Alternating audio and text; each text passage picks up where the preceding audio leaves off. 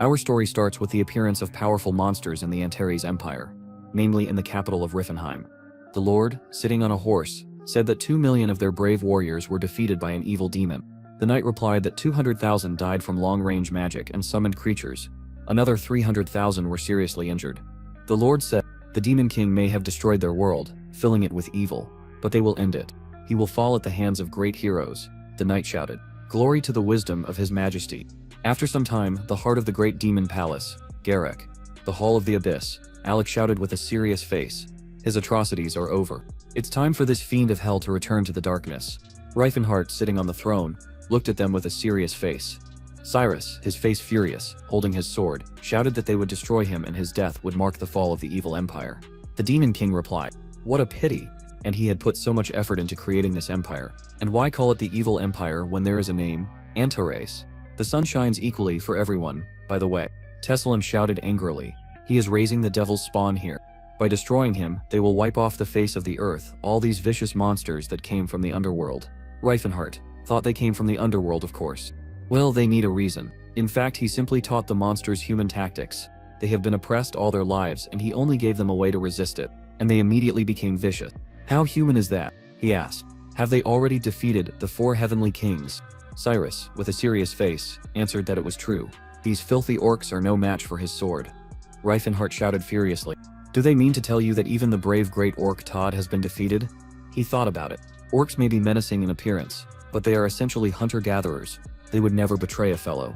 Orcs fight the strong, protecting the weak. How dare these humans call them monsters?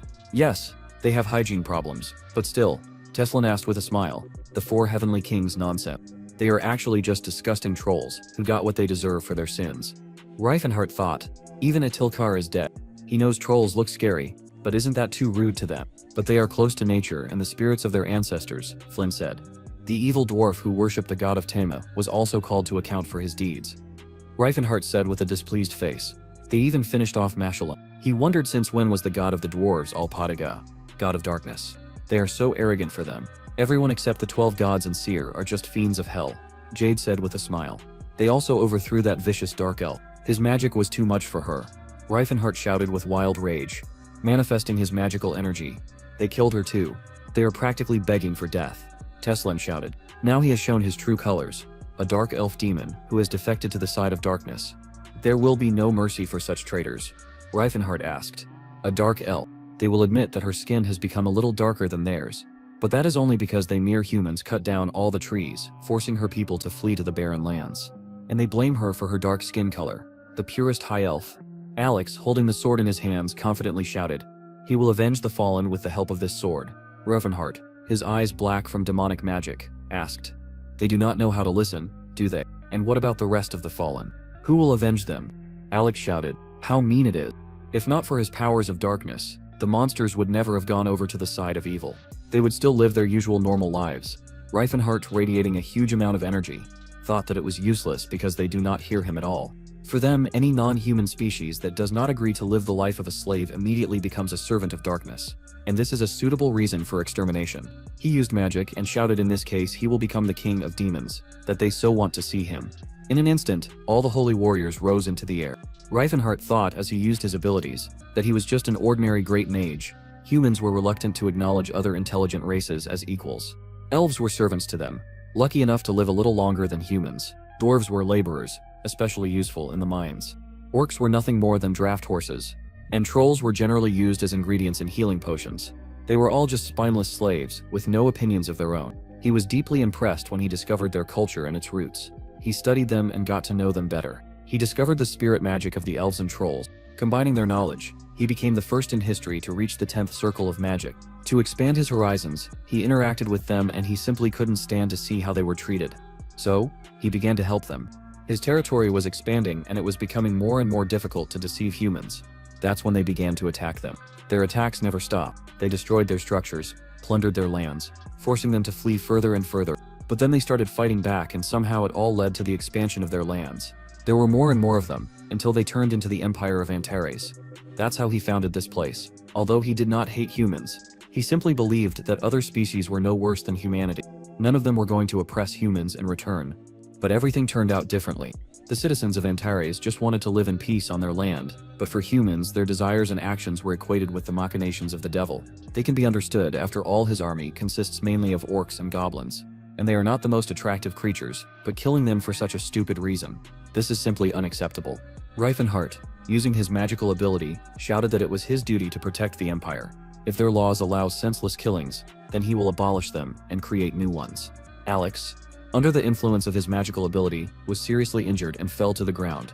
Reifenhart shouted, he is sure that they have received the title of heroes, having achieved success with the sword and magic. But in fact, they lack mastery in both.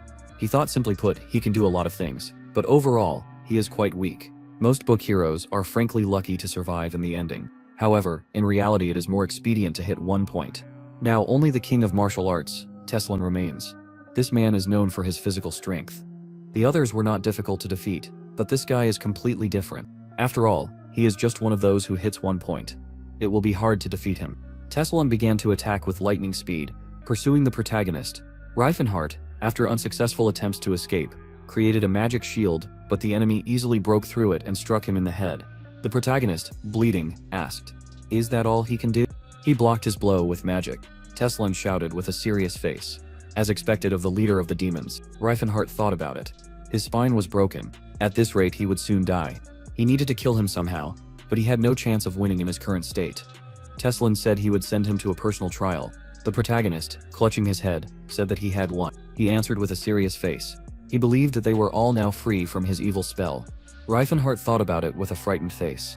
He was about to give up, but he couldn't. Free from evil spells. Is he serious? Does he think that for them to live a slave life is the natural order of things? He will not resign himself. It simply infuriates him. The protagonist with an angry face took out an object and shouted. This is the Eye of Space and Time that he found in the ancient ruins. An extremely powerful artifact that even he, a 10th circle mage, still has not fully deciphered. Teslan asked furiously, "What is he trying to do?" Reifenhart answered, "A regression spell. It will turn back time and disrupt divine providence." He started to use the item, and thought he doesn't even know if it will work, but he has nothing to lose. The protagonist shouted, "Let him try to stop it."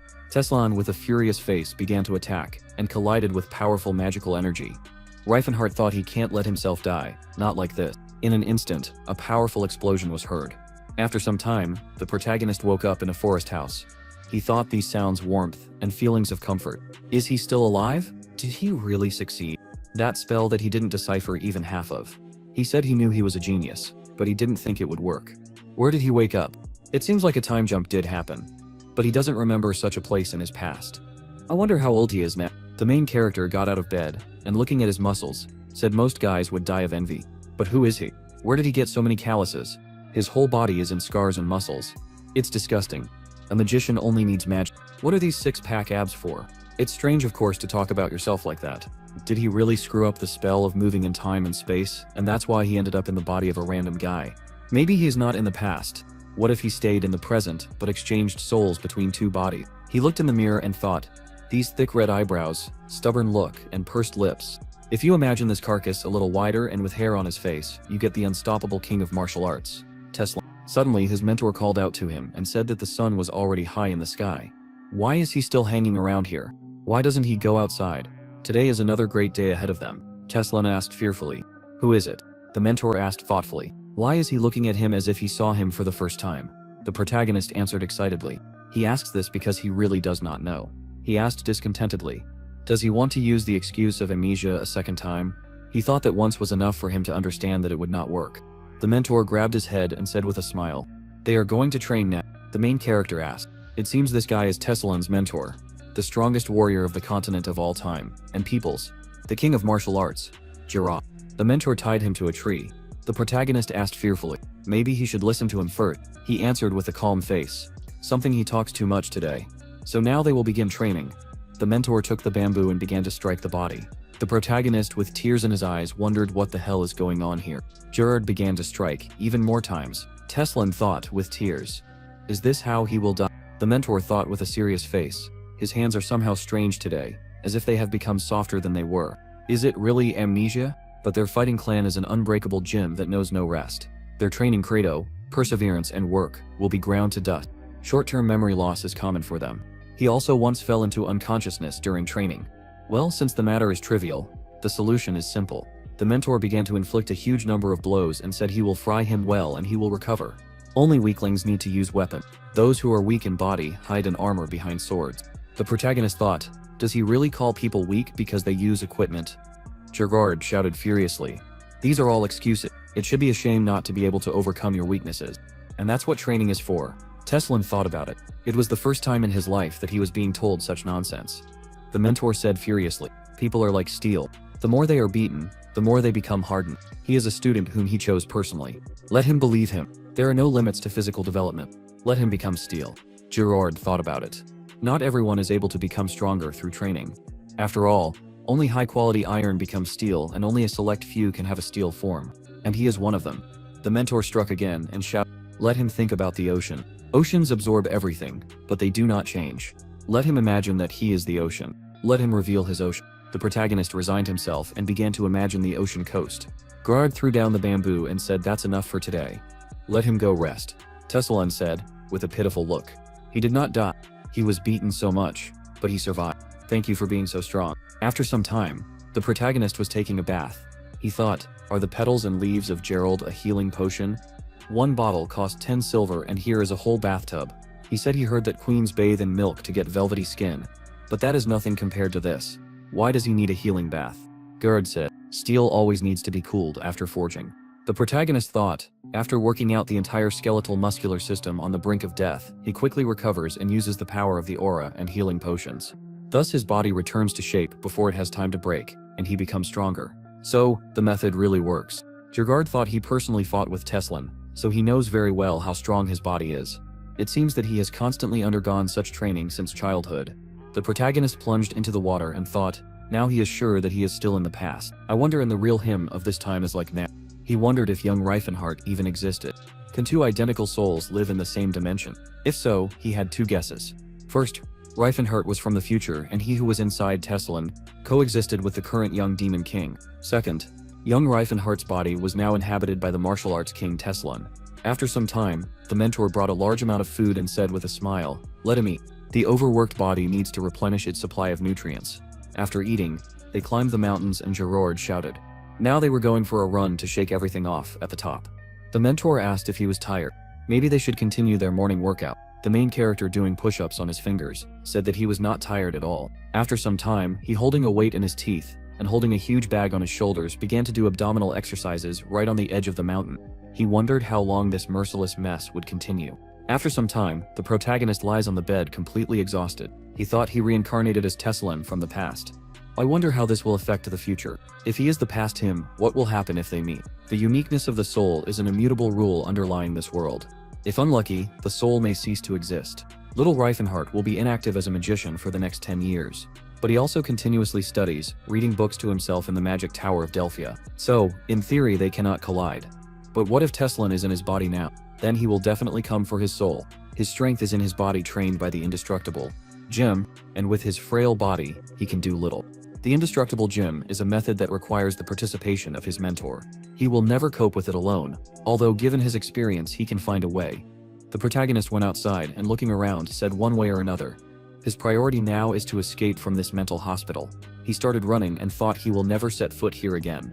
No matter what happens, he will definitely escape from here. Suddenly the mentor appeared on his way and asked with a smile where he was going. Teslan fearfully wondered how this creepy old man ended up here. Gerard said he had been suspiciously quiet for the last 2 months, and now he was running away again. This is not the first time. Probably the 9th. Soon they will move to a double-digit account, the protagonist said fearfully. He is really not Teslan. His name is Reifenhart, and he is a magician. The mentor asked his fascinating stories again. The last time he assured that he came from another world. He talked about gods and dragons that he met. What else was there? A great master from the Wang Empire in the east, from a place called Marim, who lives a second life or something like that. Although this time he is especially convincing this is progress. Oh well, it is time for them to sleep. He grabbed him by the head and the protagonist thought, this damned old man. Today he failed, but tomorrow he will definitely achieve his goal. Yes, today he screwed up. He admits it, but he does not think that he will allow himself to be locked up here forever, Jared said. It reminds him of him in his student years. Let him believe he understands him perfectly. Let him not worry. He just needs to be patient a little. Everything will pay off, he promises. The protagonist thought he resigned himself to the thought that it was simply impossible to escape from this weirdo. No wonder they called him the Demon King, because the word give up was not in his vocabulary. After some time, Jura Training asked if he aware that the indestructible gym has more than 30 ways to prevent students from escaping. Throughout its history, there was no student who did not try to escape or pretend to be sick. The protagonist, with a serious face sweating, thought he is sure that even if he is lucky enough to get out of here, this old man will turn the earth upside down, but will find him. It is better to officially get permission to leave these mountains. So, he spent 2 years in this wonderful prison, and he was even able to awaken the aura. He heard that Cyrus, the recognized holy sword, managed to do this only in his 20s. Who would have thought that he would manage without even reaching 20? After the protagonist awakened the aura, Jura joyfully shouted, "Why are you popping your eyes? The indestructible gem can do even more." If you develop the instincts of self-preservation in parallel with physical data, his will to live will increase survival and also manifest his power known as aura. Now even such a stick will not hurt him. Now they will move on to the next stage. Teslan asked, will they study normal martial arts? What is next? According to his plan, he wondered, is it possible that he will finally descend from this damned mountain? The mentor, with a smile, spewing a huge amount of energy, said stage sparring with him. And so, 3 more years passed. Sometime later in the kingdom of Vasily, southern lands, the Larkid Mountains, rugged terrain, it seems he is not doing enough. Teslan once again used the Horn of Disaster ability, and thought this is an explosive blow that he delivers by concentrating all his power in one point of his body. At the same time, the concentrated aura has the shape of a horn, hence the name Horn of Disaster. He made a huge hole in the mountain and said he needs to somehow advance to the 4th stage. The protagonist thought, the final stage of the Horn of Disaster is the 9th. This is a blow that explodes 9 waves, which can even kill a god. As far as he knows, the real Teslan of his time was limited to only the 7th stage. Even teacher Gerard only reached the 8th stage. The mentor said that he would let him leave the mountains, only if he reached at least the 4th stage. He said, for the first time in a long time he went down to the nearest village. Maybe he will linger there for a drink. In the past he would definitely take this opportunity to escape, but he needs to complete his endurance training. The protagonist raised his hands and using the ability said, let Delphur become a bullet from the air and hit the enemy. The charge of magic hit the tree, but did not cause damage. Teslan said in bewilderment. His body is clearly resisting. He barely remembers his magical skills because of this forced movement in the past. And then there is the meager supply of mana, coupled with a stupid brain, not inclined to calculations. Is it really that he will no longer be a magician? Suddenly, he felt a powerful energy and looking into the depths of the forest said this energy does not come from a person. An orc with a sword came out of the bushes and excitedly said let him pretend that he did not see him, and then he will not touch him. Teslan thought as he thought this is an orc. Judging by his size, he is 3 to 4 years old. It seems that he is hiding from someone. Maybe he escaped from the arena. The orc sees that he is not hostile and tries to negotiate. He is definitely one of those who does not want senseless sacrifices and behaves with dignity, even in such a difficult situation. The protagonist asked, is someone chasing him? The orc asked in surprise. How does a man know the great language? Indeed, he is right. He is being chased. Teslan said he wants to help. Does he believe? The orc replied, he knows the great language, which means he is like a brother to him, and he senses his true kindness with all his soul. But helping him can put him at risk too. The protagonist thought, what an expressive speech he has. Is he really one of the nobles? He said with a smile he has enough strength to help let him believe him. He began to use the ability and created a magic portal. The orc asked in surprise, is he also a magician? Teslan asked, is that really strange? He replied with such a body. He accepts his help with gratitude. Suddenly, mercenaries appeared, who said discontentedly how much trouble for a couple of silver coins. Bright called out to the protagonist and asked with a serious face, has a small orc passed by here? The second mercenary shouted, he will give him gold if he tells. He asked discontentedly, what other gold? The mercenary answered with a smile, let him calm down, he will not get anything. They will just find out the information and move on. Teslan said, with a calm face. He did not see anyone. Another mercenary looked at the ground and said there are orc tracks. Bright said, that means he is there. The protagonist thought basic magic did not even clean the tracks. He said this is his home. Actually, he will not let them in just like that. Bright asked aggressively, was he crazy? How dare some idiot from the wilderness get in their way? There is more than a dozen of them. What is there to be afraid of? The mercenary said, this man is kind of strange. Bright asked, stop fussing. Let him get out of the way. Did he understand? He thinks he's a total muscle man, right? It's all nonsense. A kid is a kid. The protagonist remembered his mentor saying that his fists were a dangerous tool. Just one hit and he could easily take a life.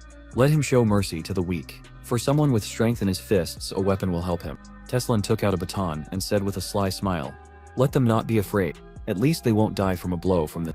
He thought that the indestructible Jim focused on the art of bare-handed combat. But that didn't mean it didn't include handling weapons. The mercenary started screaming furiously. Did this idiot take a baton? Was he really going to attack? Was he pretending to be a great fighter or something? The protagonist started hitting everyone with a baton and thought the teachings allowed the use of weapons, but not for the purpose of real combat, but more for the education of students.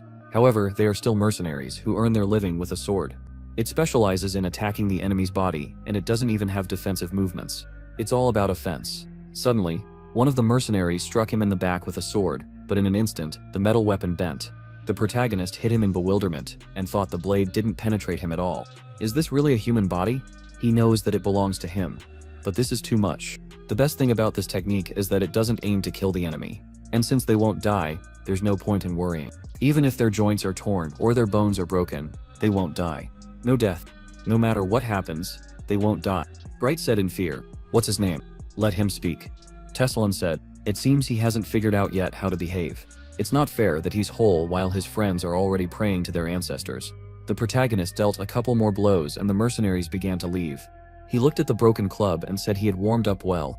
It was even a pity that it was all over already. He wondered if maybe he should get some students himself so that he would have someone to beat. He seems to have unconsciously become imbued with the philosophy of the indestructible Jim. At that time, an orc came out and bowing his head and kneeling, thanked him and said he would not forget this until the end of his days and he would definitely repay his kindness. Teslan asked if it was proper for a warrior to bow his head so easily. He replied that he had saved his life, and even made him look at things in a new way. He was his mentor of his whole life. When the time came, he would definitely dedicate his sword to him. The protagonist thought in Orcish culture, a mentor of life is someone they honor, something like a knight's oath if we speak in human language. The orc asked if he could know his name. The protagonist answered with a smile. His name is Reifenhart. The orc said nobly, he will remember this name. He said the world belongs to people. Where will he go next? What is his final goal? He answered. Their continent is huge. He is sure there will be a safe place for him, and if not, he would rather die a free wanderer than become a slave. The protagonist said, south of the Larchid Mountains, 2 weeks walk away, there is a nameless wasteland. His people call it the Land of Trials. Let him set foot there. The orcs of the Blue Bear tribe hide there. Well, now it is time for him to go. The orc started to run and said, then he went too. The protagonist shouted, what is his name?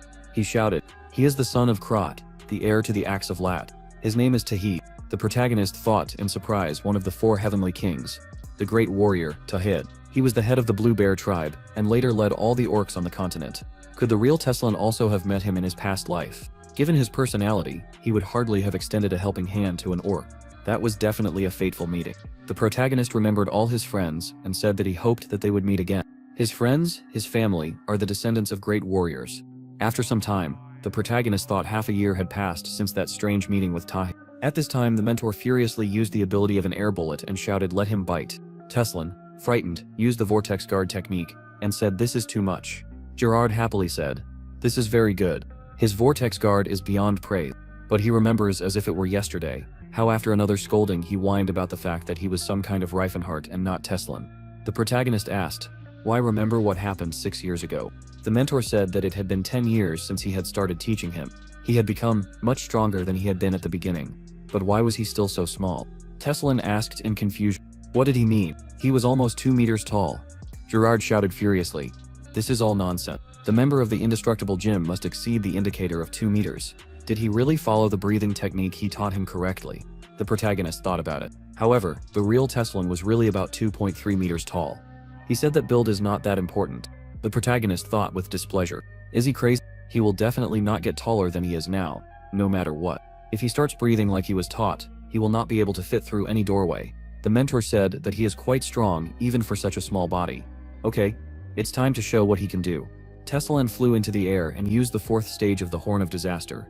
In an instant, all the ice in the area collapsed. Gerard laughed happily and shouted, this is excellent. Now it will definitely not be easy to defeat him. The protagonist thought with a smile on his face. He did it. He has really reached the 4th stage. The teacher said it was time for him to go to the outside world. He has worked very hard. Now he is free to live the way he wants. He doesn't care who he becomes, a hero or a villain. Let him live the way he sees fit. This is a reward for all his efforts. 60 years ago, Master Rastal, the 3rd king of martial arts, told him something. Gerard remembered him saying, "Let him remember 3 things. First, making money is good, but you shouldn't get involved in dishonest things." He asked in confusion, "What do you mean?" He said that he doesn't mind him being a villain. Rastal said, "If he wants to become one, let him become a worthy villain. He must have style after all." Gerard said in confusion, "What kind of strange notions are these about villains?" Rastal said, "Second, whenever possible, let him take the side of those who have been treated unfairly. After all, it's better when those around you appreciate and respect you, isn't it?" Gerard asked, "Does he mean the—" Rastal replied, "Weakness is not always the result of unfair treatment. After all, the world is already full of those weaker than him. He should be able to distinguish them. Right? Thirdly, and most importantly, let him carry the teachings of the indestructible gem to the masses, and let him make sure that it is not interrupted. At present, the mentor said he will need to find a student to whom he will pass on their great techniques. Did he understand now?" The protagonist replied, "He will keep this in mind." Gerard threw him a bag and said with a smile, "Let him know that finding a talented student is not easy. He can spend almost his entire life on this. Still, if such an opportunity one day presents itself, let him not miss it. Let him take this. Here's money for the journey, and plus his clothes." Teslan asked in bewilderment, "Did he give only 30 silver? He thought that he had become rich in the kingdom of Vasily. Doesn't he have his own estate in the capital?" He expected much more, although this is half of a commoner's annual salary. Gerard said with a smile, "The payment for those who graduated was set by the clan. This was also raised due to inflation. In his time it was 25 silvers. He prepared a small gift for him in the Sechelard Mountains. There is a mark on the map, so he will figure it out. Let him definitely look there, if he is nearby." After a while the protagonist set off and turning around thought, will he really leave these mountains? Is he finally free? Suddenly a powerful magic beam appeared and the mentor thought, let his student step. He should not be sad about parting. Let him carry a steely determination without hesitation. After all, he is the heir to the greatest techniques on this earth. After a while the man called out to the village chief and said excitedly, "This is dangerous." He replied he must say what he must, even if they are aristocrats. Edward asked, with a serious face, "What is the matter?" The village chief said he asks him to pay for the food provided to him and his knights. He threw the coin in with a displeased face and said that should be enough. Edward thought with a grin he was probably seeing a ducat for the first time. The headman said, excitedly, "That was too little." He shouted furiously what an insolent man he was. He thinks that because he is an aristocrat, he does not know market prices. How dare he deceive a knight? Edward hit him with wild fury. The headman thought, with a displeased face, "They are more bandits than knights. They occupied their house, ate up their supplies, and all this for 1 ducat. And that's without taking into account delivery services and other errands." Stefan suddenly called out to him and asked with a smile, what was the matter? Edward replied that he should not take it to his head. He said with a calm smile, what pathetic peasants they were. That is why you can't be kind to peasants. They do not know their place at all. After a while, Reifenhardt is lying in bed with Cirrus. He asked with a smile, "Why does she keep caressing him?" She replied, "She just wants to do it." Reifenhardt asked what is so attractive about his frail body. Cirrus answered with a smile, "His features are so sharp and chiseled, like a fine blade." He said that's how he looked before, but now. At this time the protagonist looked out the window and said, "Cirrus is now about 70 years old. It seems that in human years it is 17 years old." He thought about it. Now he is in Krom, a town south of the kingdom of Vasily. She will be sold next year at the slave auction of Chot. He asked with a thoughtful look what should he do. Maybe he should smash this auction to hell and rescue her. No, if he acts recklessly now, it will be difficult for him to restore his magical powers. It is better to solve the money issue for now. Teslin thought about it. The price for the elf is simply cosmic, and he is a beggar now. But never mind. He has a powerful body, techniques, and also knowledge of the future. And by the way, on the way to Chetan, there are just some ancient ruins. After some time, Stefan called out to Todd and asked, had he not yet found out where those ancient ruins were? He, using the ability, said, let him please wait a little longer. Todd, 35 years old, a mage of the Delphia Magic Tower, specializing in archaeology. After some time, Stefan looked out the window and asked, is this it right? Todd answered that everything is correct. One famous swordsman is buried here, Claude. At this time, the main character setting off thought this place is 3 days' journey from Krom. He needs to move north, to the Hatton Mountains along the central. His endurance itself is incredible, so he still doesn't catch a cold. What an amazing body in general. He heard that a true king of martial arts can walk topless even in winter, but he doesn't want to check artificial return, a special technique of all times which allows him to resurrect memories in any period of time. He used this ability to return memories of the ancient ruins at the foot of the Hatton Mountain. Even before his regression, there was such a magician, Todd, whom he met in the magic tower of Delphi. He told how he discovered these ruins together with Stefan. In his past life, he himself was there, and he managed to find real treasures that Todd's comrades missed. He sold them all for more than 2,000 gold. This is very profitable. After some time, he saw a populated area in front of him and said, "This is the village of cattle." So far, everything is as he remembers. At this time, the villagers asked, what should they do now? They can't even get close to the Valley of Death. But they require a guide.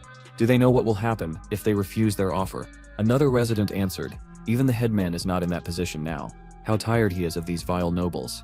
Another villager said excitedly, let him be quiet, because the others might hear. Ted, holding a bow and arrow in his hands, said that he would go. He knows the mountains better than anyone in the village, and he also knows that he is the most suitable candidate. His wife and daughter ran up to him and started crying. The villagers started saying he can handle it. Everyone should do what they can do. Ted thought about it. Now he didn't want to go even more. Suddenly the protagonist crashed into the window and said he can go if they don't want to. Ted fearfully aimed at him and asked who he was. Teslin answered, he was just passing by, and it so happened that he overheard their conversation. He wondered, how could one accidentally walk onto private property? One of the villagers asked with a serious face, does he know the way well? The protagonist answered with a smile, he knows the way very well. He asked if he's still volunteering. Teslin answered, that's right, because he had been there many times before. The man said he doesn't know if he knows, but no one who has been to the Valley of Death has ever returned from there. Is he sure of his choice? The protagonist said with a smile. He's already been there. He thought, let them just thank him. He's trying for them. The Valley of Death is essentially a dungeon, a relic of the past, the remains of the Silver Era. 50 years ago, there was a knight from the Altayan family, named Claude. At the age of 45, he was able to awaken the aura. He went through many adventures, and legends about him circulated for a long time throughout the kingdom of Vasily. But fame often breeds arrogance. Claude decided to go to the Valley of Death with only one squire and died. The problem is that the demonic sword Altayan that he took with him remained there. This weapon was the symbol of their family and was passed down from generation to generation. This sword was searched for almost 50 years. After some time, all the knights set off. The protagonist thought he must be Claude's grandson, Lesia said with admiration. He is so noble, he doesn't even need a horse. As expected from the best knight, Stefan said with a smile. He is pleased to hear it even lifts his spirits, Teslin thought in bewilderment. This is an elf slave. They are probably having fun with her. There is only one holy warrior in this squad. I think his name is Silon. He looks so young. Does he even know how to use the blessing properly? And in general, is he really a guy? He should try to talk to Todd. But these two are talking about something enthusiastically, although he talked non-stop even at a young age. What is this atmosphere between them? Wait, can he really feel it? No way. Todd is a cool guy. This definitely can't be. Suddenly, Edward called out to him and said, this is a wise choice. Teslin asked, does he mean showing the way? In truth, it's just a trifle, he replied. That's true, but the villagers were so afraid to take on the task. The protagonist said, no wonder they were afraid. Edward asked, what's so scary when they are accompanied by brave imperial knights? The protagonist thought with a displeased face, oh, these knights. It seems that there really is no knight in the world who would not be cocky. Chivalry really does corrupt people. Suddenly, a large number of monsters jumped out of the forest. Stefan shouted, they are under attack. Let everyone get ready. How dare they attack them? People blessed by Seer. Let them listen to the knight's order. Todd used the ability Fire Chain and hit several opponents. At this time, Silin shouted with a serious face, let Lord Philinance grant them strength and courage. In an instant, all the knights had a surge of strength. Teslin, watching the battle, thought this is not bad, especially this Stefan. He is better than he thought. Well, from the point of view of a magician, of course, but from the point of view of a practitioner of martial arts, they are rather pitiful. Teacher Gerard at least does not brag for no reason. In any case, no one pays attention to him. Suddenly, a flying monster flew at him, but the protagonist destroyed the enemy with a slight movement of his hand. Teslin thought, if the story of Todd's adventures is true, that guy died right here. The captain of the expedition from the Altayan family, Stefan. You can't say that he is a bad person. But he doesn't really care about his subordinates. Although this is a bad person, Silent shouted. It's dangerous here. Let him hide behind the trees. The protagonist thought with a calm face. This guy would be better. The harpy started to attack him with sharp feathers, but Teslin with a calm face thought he didn't even feel ticklish. Suddenly one projectile hit him right in the eye and he screamed in pain. The protagonist destroyed the monster with a slight movement of his hand and asked if he still had tears in him. Despite all that hellish training, Stefan shouted. Let them report the situation. Are the mages and the saints safe? Edward answered. Right, they are alive. Teslin asked. Doesn't he want to know about them? Stefan shouted nobly. The knights of Altayan are strong. May the sweetness of victory come to their hearts. Let them rest. The protagonist approached Todd, thanked him with a smile, and said he was alive thanks to him. He replied that he hadn't done anything special. Teslan asked if he remembered correctly. He was from the Magic Tower of Delphi, right? He had a friend there. His name was Reincarnates. Did he know him? Todd asked. Does that kid have such big friends? He's so sweet and cute. Actually, why does he care? The protagonist answered. He's just curious about how he's doing. If everything's okay then. Todd didn't finish listening and said he's all about studying, cramming all day. Teslan asked, has anything strange happened to him in recent years? Todd answered with admiration. His sharp nose, as always, is at its best. And his eyes are like jewels. His skin is soft. The protagonist thought with disgust. This guy is obsessed with his body, just like Gerard, only in a slightly different sense. God, what should he do? Maybe he should beat him to death. Teslan, barely containing his emotions, asked. Besides that, he didn't notice anything in his behavior, for example. Todd answered. He's not sure about that. He's not particularly interested in his affairs or thoughts. Suddenly Silen came up to him and asked if he was hurt. The protagonist replied that he was fine. Let him go and examine the orcs. Silen began to treat them, and they said everything was fine. They were not in pain at all. Suddenly a knight called out to him and said everything was fine with these orcs. They will heal, and that's fine. Why waste your energy on them? Teslan thought. Even though he was treating them, his kind attitude was more like love for animals. It's about the fundamental values of these people. The path of intelligent races to gaining rights is long and thorny. Suddenly, Stefan called out to him and shouted, let him show the way faster. The protagonist pointed his finger to the side and mockingly said, let them go straight ahead, then to the right. There was a pond straight ahead. They would have to slow down a little. Stefan asked displeasedly, what was wrong with his voice? Teslan answered with the same face. Nothing. A few hours later, the knights said with horror on their faces. First there was a basilisk, then a dark wolf, and more than 20 ogres. Why are there so many monsters nesting on such a tiny mountain? The protagonist thought with a sly smile. Is it because he is deliberately leading them along the most difficult path? He asked if they would like to rest. Stefan shouted furiously, let everyone get up quickly. Teslan thought knights are arrogant and clergymen are too serious. Magicians are generally on their own mind, and he is a magician to the core. He leads them along the shortest path, so they have nothing to present to him. He certainly does not do this in order to burden them, Stefan said with a tired face. So this is it. The place of Sir Claude's death. Who would have known that there are so many monsters here? He climbed onto a rock and seeing a strange structure in front of him, happily asked, is this it? Edward answered with a smile. Without a doubt, these are the ancient ruins of Palthon. After a while they approached the entrance. Edward said he thinks they can go. Stefan shouted, okay, let them get ready. The protagonist said with a smile. He will wait for them here, he said with a serious face. His work is done. He can go. Teslan said. There is no way he can get back to the village by himself. Stefan replied. Since he did his job and saw them off, they will protect him on the way back. A great man rests there. Let them respect his wishes. They will find the demonic sword Ulchin. Let the valiant knights go ahead. After they left, the protagonist said with a smile, he will mind his own business for now. He thought right now this place, the ancient ruins of Palthon, is completely filled with monsters and spirits. But originally in the Silver Age, it was a strategic point and was used as a normal military facility. Even if it was once the norm, the technology of the Silver Age can only be envied now, so they are considered quite valuable. Teslan went inside and said he hasn't been here for a long time, really. In the past, he studied this place with Cirrus. He remembered how she said that the sylphs whisper from here. There is a secret passage. Right? The protagonist replied, great job. She really is his goddess. Teslan remembered all the depraved deeds and asked what did he and Cirrus do right in the middle of the danger zone. Yes, he is really brave. He put his hand to the wall and thought, the key to the entrance is the balance of the seals of water and earth in reverse order, right? The protagonist said of course he has a cheat sheet up his sleeve. Only he lacks mana so it will be difficult. Why does his body have such a stupid brain? After some time, he opened the secret door and said finally everything worked out. It is better for him to take off his jacket for now, and he can't throw away clothes that cost as much as 10 silvers. And now it's time to test the physical capabilities of this body. Suddenly, he heard people screaming. Teslan said in fear they went that way. Why are the screams coming from there? If you think about it, a secret passage connects the third floor with the basement.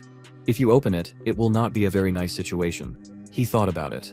This is a military structure after all. Activating any device with mana leads to the launch of traps designed to scare away uninvited guests. Last time he and Cirrus were here alone, so they did not think about other places.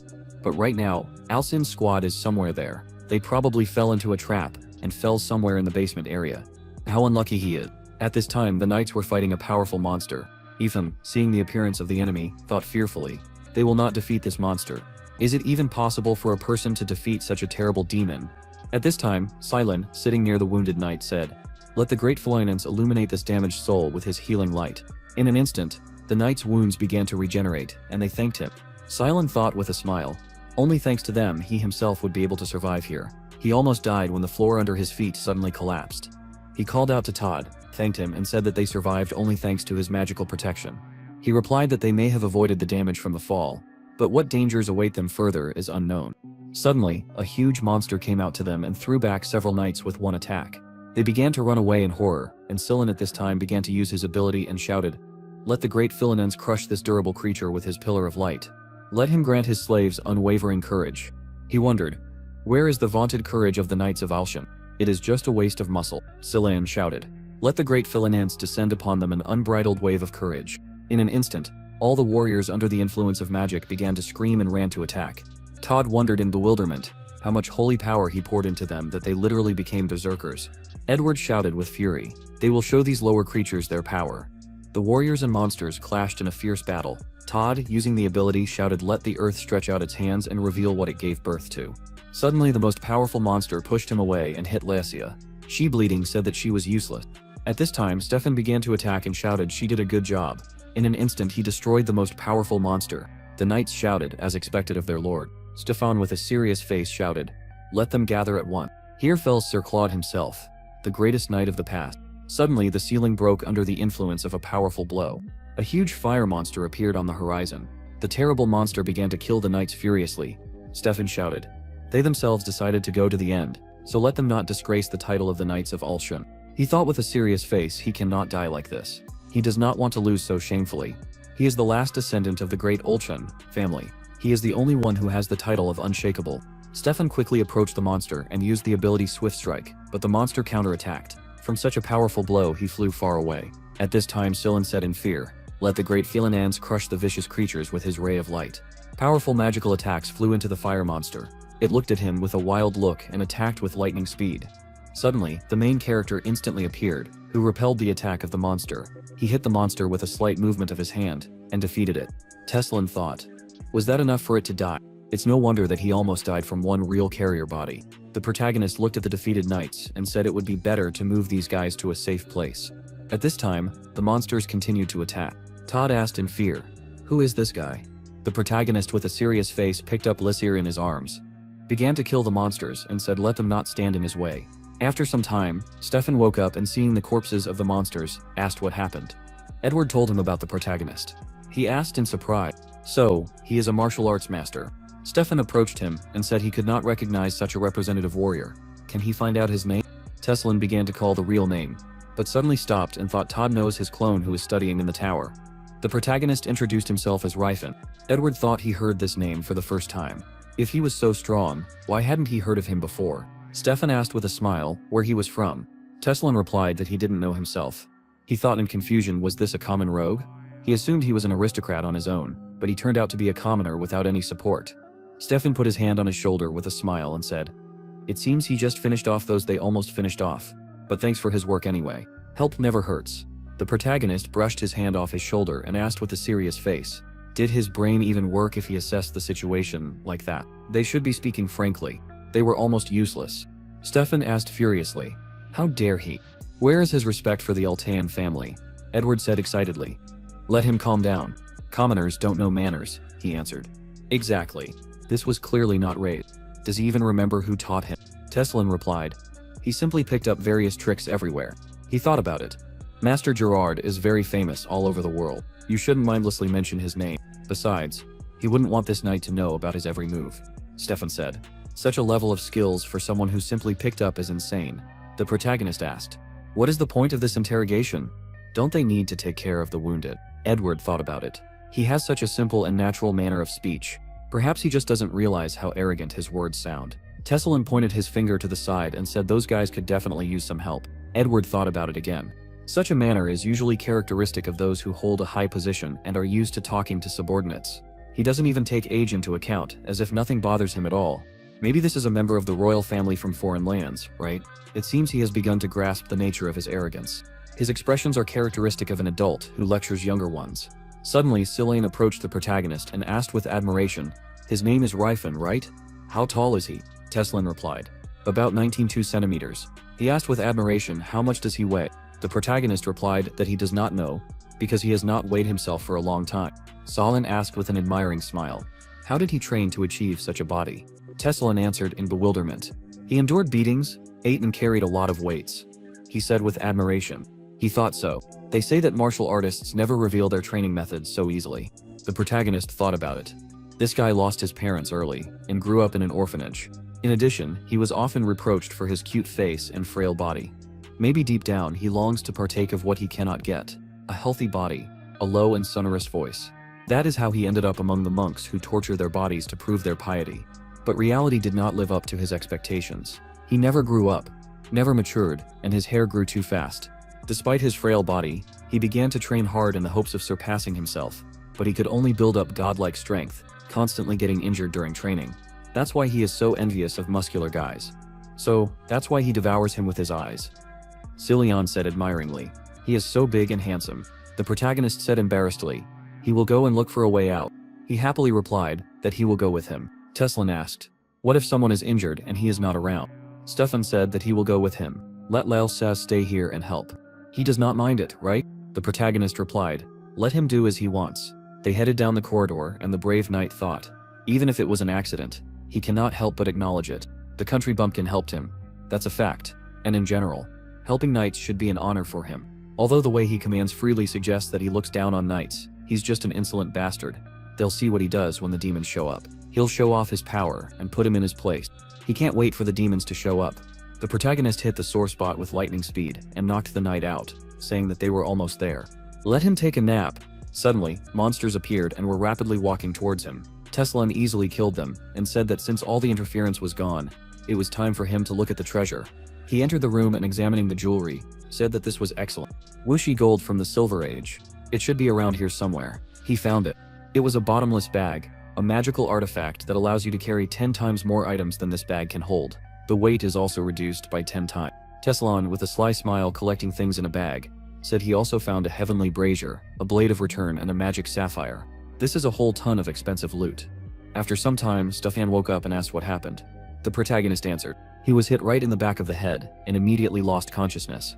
The knight thought with displeasure. Why is everything going wrong today? He reluctantly thanked him for his help.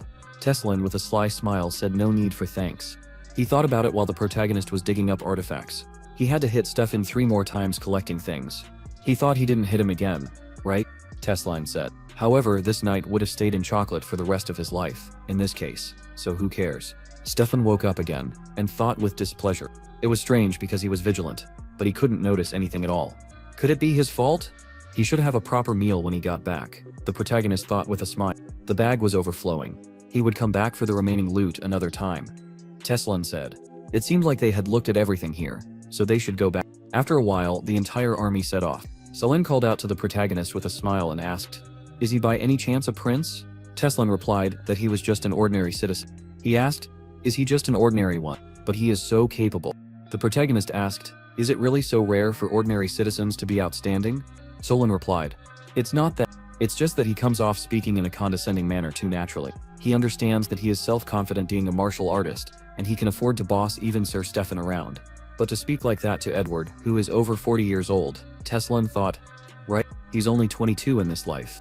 He should be more careful. He said that he just rarely met people on his way, so he forgot his manners. They came to a huge door and a huge monster appeared behind it. The main character thought, is this Grelba? What is he doing here? He doesn't remember meeting this monster here. Stefan started to take out his sword and said, who would have thought that this place has such a guard? Teslin thought, now everything is clear. It's just that no one has taken care of him yet. He said that they should go back. Their forces cannot cope with this monster. One of the knights shouted in horror. Let the chief look at the sword in the hands of this monster. Stefan said in surprise, this is the demonic sword Ulshan. Edward asked in fear. He doesn't think to fight this monster, does he? The chief asked, isn't it obvious? He shouted excitedly, it's too dangerous. Now that they have figured out who their enemy is, they better return to the manor and prepare for battle properly. Stefan shouted aggressively, what is he saying? Can't he see that the great knight's sword has been defiled? He thought with a serious face, he can't retreat. He will take the sword from him at any cost. The leader shouted, even if the sword is in the hands of the Grim Reaper, let the knights take up arms. Teslan thought with a serious face what a moron he was. He thought inside the spatial rift in the ruins of the Silver Age, there is a system for automatically correcting the system's flaws. That is, when the system fails, a defense is triggered that absorbs supernatural monsters. In other words, the entities guarding the dungeons quietly live their lives until the system kidnaps them to use as guards. Moreover, the creature absorbed by the system becomes more formidable thanks to it. In front of them is the same demon who defeated Claude, who owned the aura. If the level of this demon is higher than that of ordinary tagrolls before him, he becomes the guardian of the dungeon and usually has otherworldly powers. Stefan shouted with a serious face. This monster is chained. They are not so timid as to be afraid of a tied-up opponent. Teslan asked, do they really intend to fight this monster? They have no chance, they will all die. Edward said he is grateful to him for his help, but he is only a barbarian who does not know the honor of a knight. There are things in this world worth risking your life for. The protagonist thought they were not even close to him. Edward ran to the attack and shouted, let all the knights put their lives on the line. Let them show what they are worth. Teslan thought in bewilderment. They cannot even defeat the tagrolls. How are they gonna kill this monster?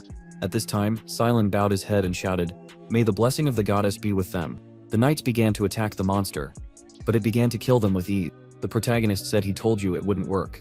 Here comes another corpse flying. He wondered, do they really like it when all the bad stuff is knocked out of them? Stefan shouted, let them not lose heart. They are the knights of Alshun. Even this demon is afraid of their courage. Teslan thought he already understood how stupid this main warrior is. No matter what they tell him, he won't listen. Sir Edward seemed relatively sane.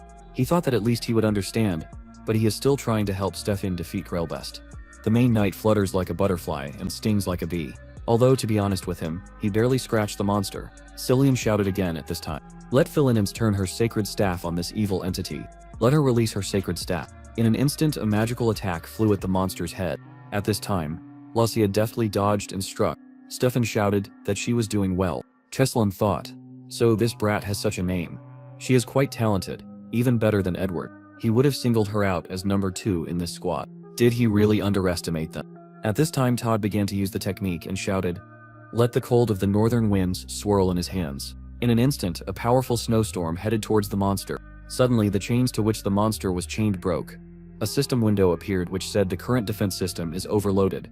The second phase is being activated. The monster jumped and crushed several knights. Stefan jumped on this creature, but the monster hit him and he fell to the ground. At this time, Lachia tried to dodge the attack and strike, but the monster caught her and created a huge fire volley, which was directed towards Cillian. The protagonist instantly found himself in front of him and took the fire volley. Teslan apologized with a serious face and said he was thinking for a bit and couldn't react in time. He thought, can he handle Grelbest? Honestly, he himself is curious. What is the limit of his current strength? Can martial arts help at all in the fight against a demon? When he was a mage, he never took risks if the chances of winning were small, but now he is a warrior. He gets goosebumps at the sight of a strong opponent. This is a feeling that he never experienced in his past life. Teslan shouted he has come a long way and has become a strong warrior. The master would like this. He used the ability of the churn bullet, and thought Gerard always said if he doubts, let him just strike first. The monster attacked, and slightly grazed him. The protagonist looked at the wound and thought this body can easily dodge an ordinary sword, but the demonic one could scratch him. The monster kicked him with lightning speed and Teslan flew into the wall. Cillian excitedly called out his name. The protagonist, covered in aura, said with a serious face that he was fine.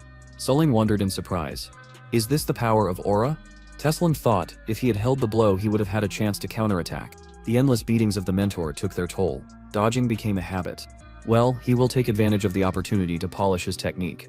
The monster began to scream fiercely. The protagonist, preparing an attack, shouted he did not understand anything. But the battle begins.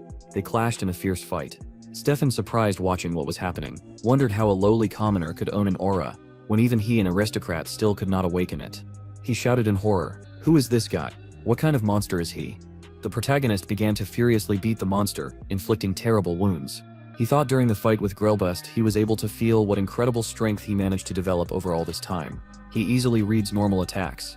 The guardians of the ruins do not fall even after serious injuries, and the ruins pumped mana into them, endlessly healing. The monster furiously began to attack with fire charges. The protagonist, deftly dodged and grabbing the creature by the paw, thought now there will be a practice of grabbing, practicing fighting in the air and practicing punches. Yes, this is simply the best punching bag. Teslan delivered a powerful blow and thought something he played too much. If he wants to finish in one go, he should use the Horn of Disaster. But if he does, everything here will collapse and they will be buried alive. Too much trouble. How it infuriates him. Todd shouted. Let him use the sword. He can crush the monster by covering the sword with aura and the priest's blessing. The protagonist shouted. He doesn't know how to cover the sword with aura. He can only envelop the body with this aura. This is the teaching of their fighting clan. Sillin called out to him and shouted his body has high durability, right? Tessalon said indeed, his body is quite strong. The priest began to use the technique and shouted, now he will cast a binding that is the blessing of Philinance. Let her send a blessing to her faithful sword. The protagonist, sensing a powerful surge of energy, dodged the attack and threw the monster. He thought this is a divine spell, a sacred blow. And Sillin used it not on an object, but on a human body. The priest shouted in admiration, let him now beat this battered demon to death. Tessalon thought for such a nice guy, he has quite a character. Well, he should just get it over with quickly. He ran to attack and began to deliver divine attacks with his foot, knee and a powerful punch. From such powerful attacks the monster evaporated. After the victory, the protagonist shouted at him to hurry up and remove the spell. Stefan asked with a displeased face. His name is Ryfen, right? And he hides his identity well. Are they that insignificant to him? He is strong, the knight admits it, but he will not forgive him for trampling on his honor as a knight. Is it fun? Probably to watch from the sidelines how desperately they fight. The protagonist answered negatively, and thought that would mean that he cared about what was happening. But he didn't care. Why would he have fun? Stefan tried to stab him in the back, and shouted, how dare he turn his back on him. Tessalon bent down to pick up his sword and the knight missing fell down. He asked with a displeased face, did he even dodge on purpose? The protagonist handed him the sword clawed and said he is not mocking him. Let him calm down. Here, let him take this instead. Is this the item he came here for? Edward said. He is clearly devoid of greed to give away such a precious thing so carelessly. Such are the privileges of the truly strong. Tessalon wondered in bewilderment. What kind of greed? This is second-rate compared to the weapons he usually uses. He turned around and said that they should go back. There is nothing else to see here, right? Edward grinned and replied, that's right. Sometime later in the village of cattle, Sillin was healing all the residents. Tessalon, watching this, thought not only did he heal them all, but he also began to hand out gold, and he knows how to do business. Considering what image will now be assigned to the Sacred Order of Philinance, this is a very profitable investment. After some time, they set off. Stefan called out to Edward and said that they should find out who Ryfen was. He answered with a smile that he agreed. After all, this guy was so talented and he knew that he would be interested. The head of the knights thought with a displeased face, it couldn't be that he was weaker than him. At this time, the protagonist climbed the mountain and shouted, now he can meet Cirrus. He noticed the priest and asked why he continued to follow him. Silent asked, with a smile, didn't he know? There are such priests who travel the world, showing it the mercy of the goddess and take care of the believers. Tessalon answered that he knew they were pilgrims. He thought, and these pilgrims die like flies during their wanderings. Silent said actually he was thinking of returning to the Holy Order, but he somehow wanted to try himself in the role of a pilgrim, and also to be in the company of the strongest of men. The main character thought with disgust. Gerard and Todd have a similar look. He hoped that they just look at other people's bodies a little differently. Is he cursed or something? Why are there so many strange people around him? He seems like a good guy. Maybe he'll understand if he asks him to leave. Although he is a saint. Right. Something like a walking first aid kit. Cirrus could have gotten hurt. A healer wouldn't hurt her. Tessalon smiled and said, let him do as he knows to then. It's his choice to follow him or not. Sillin said admiringly, he wants ABS so much. And how did he train his upper, lower, and middle ABS? The protagonist replied that he had no idea. He pressed weights and received endless blows to the body. That's all he remembers. Sillin said, but the alchemists seem to have created a drug that strengthens muscles. I think it's called protein. Right? Tessalon replied that he didn't really care about it. Sometime later at the hotel, Beret shouted furiously, how did they even conduct the briefing? The servant bowed his head, apologized and said he did what he could. Beret shouted angrily, elves must be loyal to their owners, giving themselves to them both soul and body. He knew she was too cheap for a slave. There are such ignorant elves. Cirrus replied that she was born that way. Beret shouted discontentedly. Her look irritates him. She replied that she was born with such eyes. He called out to the servant angrily and shouted, he doesn't care how much it costs. Let him buy him a normal slave. Yes, he got her for cheap, but she's completely defective. Let him return her immediately. Elf number 48 was being returned to Elfenheim, a traditional slave market with a long history, located in the Principality of Chatan for the third time. After some time, the protagonist thought about the Principality of Chatan, a whole nation of merchants located in the very north of the continent. They border on a number of other countries. Trade flourishes in this corner thanks to the Huron River that encircles it. They arrived in Zeppelin, the capital of this principality, the heart of trade routes. While in the city, Sillin said, Everyone here is so busy, as expected, from a city that is the heart of trade routes. Teslin replied. It is still a country founded by merchants, who bought up lands from the kingdom of Grant. The merchants here are in chocolate, and in general most of them are obsessed with money. He thought that Cirrus should be here. Selin shouted, can't they slow down? Is he stretching his long legs like that, or something? Suddenly they noticed Tarek shouting, let them hold him tight. He was slandering the Roldfane trade union. He will teach this pathetic beggar a lesson. Tarek started to hit him and asked with a displeased face, since he hit him 30 times, then 30 gold should be enough, right? But Silin excitedly ran up to him and asked if he was okay. What a terrible person he is. He should go to the police. The old man, picking up coins from the ground, said with a smile, so much money will help to start your own business. The priest asked in confusion, what is he talking about? Will he act as if nothing happened, just because he was paid? The protagonist said with a calm face, everyone here is obsessed with money. Sullen answered. He thought that he knew this world well, having made a lot of travels, but he had definitely never been to such a place before. Teslin said, the punishments for breaking the law here are acceptable. If he has money, he will not face prison. The priest asked with a displeased face, what business could he have in such a city? The protagonist answered, he wants to buy an elf. Silon asked with disgust, is he one of them? Teslin answered, he understands what he could think, but this is a mistaken assumption.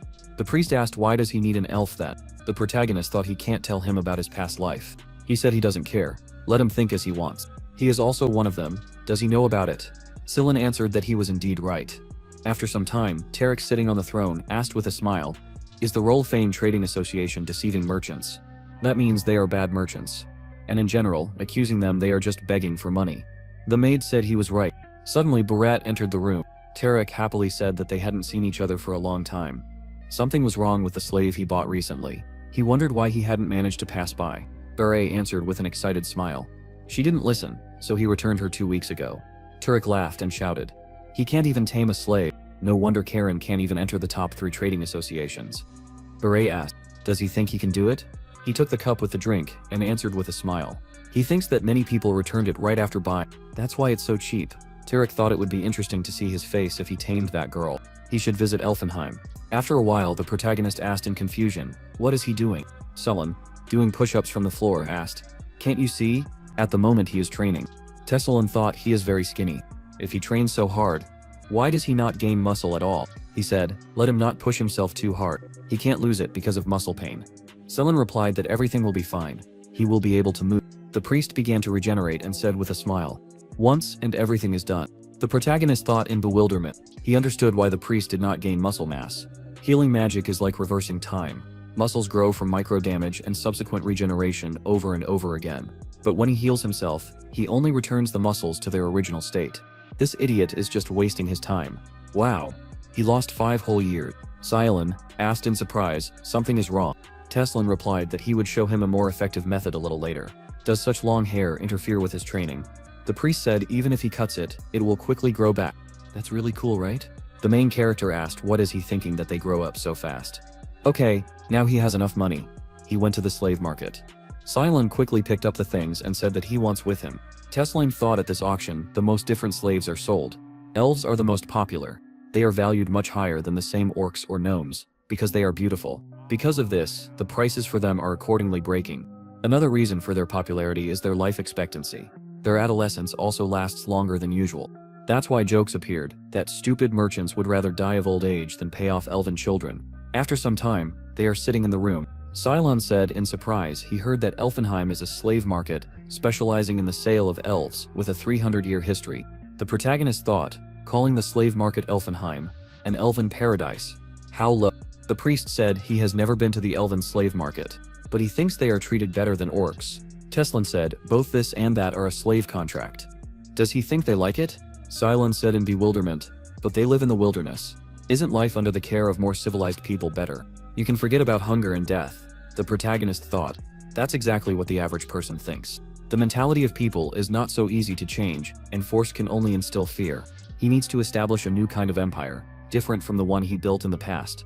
Not the dark empire of the Demon King, but a full-fledged nation of intelligent races.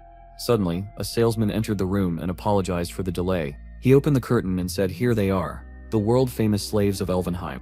Silin covered his face with his hands in embarrassment. The salesman asked with a smile, this is too much for a young lady, right? He wondered why would he even take a girl to such a place. Teslan wondered for the forest fairies, the heirs of the great spirits, to fall so low. He asked, "Are there any elves with dark skin?" The salesman said, "What a unique taste he has. He doesn't like pale ones, right?" The protagonist replied embarrassedly, "That's not what he meant." Silent asked, "Wasn't he the one who was talking about the harm of slavery?" The salesman said, "They have one dark-skinned slave. Let them follow him. He will show them everything." They started walking down the hallway, and he said their elves receive a proper education. They use special training methods, so that their product is always in demand. They are fed only fresh nuts, fruits and vegetables. Proper nutrition helps them smell good. Emaciated elves at the slave market are a common sight, but their product is completely different, Teslan said with a serious face. He did not need his explanation. Let him just take him to that elf. The seller approached the guards guarding the gate and said he needs room 148. They went inside and he said, "Here they have not yet matured candidates for assassin. Here they are, trained, and here is the product that interests him so much." The protagonist saw Cirrus and cried.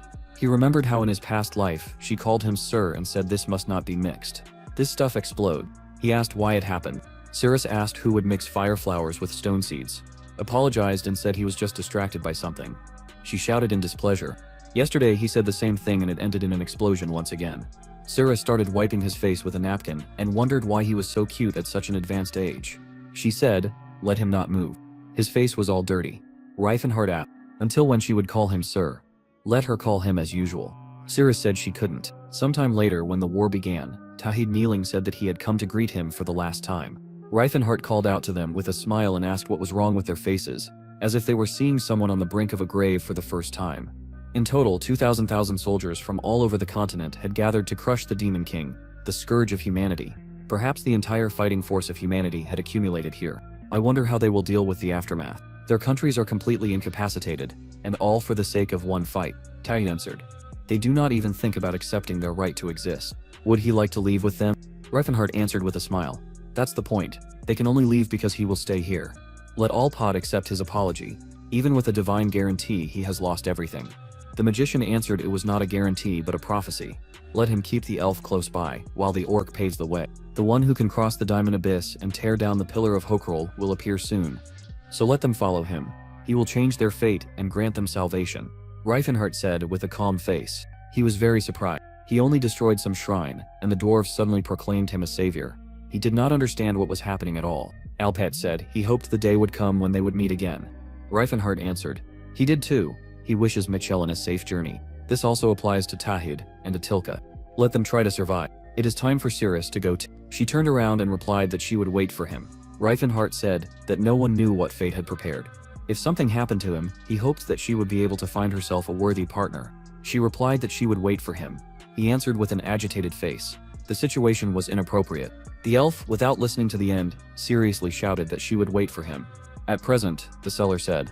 Frankly speaking, he was ashamed to show her to customers. She is absolutely unteachable.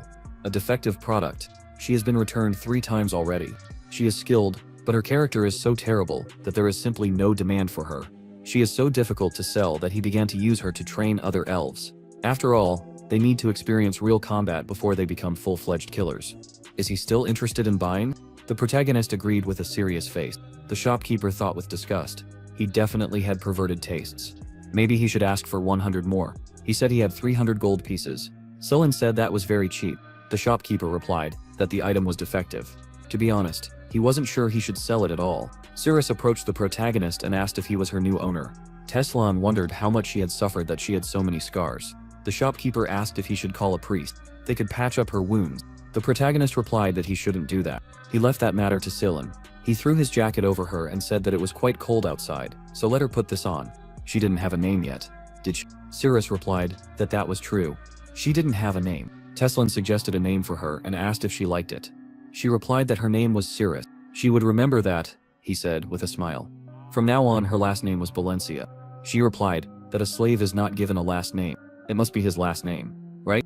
The protagonist replied in the negative and said that it was her personal last name, so she should not forget. He stated his name and said that the guy next to him was Sullen. He was Saint Philonen. The elf replied that she understood. After a while, the salesman asked excitedly, was he talking about number 48? She had already been purchased recently. She had been sold about an hour ago. Tarek asked angrily, had Barrett realized what he was up to and bought the elf back? The salesman said the buyer was a young man he had never seen before. Tarek asked what his name was. He replied that he had paid in cash, so he did not ask any questions. He asked with a displeased face, who would carry so much cash to afford to buy an elf slave? The salesman replied. He could not say that the elf's price was standard. After all, she was an inferior product. Tarek said, let him describe this man. He replied, it was a young guy with a strong build. He would understand as soon as he saw him. At this time the protagonist bought Cirrus clothes. He said they would make do with this for now. He would buy her better equipment. A little later, after some time, they were walking down the street. Tesline asked if she was hungry. The elf replied that she would follow her master's will. He said she might not call him master. Cirrus asked, would he return her? The protagonist replied no. That was not what he meant. She wondered what was wrong with this man. First he wrapped her in a cloak, then bought her some good clothes. He treated her like an ordinary human girl. Teslan said she could treat him as a comrade she was traveling with. Let her not call him master, but call him by his name. Did she agree? The elf thought, is this some kind of role-playing game? It seems that this pervert just likes the role of an adventurer. And his favorite type of game is to save a beauty like a hero. All people are absolutely the same. She replied that she agreed with his proposal. After some time, they are sitting in a restaurant and eating food. The protagonist said, Mercy of Redentai is the most popular restaurant in Zeppelin. They use the name of the goddess Redentai, known as the patroness of a bountiful harvest, who gives food. You could say they took communion with the flock. Selin asked, doesn't communion mean free food? Teslan replied, let him give it up. As if the Philinense cult does not make money on beauty services, he replied. After all, she is the goddess of love and beauty. This does not contradict the canons of their religion. The protagonist said he heard that one service costs a heap of gold. Saadin replied, this is of course true, but Teslan, without listening to the end, looked at the elf and seeing that she was doing nothing, wondered, does she really not like it? He brought her here to honor the memory of their first anniversary, but then he appeared to Cirrus as a savior, and now she sees him as a customer. The first meeting can cause completely opposite impressions. Maybe he should have come later. However, sooner or later she will understand the meaning of his words, and this suits him. After some time, they came to the market. The seller, standing behind the counter, said that these are the best products in their store. They will not find such anywhere else. The protagonist asked her if she liked it.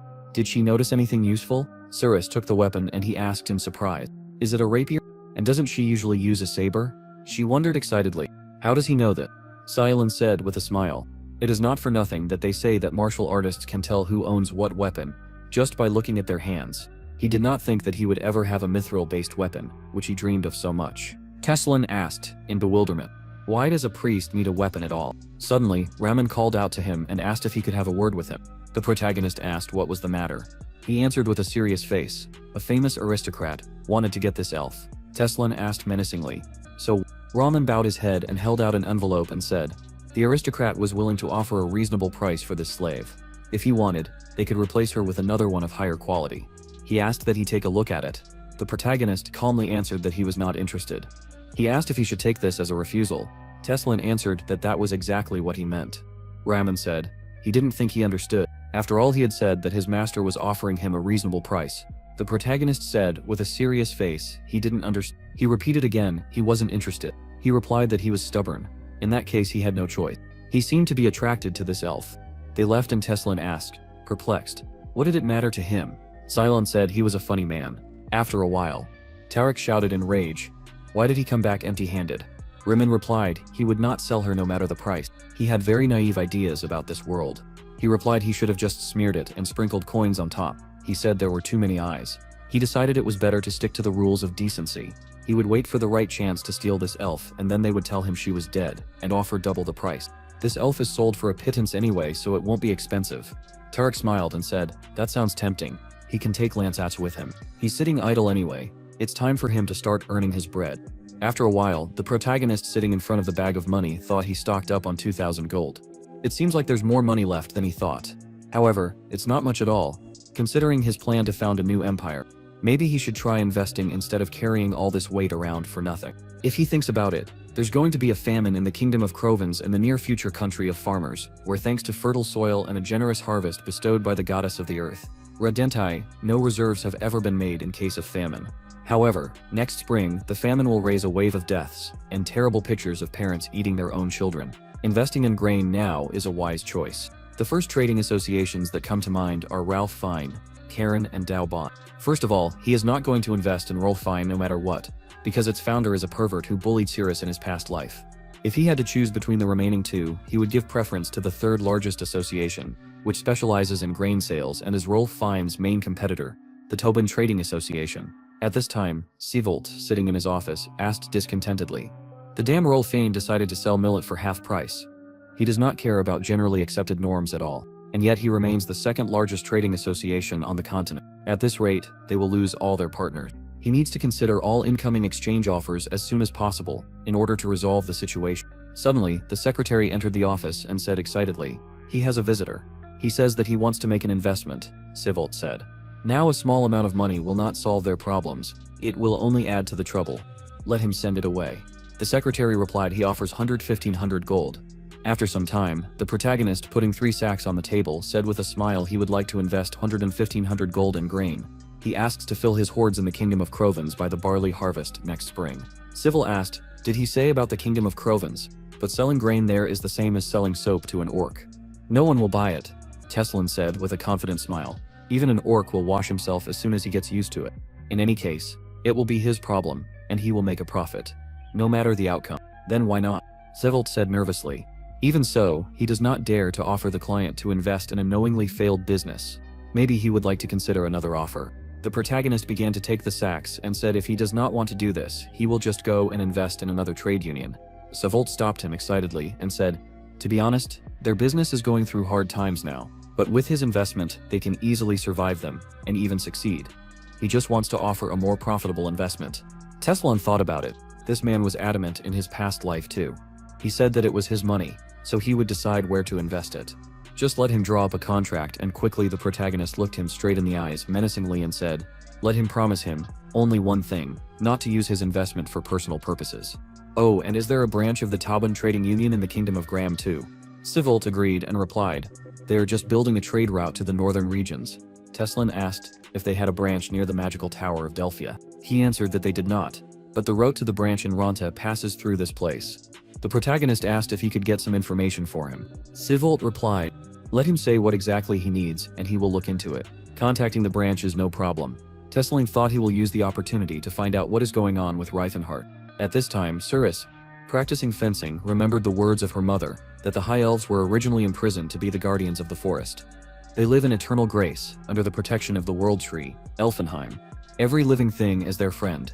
The trees will provide them with food, and although people oppress them, putting them in a miserable position, one day, Alita will show them all the way to paradise. They are the heirs of the Great Fairy. Let her never forget about pride. Soon she will go to a better place because she is pretty. From now on, let her learn to be loyal and polite, as befits a good elf. Even her relatives mocked her, and her purebred origin only gave them more reasons to mock. Only the sword saved her these days. All the adults she remembered wielded a sword. They fought bravely and died with honor. That's why she loved this weapon so much. Swinging the sword, she recalled the image of her parents who fought furiously for their lives. Time passed and the memories faded, but she forever kept this phrase deep in her heart. Suddenly, Sillin began to clap his hands in admiration and asked how she moved like that. Suris answered, "He just needs to try his best." He said discontentedly, exactly the instructions of the main character. Are all warriors like this? Suddenly, Raman called out to the elf and said that she would go with them. They would take her to the real master. Sillin shouted discontentedly, "Who are they anyway?" He answered with a calm smile. Even if he doesn't think that anyone will come to the rescue, they have already taken the necessary measures. The priest said discontentedly, "She is not for sale. What is this coercion for?" One of the fighters furiously pulled out his sword and shouted. It was incredibly loud for such a small height. Cyrus parried the attack with lightning speed and deftly counterattacked. The mercenaries viciously chased after her, but she began to kill them with incredible speed. Roland asked in horror, "How dare a slave do this?" He thought that she was very strong. At this time, Sillin began to use the ability with a serious face and shouted, "Let Philinans crush these ignoramuses with his iron rod." Suddenly, a dagger flew right next to him and Roland asked, "If the pilgrim dies, no one will blink an eye, right?" The priest furiously asked, "What the hell is this freak talking about?" The elf stopped him and said that everything is fine. "It's not a problem." She came closer to the mercenaries, when suddenly he shouted, "Let Takat get to work." A huge orc entered the courtyard, who said that he will catch her. Let her forgive him, but such is fate. Translation: Let her forgive him, but this is her fate. Nothing can be done, so she'd better accept it.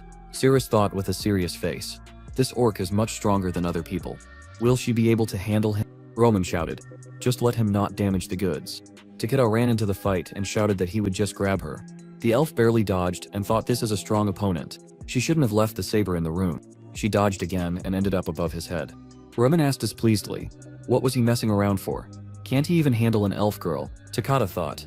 It seems like he won't be given food again today. He ran quickly and began to break the concrete tiles under his feet, under the weight of his body. Cyrus headed towards the meeting with a serious face. The orc thought excitedly, she doesn't dodge. He deflected the attack to the side and the elf struck. Takeda thought excitedly, he almost killed her. What would she have done if he hadn't changed the trajectory of the attack? Cyrus thought with a smile. She believed that he would have time.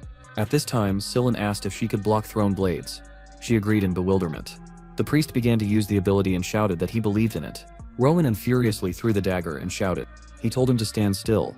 The elf instantly reflected the flying projectile and Scylla shouted, let Philinunce crush these bastards with all his strength. In an instant, powerful magical spirits flew towards them and a powerful explosion was heard. He ran excitedly and shouted, although divine power is called to fight demons and the living dead, it will help them by time. Suddenly Cyrus grabbed him, stuck the dagger into the wall and breaking the window, climbed into the building. Roman shouted let Takeda quickly follow them. Suddenly Lanches came and asked, did they screw up again? They caused such a rout because of one elf.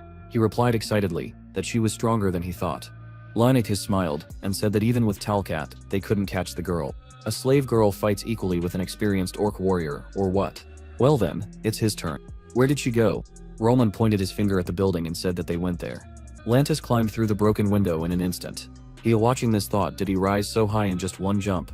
However, he does have an aura. At this time, Lantis said with a smile that they hid. We'll let her hide. At this time Silen shouted, they better go back to the room for equipment. Cyrus replied, she was sure that they were already waiting there. The priest said he thought they could handle one or two. It was better than running around with just one blade. The elf thought about it. At first he seemed like a naive child to her. Suddenly a mercenary came out of the room. She deftly kicked him in the face and stood there in a stupor. Silen asked in a serious tone. She thought they had time to change. Let her grab what she could and run. Let Philinunce erase their tracks and protect them from danger.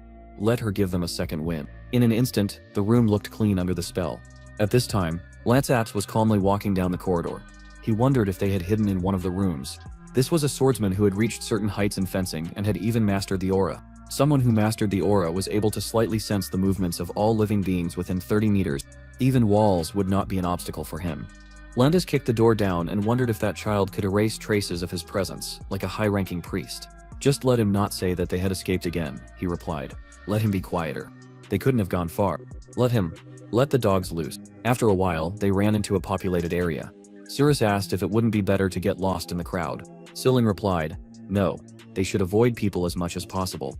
No one would help slaves running away from their owners. He thought even the Holy Order wouldn't help them. Now he understood why pilgrims were dying like flies.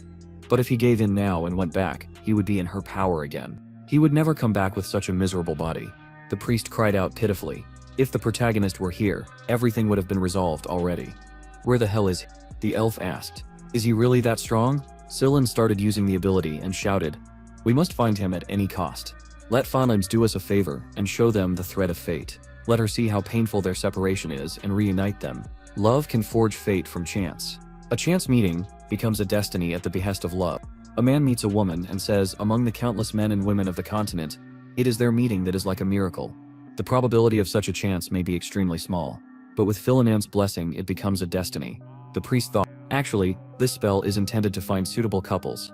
He said admiringly, by the way she is so strong, he only saw the elf killer Lesia once. But she seems much stronger, Sira said. He is no slouch either, because he is already a saint of the highest rank at such a young age. Silen thought, how sweet it was. It was as if he was not talking to a slave, but to an ordinary person. Maybe she was just special. The elf asked if they were still there. He answered, yes, this is where the thread of fate breaks. Suddenly, Lanus appeared on their way. Cyrus covered the priest with her hand and said that he was not the main character. He said with a smile that they were caught. Thanks to them, he had warmed up well. Are they going to escape from here again? He does not advise doing this. The elf thought if they ran now, they would only expose their backs. There was only one way out, to defeat the enemy and quickly get out of here. She ran to attack and tried to strike, but Lantis easily parried and said that she had good skills. In fact, she is quite talented. It seems that she worked hard to achieve such success. This is really unusual for a slave. Cyrus, excitedly missing again, wondered who he was. At this time, Silen began to use the ability and thought with such skills.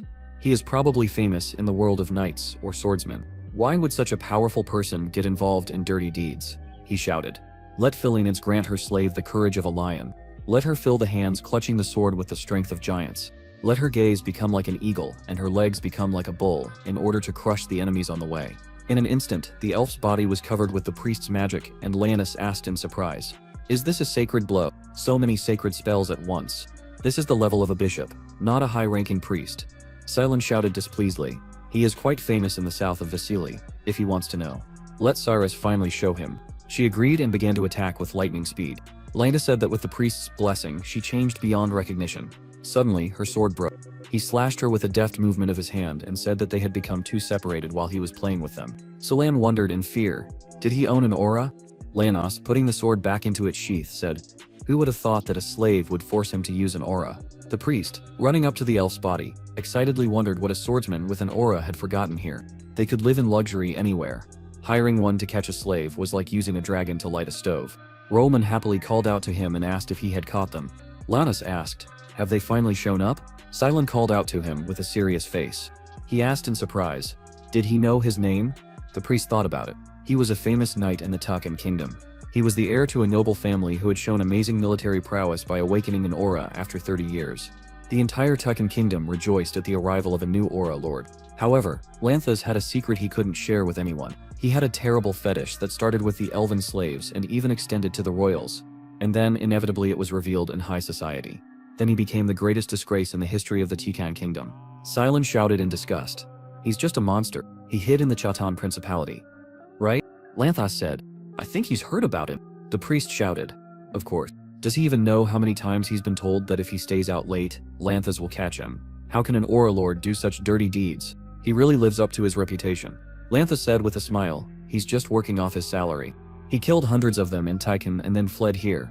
Besides, he likes playing tag rom," and thought with a smile. From the point of view of the Rolfian trade union, his dishonor is nothing compared to the benefit that hiring an aura lord brings.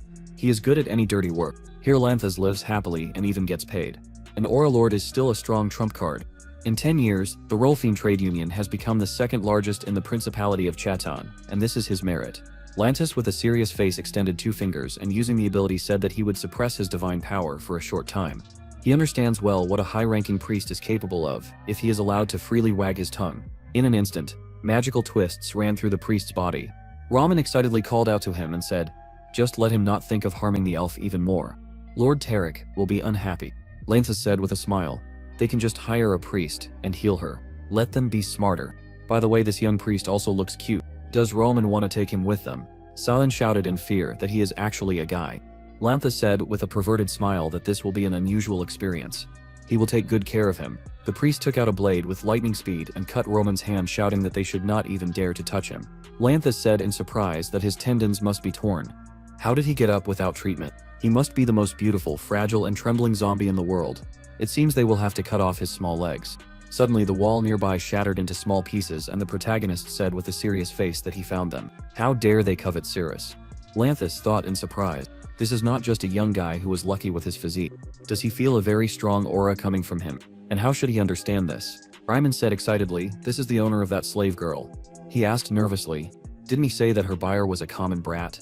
All his senses were going crazy, just from his presence. And he was calling him a common brat. Lantis thought about it. The fact that he couldn't count his level being the owner of the aura only meant that he owned it too. But how he was still so young? The protagonist gave the priest his jacket and thanked him for protecting Cirrus. Lantis started to take out his sword and thought about it, although appearances were deceiving. He could well be over 30 years old. He said with a smile that he hadn't met someone as strong as him for a long time. Teslaine said with a serious face, "Let him not even think of making chivalrous speeches, being a dirty perverted old man.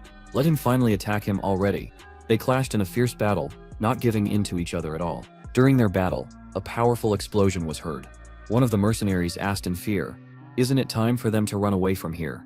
Ruminam replied excitedly, "If they got caught between them while trying to escape, they would easily die." At this time, Selene was treating the elf. She asked in surprise, "Did the protagonist really have an aura?" The priest asked, "Didn't he say that?" Lanthas thought nervously, "What the hell? This is not the level of a person who has just awakened his aura." Teslim used the Chaki bullet ability, with a serious face. Lanthas barely dodged and thought he was too skilled at controlling it. unless he opened his aura as a teenager, but somehow retained a childish face at the age of 40. He excitedly said that such a possibility is complete nonsense. The protagonist, repelling the attacks, thought with a serious face. Why is he so strong? How can the pervert who stretched his hands towards Cirrus dare to use such strength and skills? Whoever claims that martial arts build the right character needs to be punched in the face. Lantis jumped high and thought excitedly that he was blocking his sword with one swing of his hand. What kind of incredible skills? He climbed the column and asked, is he really the disciple of the martial arts king Gerard? And why is he so concerned about this slave when he is so strong? The protagonist said with a serious face, let him repeat it. Those they call slaves have feelings and a will. Has he ever tried to talk to them? Has he ever wondered why they became like this? Tesla knocked down the brick column in rage and began to attack. Leontis nervously dodged and did his swordplay, shouted he has no idea what he is trying to prove. The protagonist thought with a serious face, this is the same reaction as always. An unshakable belief that any creature other than a human is second class. This idea is too ingrained in the minds of humanity. They can see perfectly well how representatives of other species cry and laugh, but they still refuse to admit that they have feelings. Tessalon began to attack furiously and shouted, how are such people better than elves if they allow themselves to subjugate them? Lantis, dodging, excitedly shouted, it is natural that they, being the crown of evolution, make them slaves. Who are they, if not slaves? The protagonist furiously asked, why on earth should the descendants of great spirits bear such a heavy cross? He swung and shouted, does it really not even occur to him that if people were not at the helm they themselves could very well become slaves? Teslan delivered a powerful blow to the body and thought, when people enslaved the orcs, humanity enthusiastically celebrated the victory. When they deprived the dwarves of their will, they also had fun and laughed. And when people subjugated the elves to their power, they enjoyed the triumph. Such is the nature of man. The protagonist jumped into the air and preparing an attack shouted, if he allows the existence of slavery, let him be ready to become a slave himself, one day. Lantis dodged in fear and shouted, is he crazy? Does he seriously think that elves are equal to humans? Teslan in a wild rage began to attack again and shouted, Cirrus is not a slave. He thought, as long as the slavery system flourishes on the continent, even people who are unlucky enough to be weaker than others are part of it. This is where serfdom has its roots. Upholding an unjust ideology will always come back to haunt him. Only a true fool does not understand this. If this vicious circle is not broken, if no attempt is made to change false ideas, one day everyone will live in fear. This must be fixed. He will put an end to it at any cost. The protagonist pushed his opponent into the wall with incredible power and delivered a powerful blow to the body, causing the stone wall to shatter into small pieces. Teslan said with a serious face that he would change it no matter what, so that no one would call Cirrus a slave anymore, so that no one would even think about enslavement anymore. He thought that for her sake he was ready to change this damn world. The elf asked with great surprise, was he crazy? She thought that he was another crazy bastard. Elves are not slaves. How obsessed with role-playing games do you have to be to talk such nonsense? Is he really a hopeless pervert? Lannis, being crushed by a stone slab, pitifully said, let him spare him. The protagonist with a serious face asked why on earth he should spare such a perverted degenerate like him. Lannis answered, he swears on his sword. He repented and is ready to reflect on his sins until the end of his days and do only good. Teslan said menacingly. Judging by his face, he was not lying. Lantis answered fearfully, of course not. The protagonist said he will not stop hating the sacred order of sea. He can do whatever he wants as long as he goes to the temple with repentance. If he really regretted his actions, he would go to prison, and for some reason he wanders into the temple. Lantis said pitifully, he is ready to surrender to the authorities. He does not need to dirty his hands because of a worthless person like him. Teslan answered menacingly, his hands are already covered in blood, up to the elbows. But so be it, he will believe him. If he really repented, he would probably think that he deserves to die. That it would be better to die quickly to pay for his deeds. This is repentance, isn't it? He struck a powerful blow to the stone slab, crushed Lantis and said, you should not use the word repentance so thoughtlessly. Such a piece of idiot doesn't know it anyway. After some time, he approached the others and asked if they were okay. Silan replied that he had already treated them. Teslan said that he was just like a walking first aid kit. The elf asked if he himself was okay. The protagonist thought embarrassingly she spoke to him. Cirrus thought about it. He was strange after all. The priest called out to him and pointing to the side, said that these idiots were running away. Teslan said in a serious tone, let them come here. Where are they going? Well, let them try to escape. He will arrange such an unforgettable evening for them. Who gave them the order? Will they not tell so easily? Well, that was expected. They were lucky that he was merciful. He created a club and smiled. After some time, the protagonist, having beaten them, asked who was behind all this. The mercenaries cried out in fear. It was Tarek. He is the head of the Roland Fane Trading Association. He lives on the southern outskirts of Zeppelin. He needs to leave the city through the southern gate and turn left at the fork. Teslan thought with a serious face. Tarek is the one who bullied Cirrus for 10 years in his past life. He wanted to kill this bastard more than anything when he saved her. But unfortunately, when he came for his soul, he was already lying dead in bed. Roman asked fearfully, will he follow him? Even he should not do that. Tarek owns the second largest trading association in the Principality of Chaton. If he does something to him, he will only turn all of Chaton against himself. The protagonist answered with a smile. He knows. He knows very well what this bastard is. As he promised, he will not kill them. If they cuddle up to each other, they will not die of cold. The mercenaries began to climb towards Rawman. One of them said, with a smile, his chest is so warm. He shouted aggressively, let him shut his mouth and not blush here. After some time, Bare said with a smile that they are taking a long time to deliver the elf. Tarek asked with a displeased face, why is Roland messing around there? And what does he need these elves for? He replied that they are Lanta's toys. Is it just him, or is it somehow noisy outside? He replied, apparently, people are holding another public rally. At this time the protagonist knocked out the guards and said how hard it is for him not to kill. Sion approached the body and said, let Philinance look after his young slave and erase painful memories. Cheslin asked, isn't this a spell that is usually used to heal a broken heart? It seems to make you forget unhappy love. The priest answered with a smile, there are a few funny moments in battles, either. If not for these skills, how would he get rid of unnecessary witnesses? The protagonist replied he would just come to him and tear off his head. Silon said then his memory blur spells are just right. By the way, he wants to see how he beats that freak. Teslin said, he really is something else. Suddenly Talkator appeared on their way and shouted loudly, he will not let strangers through. The protagonist began to speak in his language that he has the blood of a warrior. The one he so stubbornly protects is not worth it at all. Why is he even raising his sword for him? The orc replied, he is a warrior and he has obligations. If he is swept away or broken, can he call himself a warrior? Teslin replied that he lives in slavery. That man is not even his life mentor. Talkatai said, even if not, a warrior must see things through to the end. The protagonist asked even if he is he thought with a smile, how Orcish is that? They are too naive and straightforward. Silon asked excitedly, does he know the Orcish language? Cirrus said that she would take care of this orc. Teslon asked if she could handle it. The elf took out her saber and said that she had the necessary weapon. Now, Takata said seriously. The weak elf became stronger. The protagonist called out to the priest and said that he should cover her. If it gets hot, he knows what to do, right? He replied with a smile. Don't worry, that's his specialty. The orc called out to the protagonist and asked if he was going to ignore him and go straight to Tarek. He replied that his opponent was an elf. By paying all his attention to him, he was showing disrespect to his opponent. Takata replied with a serious face. That's right, Teslin walked on and smelled something, and wondered if it was the smell of illegal substances. He looked inside the room and was very surprised. Tarek asked with displeasure, who was that freak? Did the guards fall asleep in there or something? Teslin said with a serious face. He'd seen some nasty things in his life, but they definitely wouldn't get away with something like that. The protagonist looked at the unconscious elf girls and asked furiously, why are there so many people in this world who shouldn't be left alive? Borteric started calling the orc in fear and shouted, why is there a stranger here? And they didn't even raise the alarm outside. What exactly does he want from them? Money or a place in the market? This is probably the work of the Tauban Trade Union. He swears by the Rolfane Trade Union, no matter how much they promised him he can double it. Teslin said menacingly. After all, Cirrus put up with this wretchedness for 10 years. He is still the same. He failed last time, but Tarek said fearfully. They can draw up a contract right now. He promises that he will not take revenge. The protagonist delivered a powerful blow to the body, grabbed him by the hair and asked with disgust, how dare he do such things to Cirrus? He asked fearfully, who is she anyway? Teslin began to beat him brutally and said he defiled her with these hands. He probably also kicked her, right?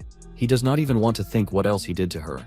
Maybe what is happening now seems unfair to him, but now he understands how those who died because of him felt. Beret screamed in fear. He killed him, the main character said. It's just funny, and he's not a murderer, or what? He screamed excitedly that he lives a righteous life. Teslin answered, of course, what guilt does he have there? At this time, Cyrus entered the room and said that this was very cruel. The protagonist answered, those bastards deserve work. Silon said that he agreed with him on this. The elf asked, he must have gotten used to such a sight. The priest calmly answered, that's right. He has been traveling for a long time. Cirrus took care of Takata. She is really strong. He didn't even need to help her. She answered, no way. If it weren't for his healing, she wouldn't be standing here now. The protagonist thought about it. It seems the orc is not dead. His breathing weakened, but he is still alive. Deer screamed in fear. She is the slave he brought back. Cirrus asked with a serious face, and he is the one who kills children. His miserable life would not be enough to calm this child's soul, but it was the least she could do. Bray asked fearfully. Was she going to kill him for a slave? Was she in her right mind? In an instant, the elf struck. He fell to the floor and began to crawl to one of the elf women, asking for help.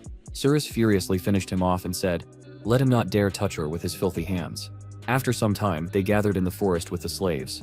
Takata said, "There are 7 elf women and 9 orcs. These are all the slaves of this place." Cirrus thanked him with a smile. He said no need for thanks. His sword is bent. Her master is his master, Sullen said in surprise. The gender ratio is rather strained. The elf answered, "It's just that elves and orc women are not in demand." She looked at the elf with his daughter and asked, was her idea of the main character really wrong? Suddenly, Tessalin came and apologized with a smile for making them wait. He opened the bundle of papers and said these are slave contracts, and he also grabbed the seal of the head of the Rolfane trade union. It was difficult to find all these documents. Sullen asked, "And where did he find them?" He answered with a smile in the safe when he broke through the wall of the office. The priest said, "What barbarity is this?" Tessalin said discontentedly. He hasn't heard this phrase for 50 years. He asked in surprise, what other 50 years? The protagonist thought in fear. Why is he such a fool? Sullen asked why did he bring these contracts? He answered with a smile. They need them. Let everyone listen to him. If they don't like being slaves, he will free them right now. The elves and orcs began to ask in surprise. What does he mean? The orders of the new master are too complicated. Tessalin thought. Sadly, they don't even know what freedom is. Sullen asked, does he intend to resell the slaves? He replied no, he is not going to trade them. The priest asked if he really going to settle down and give up his adventurer life. The protagonist replied, the Rolfane seal on the slave contract means that they will no longer be slaves of Tarek. It is necessary to protect them from persecution. He thought freeing these guys who have neither a home nor the will to fight alone is nothing more than his personal whim. However, it is the same as exposing them to another kind of danger. He needs to train them. After some time in the office, Sivolt asked excitedly, aren't these the slaves of the head of Tarek? Did he really buy them all up? Tessalin replied with a smile. He will find out a little later. He hopes that he can take care of them secretly. Tomorrow morning, very interesting news awaits him. Only he will have to establish the truth in this matter himself. And if the secret is revealed, only he will be under suspicion. For him this is a common thing. Let him not worry. For starters, he will give him 100 gold. That should be enough for the guy's expenses. Sivolt smiled and thought, did this guy rob the Rolf mansion? He started collecting money and said there is a place on the outskirts of Zeppelin.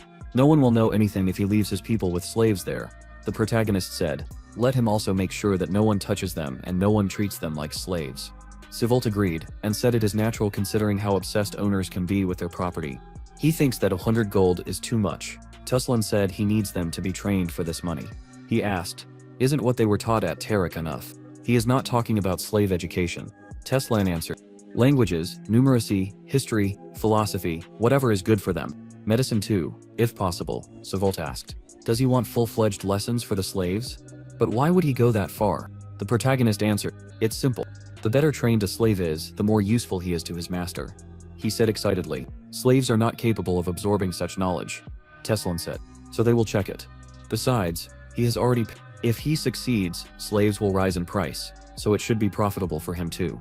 Sevelno said, as he wishes of course, but it will be difficult. It is unlikely that mentors will agree to teach slaves. The protagonist answered, he knows very well how arrogant mentors can be. He asked, then how should he cope with the task? Tessalin answered with a smile. They have students after all, and among them there will certainly be commoners who need money, so they will involve them. Civil asked, but how can students who are in the process of learning teach? The protagonist answered, he does not expect anything special. Basic knowledge will suit him just fine. Besides, the method is not expensive. Civilno answered as he wishes. Although he still doesn't understand how slaves will be able to learn anything. It's like teaching a dog or a cat to count. The protagonist thought about it. There is nothing so wild about teaching slaves. In his past life, someone even put forward this idea before him. But the cream of society, who were mostly slave owners, flatly rejected this idea. They also spoke in the spirit of it's like teaching a dog to draw. It all comes from the ingrained belief that all races except humans are insignificant. But he will be able to turn this belief to his advantage. To be honest, the reason why slaves are not taught is because it is a preventive measure so that the slaves do not rebel. Only most ordinary people have no idea about it. As soon as slaves start getting an education, Even Civil will be surprised at how much they understand, and then he will start teaching his own slaves. In the end, it is convenient for a slave owner when his slaves are more capable than others. If all goes well, slave education will become a trend that will spread across the continent. What he couldn't achieve in his past life was changing people's minds. But it's just getting started. After a while, they arrived home and Teslan asked the priest if he had any money. He suddenly gave all his savings to Civil because he hadn't taken into account the transportation costs. Cirrus asked if she should maybe return those clothes. The protagonist responded excitedly, "No, she didn't need to do that." The elf blushed slightly and laughed. He didn't notice, but it was her first laugh since becoming a slave. The next morning, Zeppelin was in stitches. The head of the Rolafane Trade Association, Tarek, and the head of the Carrion Trade Association, Beret, were found dead. The culprit was unknown. The estate workers were interrogated, but none of them could remember anything clearly. The case was hopeless, given the discrepancies between the witnesses' testimonies. 2 weeks later, they were in the dungeon. Scylla began to use the ability and shouted, "Let Philinense sprinkle these lost souls with purifying light. Let her accept this soul into her arms." At this time, Cirrus began to finish off the skeleton. The protagonist, watching what was happening, said that they worked well together. Honestly, Scylla complements the elf perfectly. Has he by any chance trained in a pair with someone since childhood? Or maybe he just started participating in real battles early. Teslan thought about it. He turned out to be a much more outstanding priest than he thought. If he continues to improve at this rate, he may even become stronger than the most powerful saint who was his enemy, Eplin. He asked why he had never heard of him in his past life. Did he really die young? The protagonist killed the skeleton and asked if he had any pain anywhere. Solon asked with a tired look, "What did he say these ruins were called?" It seemed to him that the monsters here were even more powerful than in Palin. Teslan replied that in fact these ones were weaker since they had gone back a step. He thought that they had arrived in the kingdom of Grime 2 weeks after leaving Chitan. It was located near the Setalard Mountains, where the forgotten ancient ruins of evolution were located. The thing that would best help him restore his magical powers was hidden here. After some time, they came to the gate. Teslan said they had finally arrived at the right place. Scylla said this door was sealed with magic. He didn't think they would be able to open it by force. And what should they do now? He said that it was worth hiring a magician. The protagonist began to use the ability and said, "Let him be quiet because he is casting a spell." The priest asked in surprise, "He knows how to use magic." Teslan answered, "Right. He is familiar with it." Scylla asked with great displeasure, "Is he a warrior mage?" He thought that the protagonist is excellent in martial arts, and even knows how to use aura. Does he want to say that he also has brains? It's not fair, he's working his ass off, but he still hasn't worked a single muscle. He asked what is he doing now. Teslan answered that he is collecting mana. Silent asked, "Does third circle magic require a lot of mana?" He excitedly began to use the ability and said, "Let the power of the seal open what is locked. Let these gates swing open." Suddenly, the huge stone doors opened. The priest said with a tired look, "It took 13 minutes. Let him better not tell anyone that he is a magician." The protagonist answered discontentedly, "Let him shut up. The main thing is that the job is done." He thought about it. After all, he was a magician of the 10th circle in the path. He definitely needs to find the voice of Elysian. He doesn't want to be such a worthless magician anymore. They went inside and saw that there was nothing there. After a while, they headed back. The protagonist said, upset, "This can't be." Silent answered, "They can't always be the first. He doesn't own these ruins." Teslan thought with a serious face. The ruins of Elysian will be discovered only 17 years later. He was the one who found them in the past. He quietly said that the future is changing. The priest said with a smile, although they still got something. He thinks it's a good artifact. Cyrus took the item in her hand and activated it. In an instant, an ordinary stick turned into a powerful bow. The protagonist thought about it. This is the magic bow of Nylon. Shoots arrows made of mana, and depending on the concentration can release several volleys at once. It looks like an ordinary stick, but in fact it is a branch of the Tree of Life, Elfenheim. Scylla said admiringly, "This item looks like an ordinary stick, but in fact it is a bow. What does she think about it?" Cyrus said admiringly, "This is an excellent thing." The priest said someone took and left such a cool weapon. How did he even know that this is an artifact? Teslan thought about it. Nylon was Cyrus's main weapon in her past life. He said that he had heard about it before. Okay, the continent is still full of unexplored ancient ruins, so they should not be upset. The protagonist thought with a serious face. Only Elysian's voice is unique. Only with this artifact could he replenish his strength.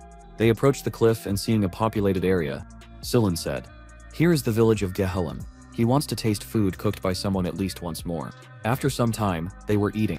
The hostess of the house said with a smile, "It's great that they eat well. Will this food be enough for them?" Cyrus said with admiration, "It's so delicious." She replied, "It's all their genius cook." However, the previous guests complained a lot about the dishes. Sheilin asked who was it. The hostess replied, A week ago, a group of knights representing a noble family was here. It seems they said that they wanted to explore some ruins or something like that. The protagonist, surprised, handed her a coin and asked if she could tell him a little more about them. The hostess stopped him excitedly and replied of course she will. No payment is needed. A week ago, Kelburn showed up here with a group of explorers. It seemed that they were all higher in status than him. Among them, there was even a knight dressed in gold, quite an interesting gentleman. He was shining from head to toe. And he himself was nice. Tuslan thought golden armor and a sword. Only one person comes to mind. The Golden Knight of the Kingdom of Grime, the Count of the Tense family. Sometime later in the castle of this kingdom, Kelburn said with admiration that he was amazing. Eustace replied with a calm face. It was all thanks to him, he exclaimed. But it was he who destroyed all those monsters in the ruin. As expected of the Golden Knight of Grime, it was already an honor for him to be able to witness his exploits. Eustace replied. Let him not worry. A third of the treasures belonged to him, as they agreed. The commander of the knightly order of the Tense family, Kelburn said. It was his honor to fight on par with him. Who cares about the treasures in such a situation? He does not mind if he takes it all for himself. He thought that he had more than enough money. It would be much more useful to establish contacts with him. Eustace asked what he did with the adamantan and ortakum he found. Kelburn laughed and said he simply ordered his miners to make weapons out of them. He took a glass of wine with a calm face and said it was not for nothing that he became famous for his mining business. He must have a lot of talented dwarves. Kelburn pointed to the young girls and said it is a small thing. By the way, these girls are his daughters. Let them greet the guest. He is the famous Golden Knight of Grime. He knows that he is married. He just thought that he should introduce them to each other. Osus replied, he has no intention of getting close to any woman except his wife. Kelburn thought excitedly. He seemed annoyed. Well, considering the rumors that are going around about him, he asked, what about his younger brother? Gises aggressively crushed the glass with his hand and said, he has no younger brothers. Kelburn fearfully apologized and said, he made a terrible mistake. Suddenly, a servant ran into the room and screamed, one of the artifacts summoned a demon. It is safe. Gises looked out the window with a serious face and thought, was there a summoning artifact? Suddenly, his expression changed and he said, that damn bastard. At this time the commander shouted outside. Let the warriors beware of the sword. They need to quickly take the civilians out and line up. Let the mages go to the rear and the knights raise their shield. The mages began to use their abilities and directed the attack towards the monster. The fighter shouted, great, now his legs are shackled. They need to wait for further instructions from the commander. Suddenly, the fighter ran to attack and shouted no enemy will be able to withstand the onslaught of Tenet's sword. He missed and the monstrous monster counterattacked. He flew back from such a powerful blow. Suddenly, the fighter who tried to save him was torn into small pieces. Eustace came up to him and said, let him better continue to support the fetters. The fighter, bleeding, called him brother with a pitiful look. He asked with a serious face, whom did he dare to call brother? Great knights of Tense are not born from the belly of a stray dog. Eustace took out his sword and said, Sophiathon is a demon that knights without an aura will never be able to defeat. He turned the sword and covered it with magic, saying, let Eldred open his eyes. In an instant, the sword began to transform and its body was covered in golden armor. Eustace shouted, let this netherworld demon attack. After a while, the protagonist sitting on the bed in the room asked, is this the Golden Knight? Silon answered, that's right, he is quite famous. Didn't he know that? Teslan answered with a smile. He came down from the mountains, so he doesn't know, the priest said. And yet he is one of the strongest night mages on the continent. Even the owners of an aura can give him a head start. The protagonist asked, is he that famous? Has Cirrus ever heard of him? The elf answered his question positively. He said, by the way, the pajamas suit her. What will she say about this? Do the clothes fit well?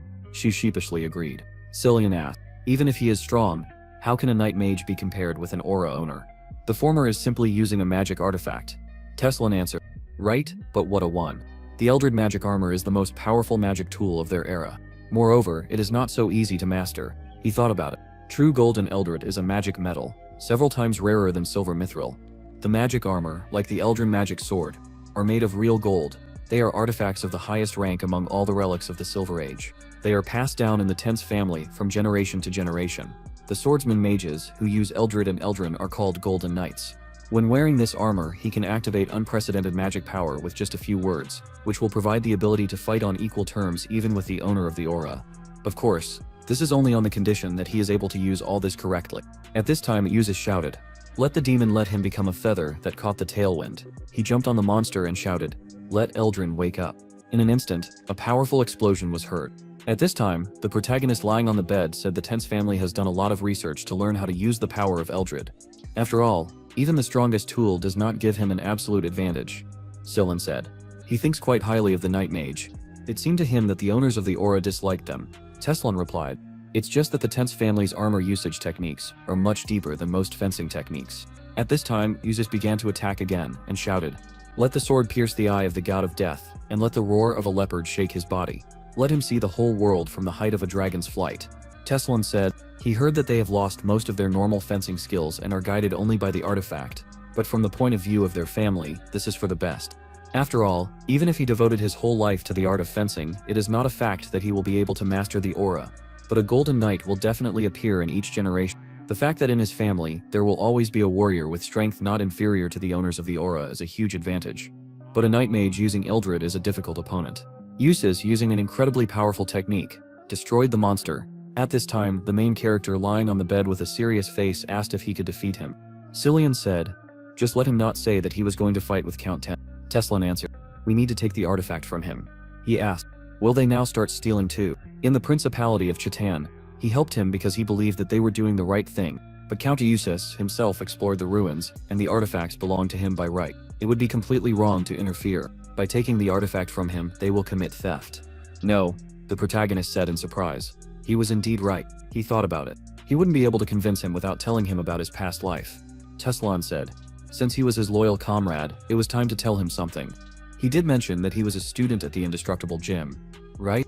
Isilin replied, that's right. He said that he inherited the will of the past martial arts king, Gerard. The protagonist said, and as he should know, in order to complete the training, he had to pass a series of tests. After a while, the priest asked he meant that his mentor himself placed the artifact in the ruins, and gave him the task of finding it.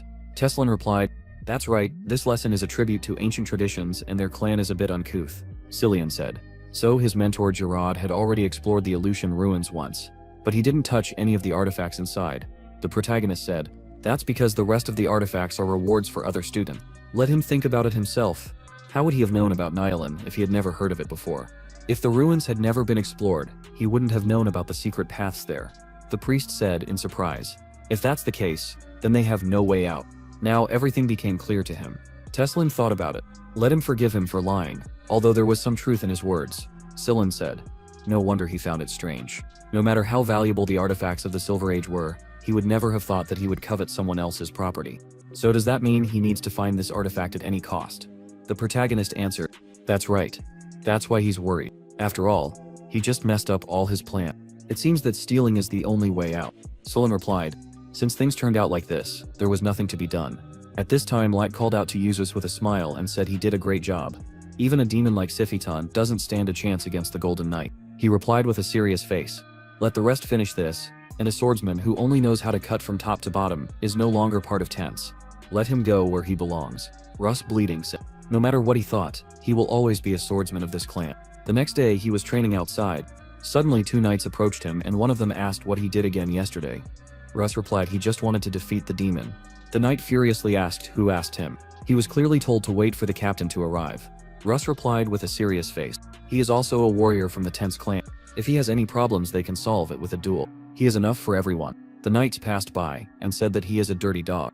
Russ is strong but he has mastered only one fencing technique, and that is a downward strike and the breathing technique necessary for it.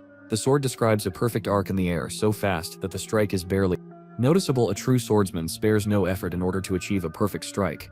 However, the execution of techniques other than the downward strike is shameful, even to compare. It is true that the Tense line is slowly losing its normal swordsmanship.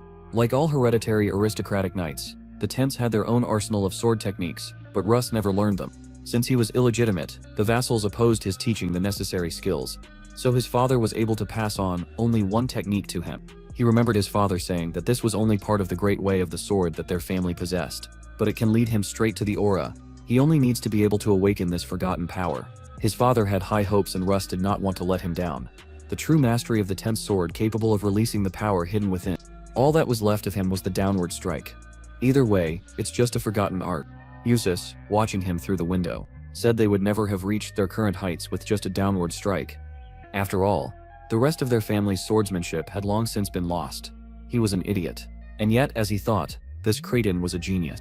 After a while, the protagonist, covering himself with a cloak, quickly headed towards the castle, and thought he couldn't even believe that he had to do all this after being reborn. Jumping over fences in a mask is complete idiocy. And why is the local lord's castle so huge? That's right. Kelbarn made his name as a miner. This was most likely the work of the dwarves. Teslan instantly knocked out the guards near the gate. After some time, one of the guards guarding the castle said, "He does not understand the lore. There is already a golden knight in Grime. So why were they needed here if no one would dare to approach him anyway?" Another answered, "It's just that the knights of the capital also know how to walk around in shining armor." The first guard said he's right.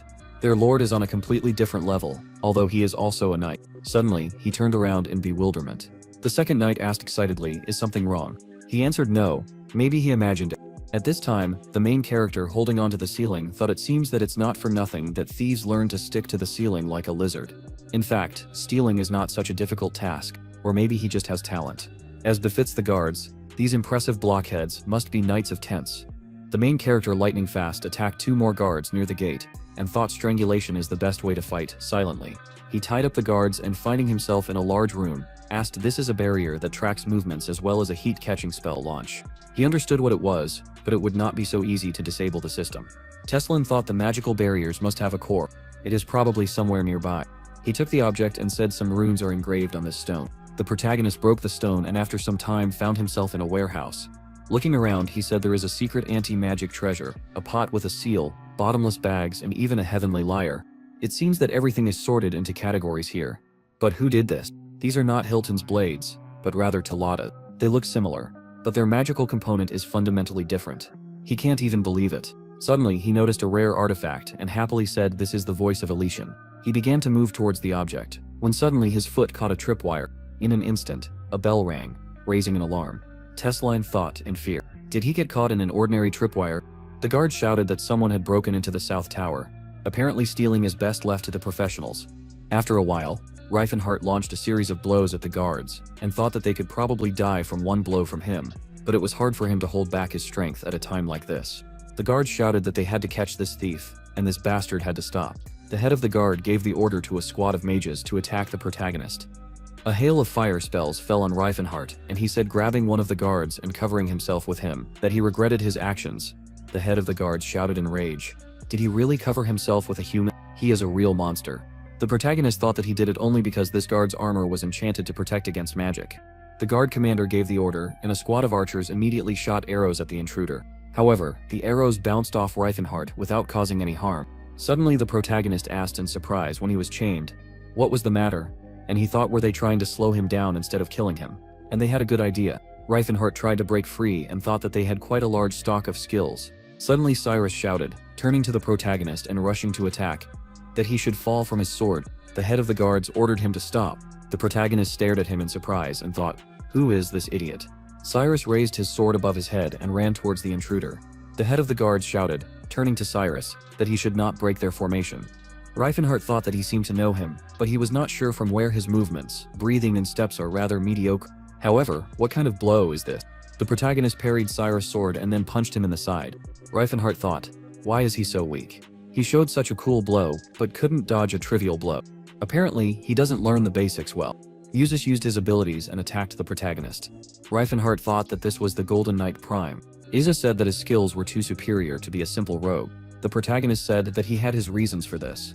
Usus said that he could tell him about it later. Reifenhart thought that one of the key rules of the indestructible gym, strike first. They rushed to attack at the same time, came face to face and looked at each other in surprise. Then they tried to strike, but each deftly dodged the blow.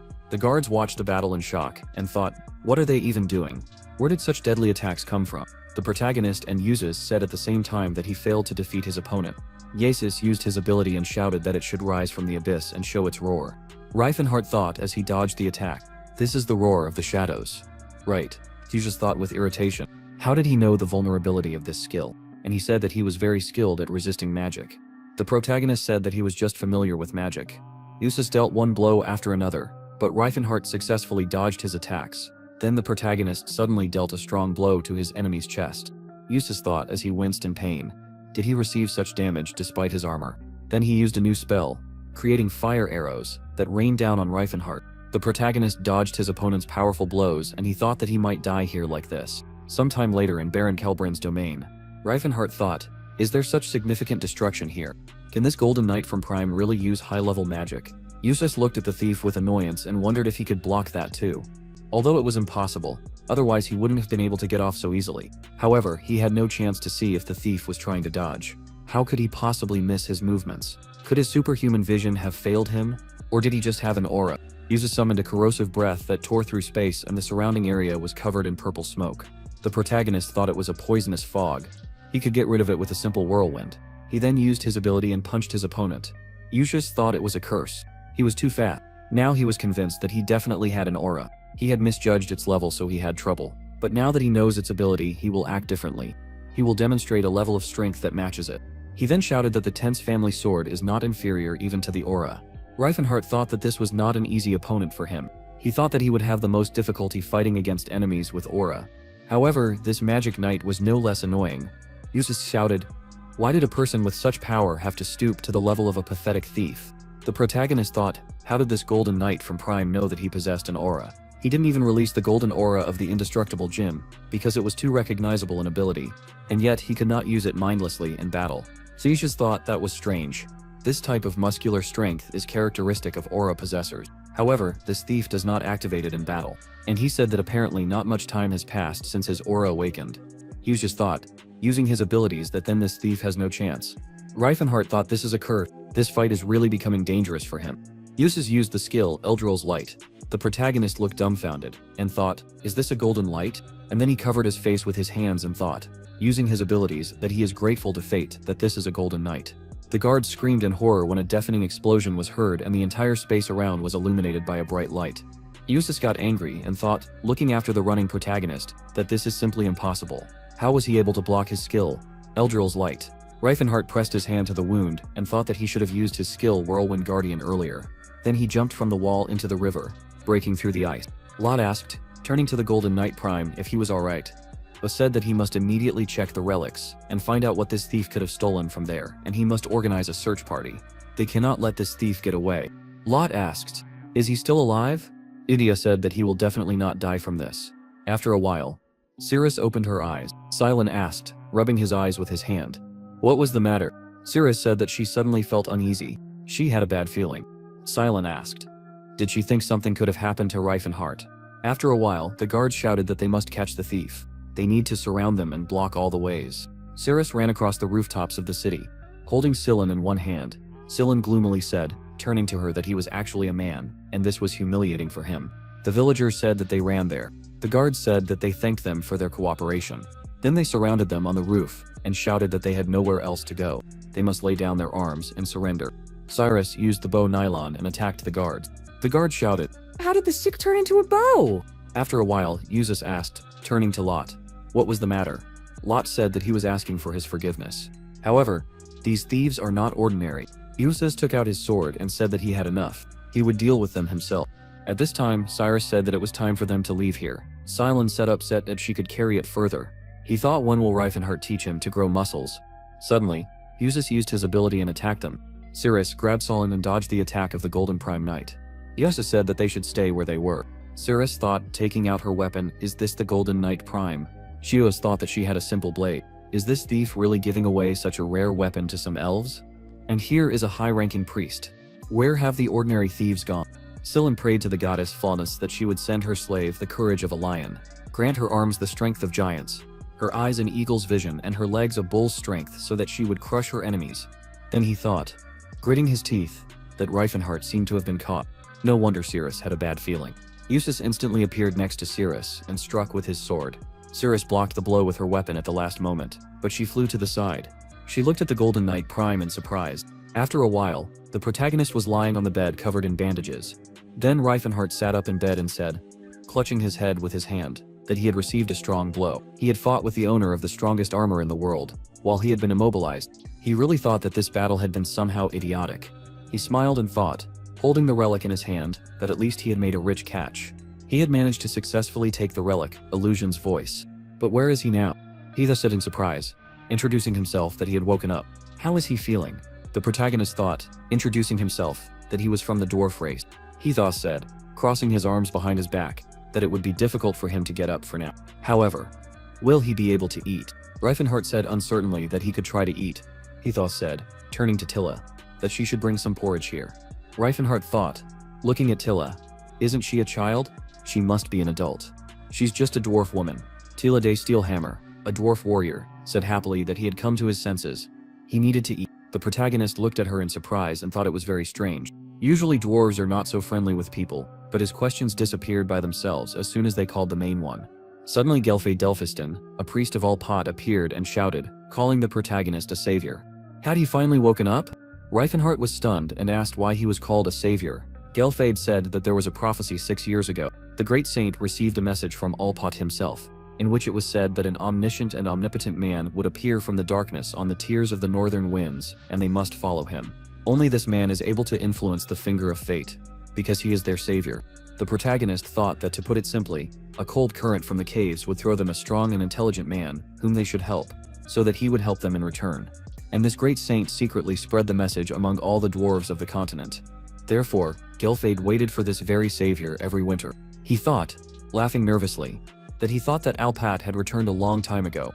Alpat is the god of the dwarves, who sometimes shows divine revelations to his wards. And 6 years ago, it turns out he just regressed. This means that the god of the dwarves foresaw everything as soon as he moved in time.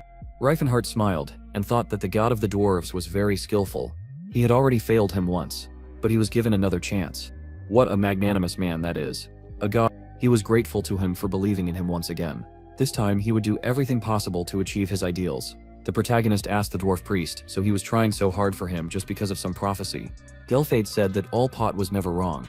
After a while, Tilla said with a smile that he was recovering quickly. Reifenhart was stretching his arms and said that it was all thanks to her. Tilla became worried and said that she hadn't done anything like that. She had only cooked porridge for him. The protagonist looked away and thought, sighing heavily, that he would have recovered faster if she had fed him meat. Tilla asked with a smile if he was already feeling better. Then maybe she should call the priest.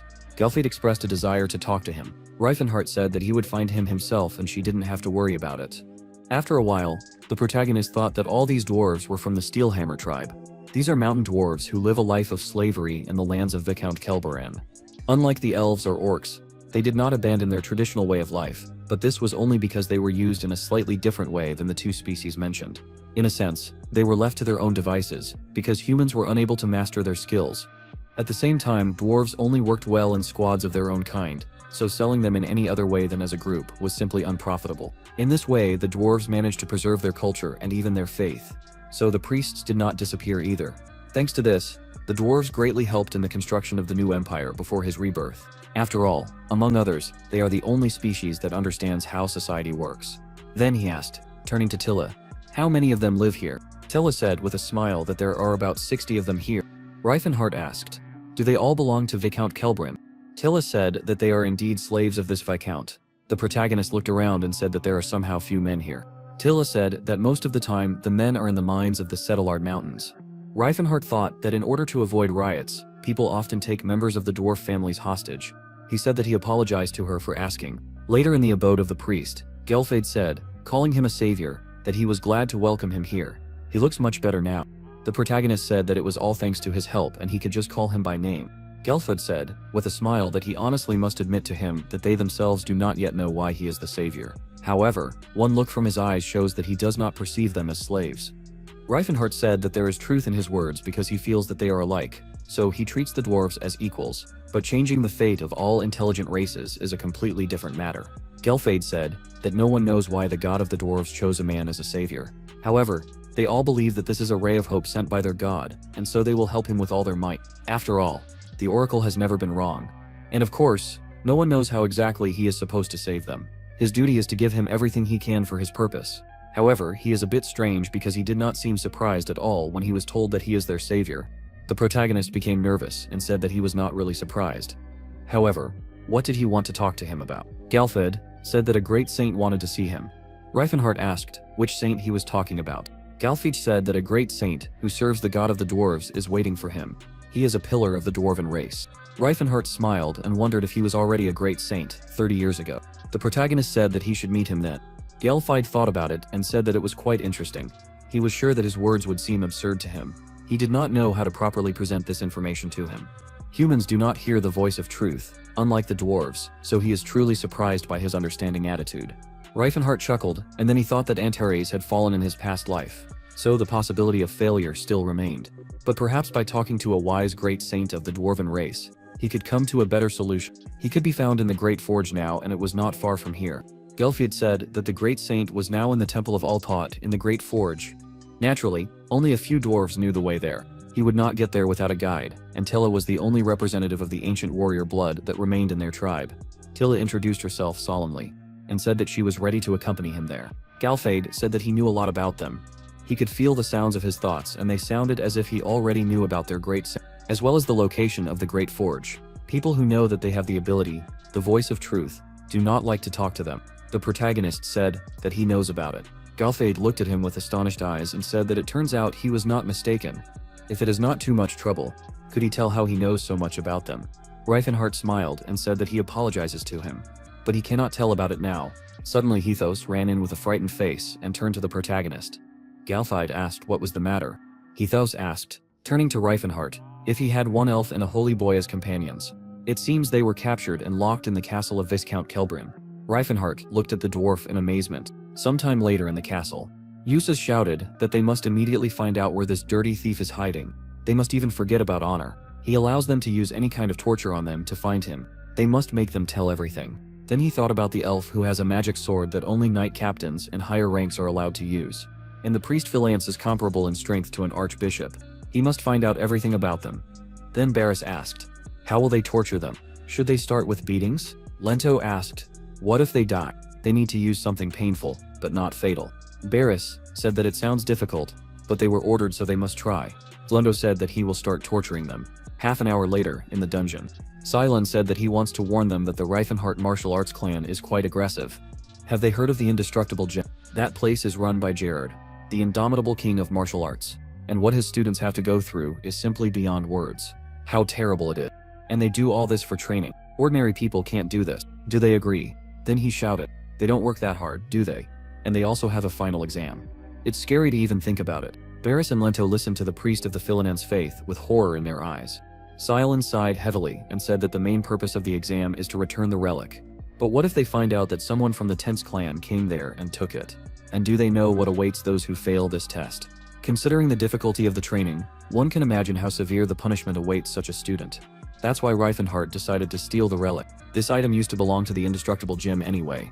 He is sure that the king of martial arts never thought that someone else could find this item. Few people know about those ruins, and they should have noticed he did not even touch the other relics. Isn't this proof of their innocence? He didn't want to do it himself, but after listening to his story, he realized that it made sense. Reifenhart told them to wait there, but they didn't listen. Lento wondered, did prisoners usually talk so much? They hadn't even started torturing him. Sullen said that his throat was dry. Could you get him a glass of water? Lento handed him a glass of water. Sullen then said happily that he thanked him for that. Lento asked puzzled, did it matter that he gave them all the information? Was he not loyal to his comrade at all? Sullen's face changed and said that he shouldn't hide anything. Lento looked away and said that if the world found out how the successor of the king of martial arts went about stealing, his reputation would be ruined. Cylon asked if he cared about that. Would he even think about stealing it? Lento said that he understood, but he didn't know where the relic was now. Cylon shook his head and said that he simply told them to wait at the inn. Lento thought that this already sounded like nonsense. He got angry and shouted furiously. Why was he talking such nonsense? They should have discussed a way to communicate in case of emergency. Cylon calmly asked, why do they need that? Can a user of an aura fail a regular burglary? Lento calmed down and said that there was truth in his words. And he thought, are all interrogations under third-degree conditions like this? Barris thought that all this was strange. After some time in the forest, Tilla said that it was amazing. He found this deer so quickly. The protagonist was cooking food over a fire and said that it was easy as pie for someone who owns an aura. All you need is to expand your perception and attack the animal's trail. Tilla said that professional hunters would die of envy if they found out about this. Reifenhart asked, is this really worth it? After all, hunting is strictly prohibited on the Kelburn family's lands. Tilla said that she didn't care at all. The protagonist thought that he really shouldn't worry about small things. His goal is to grant freedom to all intelligent races, and this is already against the law. Therefore, freeing slaves in itself is illegal. Then he bit off a piece of meat and thought that he should recover his strength as soon as possible. Tilla looked at him in surprise and thought, is his body healing itself? The protagonist covered his body with a golden aura and made a sideways strike, and then he said that everything is fine now. He feels great.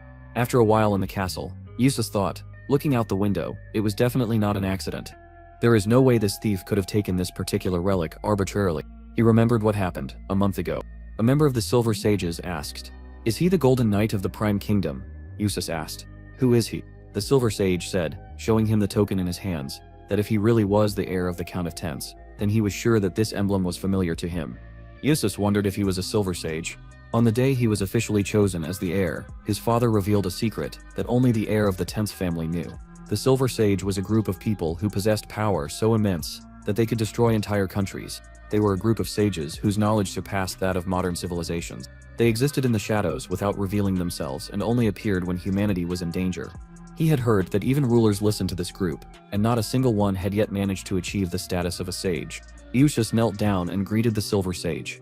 Then he asked, looking at the scroll in surprise, "What was this for?" The Silver Sage said that he would like to pass on the right to explore the illusion ruins to the Tents family. All the treasures they found there would belong to their clan. They would have to give up only one thing from there, and that was the relic, the Voice of Illusion. If they failed this mission, the very fate of the Tents clan would be at stake. Eustace opened his eyes and thought nervously, and then there was a knock on the door and he said they could enter. Lento said they had finished interrogating the prisoners. Barris said their story sounded logical, but it was a little strange. After a while, the guard at the gate asked if he had caught a cold. Drain said that it was not like that at all. He just remembered what had happened yesterday. The guard said it was truly terrible. They had only just regained consciousness and such horror was already happening there. How were they ordinary soldiers supposed to fight someone who could destroy armor with his bare hands? He hoped that they would not meet him again. However, this thief actually managed to steal this item. Drain said that his accomplices were captured. Could he come to save them? He sighed heavily and said that if this thief really came back to save them, then he should knock them out as carefully as last time. The guard looked away in shock and asked why he felt such an ominous presence. The protagonist, covering his body with a golden aura, walked along the main road to the gate and used the skill Horn of Calamity. At this time, Eustace asked in fear, "Is this thief really a member of the Invulnerable Jinn?" He thought, but why would the Silver Sages mess with them? Naturally, the prisoners could lie, but Sullen is a believer. A high-ranking priest with divine powers comparable to an archbishop cannot lie. So, he told the truth. Apparently, they were just pawns to him.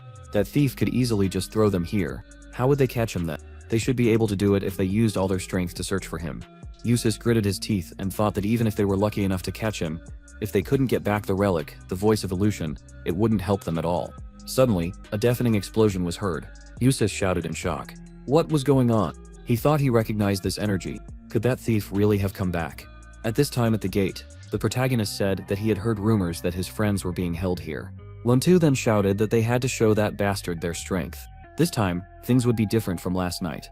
The protagonist took a fighting stance and said, covered in a golden aura, that he had already changed during this time. Lento and Barris rushed to attack him at the order of the Knight Commander. Reifenhart crushed the knights with one blow, and said with a smile that shields would not help them when dealing with the owner of the aura. Apparently they had never fought against such enemies. Suddenly, the priest prayed to the great Arius that they asked him to bless his slaves so that their bodies would be as strong as a stone block. The knights surrounded the protagonist under the blessing and shouted how dare he attack their comrades. This scum must die. The protagonist, showing incredible skill, successfully repelled the knight's attack. He delivered a powerful kick to the ground, throwing them far away. The mages used magic spells related to the elements of ice, fire and lightning, which were directed at the protagonist. Reifenhart's face changed and he thought that he should have dealt with the mages first. Then he used the skill, Rapid Tri-Bullet Release, which dealt stunning area damage, destroying enemy spells. The protagonist chuckled and thought that even a simple scratch could easily knock the mages off balance. He said that his hopes were not justified. None of them could withstand the pain. After a while, the protagonist stunned the enemies and thought that he should deal with the priests next. The knight shouted in anger, "Why is he using dirty tricks? If he has an aura, he should fight like a man." Reifenhart thought, gritting his teeth. Were they seriously saying dirty tricks? Did they themselves attack one person in a crowd out of nobility? The knight shouted, calling him a freak. Did he really strangle him? The protagonist grabbed the priest and thought while this priest was begging for mercy that some priests only become stronger from pain. So it is better to knock them out at once, without unnecessary suffering. Then Reifenhart repelled a series of blows and spells from his enemies, defending himself only with his aura. The knights shouted in shock. How is this possible? He has become much stronger than he was yesterday. Could this be the power of the owner of the aura? Lot shouted, turning to Cyrus. Why is he standing still? He should be fighting with the others. He thought, looking at him angrily, that Cyrus was always the first to rush into battle, even when he was not asked to do so, and now he was frozen in place. Lot said, gritting his teeth, that he would demote him as soon as they returned from the battle. He would throw him out of here. Cyrus thought watching the main characters fight. Is this what the aura looks like? This energy controls the forces of power and makes it more powerful when necessary. What a blinding light this is, and he sees it all, the direction of his movement and how the power flows in him. He notices and understands everything this thief does. This was something he had never been taught. This was something he had never had the opportunity to learn. Movements and breathing that only someone who had reached the pinnacle of the martial arts world could do. Then he became nervous and thought, is this how one should behave on the battlefield? These are the movements of a truly strong man. Cyrus gripped his sword tighter, which sparkled with energy, and he thought he couldn't help but admire it. The protagonist dodged a powerful blow and said, looking at the knight in golden armor, that he had finally appeared here. Yusuf glared at him and said that in the name of his family tense, he would not forgive his atrocities. He had seen everything he had done to his knights. Reifenhart crossed his arms and asked with a grin, why was he pretending to be a newcomer if he had been hiding in the rear all this time? Did he really think he couldn't be noticed? He had been hiding behind the wall and peeping, hadn't he? Yusuf's expression changed and he asked in shock, how did he know about it? The protagonist chuckled and thought that the magic armor only gave him power comparable to the owner of the aura, but he did not have the ability to sense the presence of enemies. He gritted his teeth and said that he wanted to evaluate him before rushing into battle himself. However, wasn't it too cruel to let him beat up his men like training dummies? And rumors said that he was an honest, fair knight. However, can you say that about a coward hiding behind the wall? The knights said that their commander would never do such a thing. Yusuf looked angrily at the protagonist. Reifenhart laughed and asked, so why was he there for so long? Even if he took a shower there, he should have gotten here faster. Yusuf got angry and shouted that he simply fell into a deep sleep and could not wake up for a long time. The protagonist asked, was he serious? How did he sleep with such a noise? There was even a hole in the wall. Who is he? A sleeping beauty. You mean, a sleeping knight? Yusuf used his ability and shouted that he should shut up. He made him pay for his words towards the tense family. Reifenhart smiled and said that this time they should fight for real. Yusuf flew up and shouted using a spell that it should pierce the eye of the god of death and let the roar of a leopard shake his body. He should see the whole world from the height of a dragon's flight. The cleansing stream should fill his sword. The protagonist chuckled and thought using his skills, is this a new trick? Isn't this a sword made of pure mana? He said that he accepts this challenge. Reifenhart blocked a series of strikes from the Golden Prime Knight and thought that his body is strong, but he can't stop the sword made of pure mana. Then the protagonist blocked the enemy's powerful blow with his hands and then rushed to attack Yusuf, grabbing his armor with his hand at this time in the dungeon. Cillian asked why there was so much noise in there. It had been going on for quite some time. Cirrus asked if it was Reifenhart who had come to save them. Cillian chuckled and said that she had acted so distantly. However, she still believed that he would come to save them. Cirrus blushed and said that it was not at all what he thought.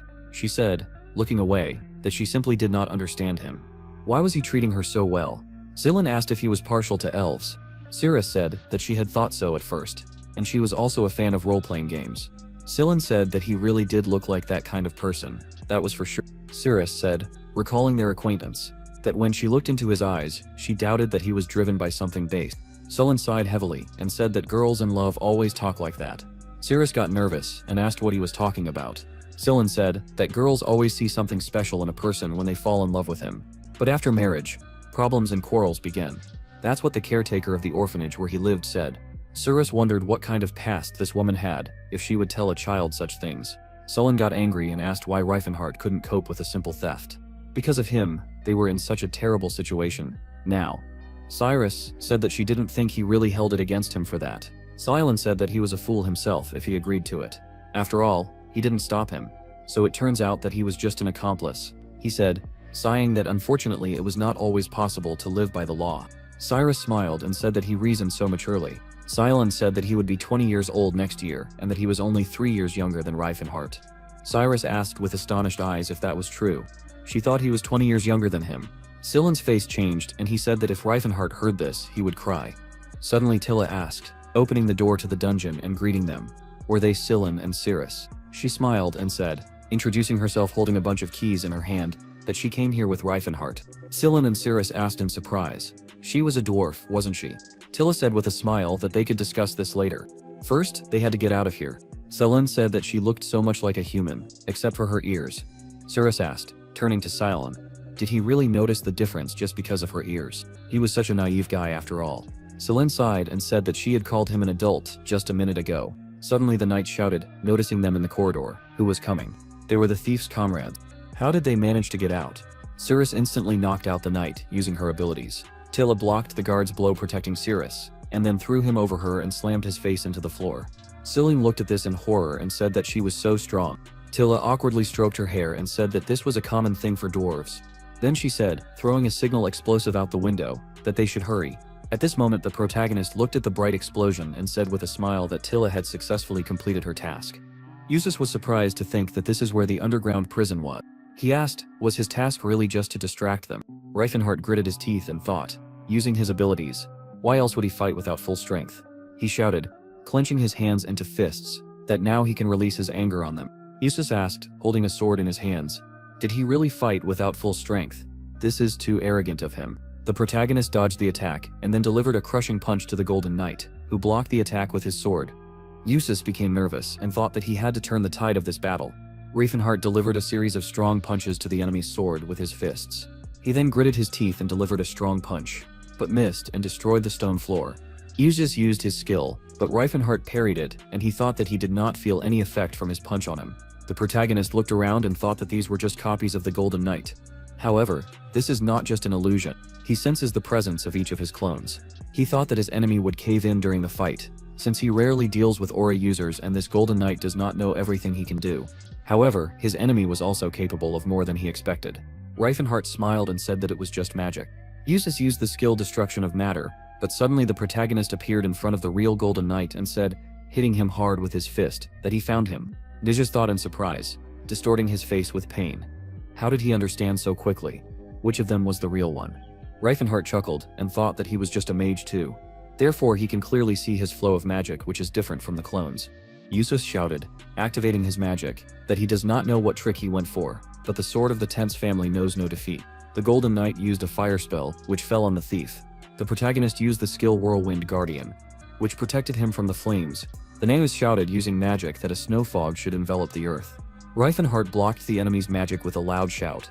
The Golden Knight got angry and used wind magic, but the protagonist once again defended himself from the magical attack with his skill Whirlwind Guardian.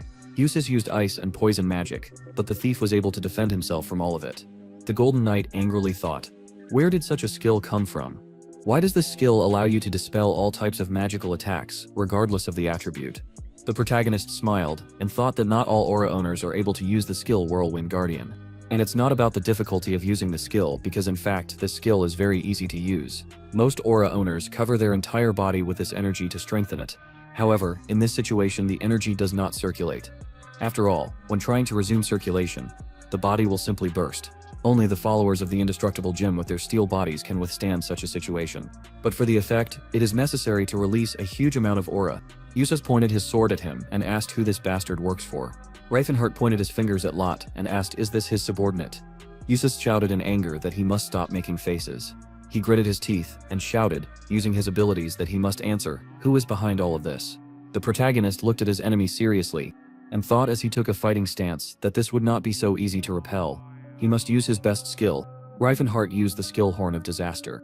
Then they dealt a crushing blow, and the shockwave that resulted from their actions shook the entire castle with its power. Eustace gritted his teeth and thought, where did he get such a powerful skill? It even broke his armor. His strength is simply astounding. Now he understood how his enemy wrapped his fists and aura in several layers to create such a wave-like explosion, like from a boulder thrown into water, and this is simply terrifying power. And a whirlwind forms around the entire perimeter. That's why his armor couldn't withstand that blow. But he probably won't do it twice in a row. He can't lose to that thief. The protagonist gritted his teeth and sent aura into his fist to crush his enemy, and then the Golden Knight flew into the wall. Lot said in horror, did Eustace really lose? Reifenhart thought he had defeated the sword of the Tense family. The armor's magic comes from the Eldrin sword, so as long as that sword is intact, the Eldred armor will recover. He said it could take half a year. The knight shouted that he was trying to steal the Eldrin sword. The protagonist took the sword in his hand and said that he was sorry, but he only came here for that relic, and all this started because he stole it. Lot got nervous and thought, having received the sword from the protagonist, how should I understand this? So he didn't do all this out of greed. Reifenhart smiled and thought that he would like to take the Eldrin sword and give this sword to Cyrus, but it was not worth it. He would rather get her the divine sword of the Messiah of Light. He said that he was leaving here. Cyrus shouted, pointing the sword at him, that he should stop immediately. The battle is not over yet. The Tense sword is still on its feet. The protagonist looked at it and thought, is he really that stupid? Lot gripped the Eldrin sword tighter and shouted to Cyrus, what is he doing? Cyrus said that he is from the Tense family, so he will not let go. Lot got furious and thought that he was nothing but trouble. He said, gritting his teeth, that he will have trouble. As soon as this is over, he will demote him. Cyrus raised the sword above his head and rushed to attack the protagonist. Reifenhardt thought that he was just that kind of person. But he has nothing to boast about except the downward strike, so he is not worth his attention. Suddenly, a bright blue glow flashed from Cyrus's strike. The protagonist looked at his wound in surprise and thought, did he manage to wound his body, which is capable of instinctively dodging most blades? How did he do it? Does he have a sword aura? The knights asked in surprise, looking at Cyrus. What's the matter? Why is this happening? Cyrus got into a fighting stance and said, covering his body with a blue aura, that he will atone for his guilt before the swordsmen of the Tense family. Reifenhardt looked at him in shock and thought that he would recognize this glow. This is a blue aura that is like a crystal clear sky. The protagonist remembered and shouted, is he really the Holy Sword Cyrus? Cyrus asked in surprise, how does he know his name? The protagonist thought that his full name was Cyrus von Tense, a name he received when he was knighted. However, no one recognized him because his mother was a commoner, and how could he not recognize him right away? He remembered that he was also from the Tense family. Now the prestige of the Tense family rests on the shoulders of the Golden Knight. But in 30 years, everything will change. Thanks to the glory that the Holy Sword Cyrus will bring to the family, he will receive the title of Marquis and throw off the need to hide in the shadow of the magic armor. For the same reason, he could not recognize the Golden Knight. In his time, everyone had already forgotten about him. Cyrus blushed and asked how he knew his name. Why did he call him by a non-existent title? Reifenhardt thought that he was embarrassed by such a thing. He said, waving his hand, that he was simply mistaken, and apologized to him. The protagonist looked at Cyrus's angry face and thought that now he was upset. Why was his expression so easy to read? He remembers him as completely different, when he was rather indifferent and unfeeling. Then he said with a smile that apparently people are capable of changing. Suddenly, Cyrus swung his sword and charged. Reifenhardt blocked his blow with his hands, and then delivered a strong punch to him. Cyrus screamed and released more blue aura. The protagonist thought, did he use aura to reflect the damage? He said that he was good at handling aura, although he had just awakened his aura. The knights screamed in panic that they were in the kill zone and should retreat back. Reifenhardt dodged the attacks and thought in horror, why couldn't he predict his blows? He was attacking from some unthinkable angles, making it impossible to predict his movements. Most combat schools have at least some semblances of a basic theory, which is created and supplemented by many people. Even Gerard uses the basics that have been passed down in the Unbreakable Gym for generations. But Cyrus fights like a wild animal.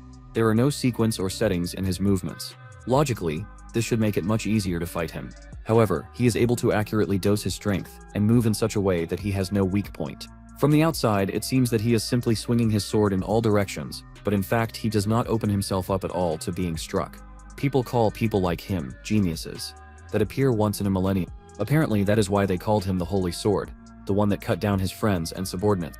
The protagonist remembered the past, and thought angrily hitting him. Who is this Tahita? Cyrus shouted in surprise.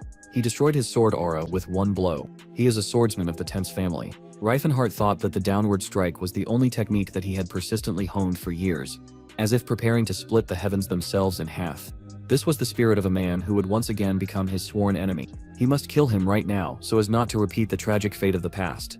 The protagonist dealt him a strong blow and said that he was glad that they met beforehand and that he was saying goodbye to him. Cyrus took direct damage and flew to the side. Then Reifenhardt looked in surprise at Cyrus, who was getting up with his last strength, holding on to his sword with his hands. Cyrus said, bleeding, that he is a swordsman from the Tense family. Warriors of the Tense family do not give up. The protagonist thought, clenching his hand into a fist, that this attack should have destroyed him. He would definitely put the intent to kill into the blow, unlike that fight with Usus and the others. And he was able to survive such a blow and even got to his feet. He resembles a corpse that has no life force left, but he is still somehow standing on his feet. Should he finish him off? He wants him dead. However, some voice inside seems to dissuade him from this decision. And not only because he has not done anything bad yet, although if there is a risk that he will take the lives of his dear comrades in the future, getting rid of him while there is an opportunity is not a mistake, right? But Tade, a great orc warrior, would definitely not want him to kill him, because then he would take away his chance to personally take revenge. Reifenhardt said, gritting his teeth, that Tahid would definitely be angry with him. He thought that it was his duty to ensure that they had a fair duel. The protagonist said that he would spare his life. Cyrus shouted angrily. Why is that? Reifenhardt said, looking at him with anger, that he must live and gain strength for the sake of his friend, Tahid. The protagonist thought that in his past life, Tahid had fought against Cyrus many times. These fights made both stronger as befits rivals. Perhaps, Cyrus has some merit in the fact that Tahid became a great warrior. If he kills him now, he can break his friend's future. So, this guy is Tahid's prey. Cyrus looked at the back of the protagonist as he left, and then screamed in anger, hitting the ground with his sword using blue aura. Lot looked at the Golden Knight's brother in fear, after a while in the forest. Tilla asked with a smile, turning to Reifenhart, "Is he back yet?"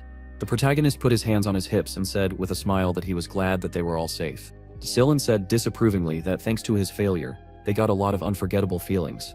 Of course, he knew that many trials awaited him when he stepped on the pilgrim's path, but he would never have thought that he would end up behind bars. Reifenhart said that he apologized to him for this.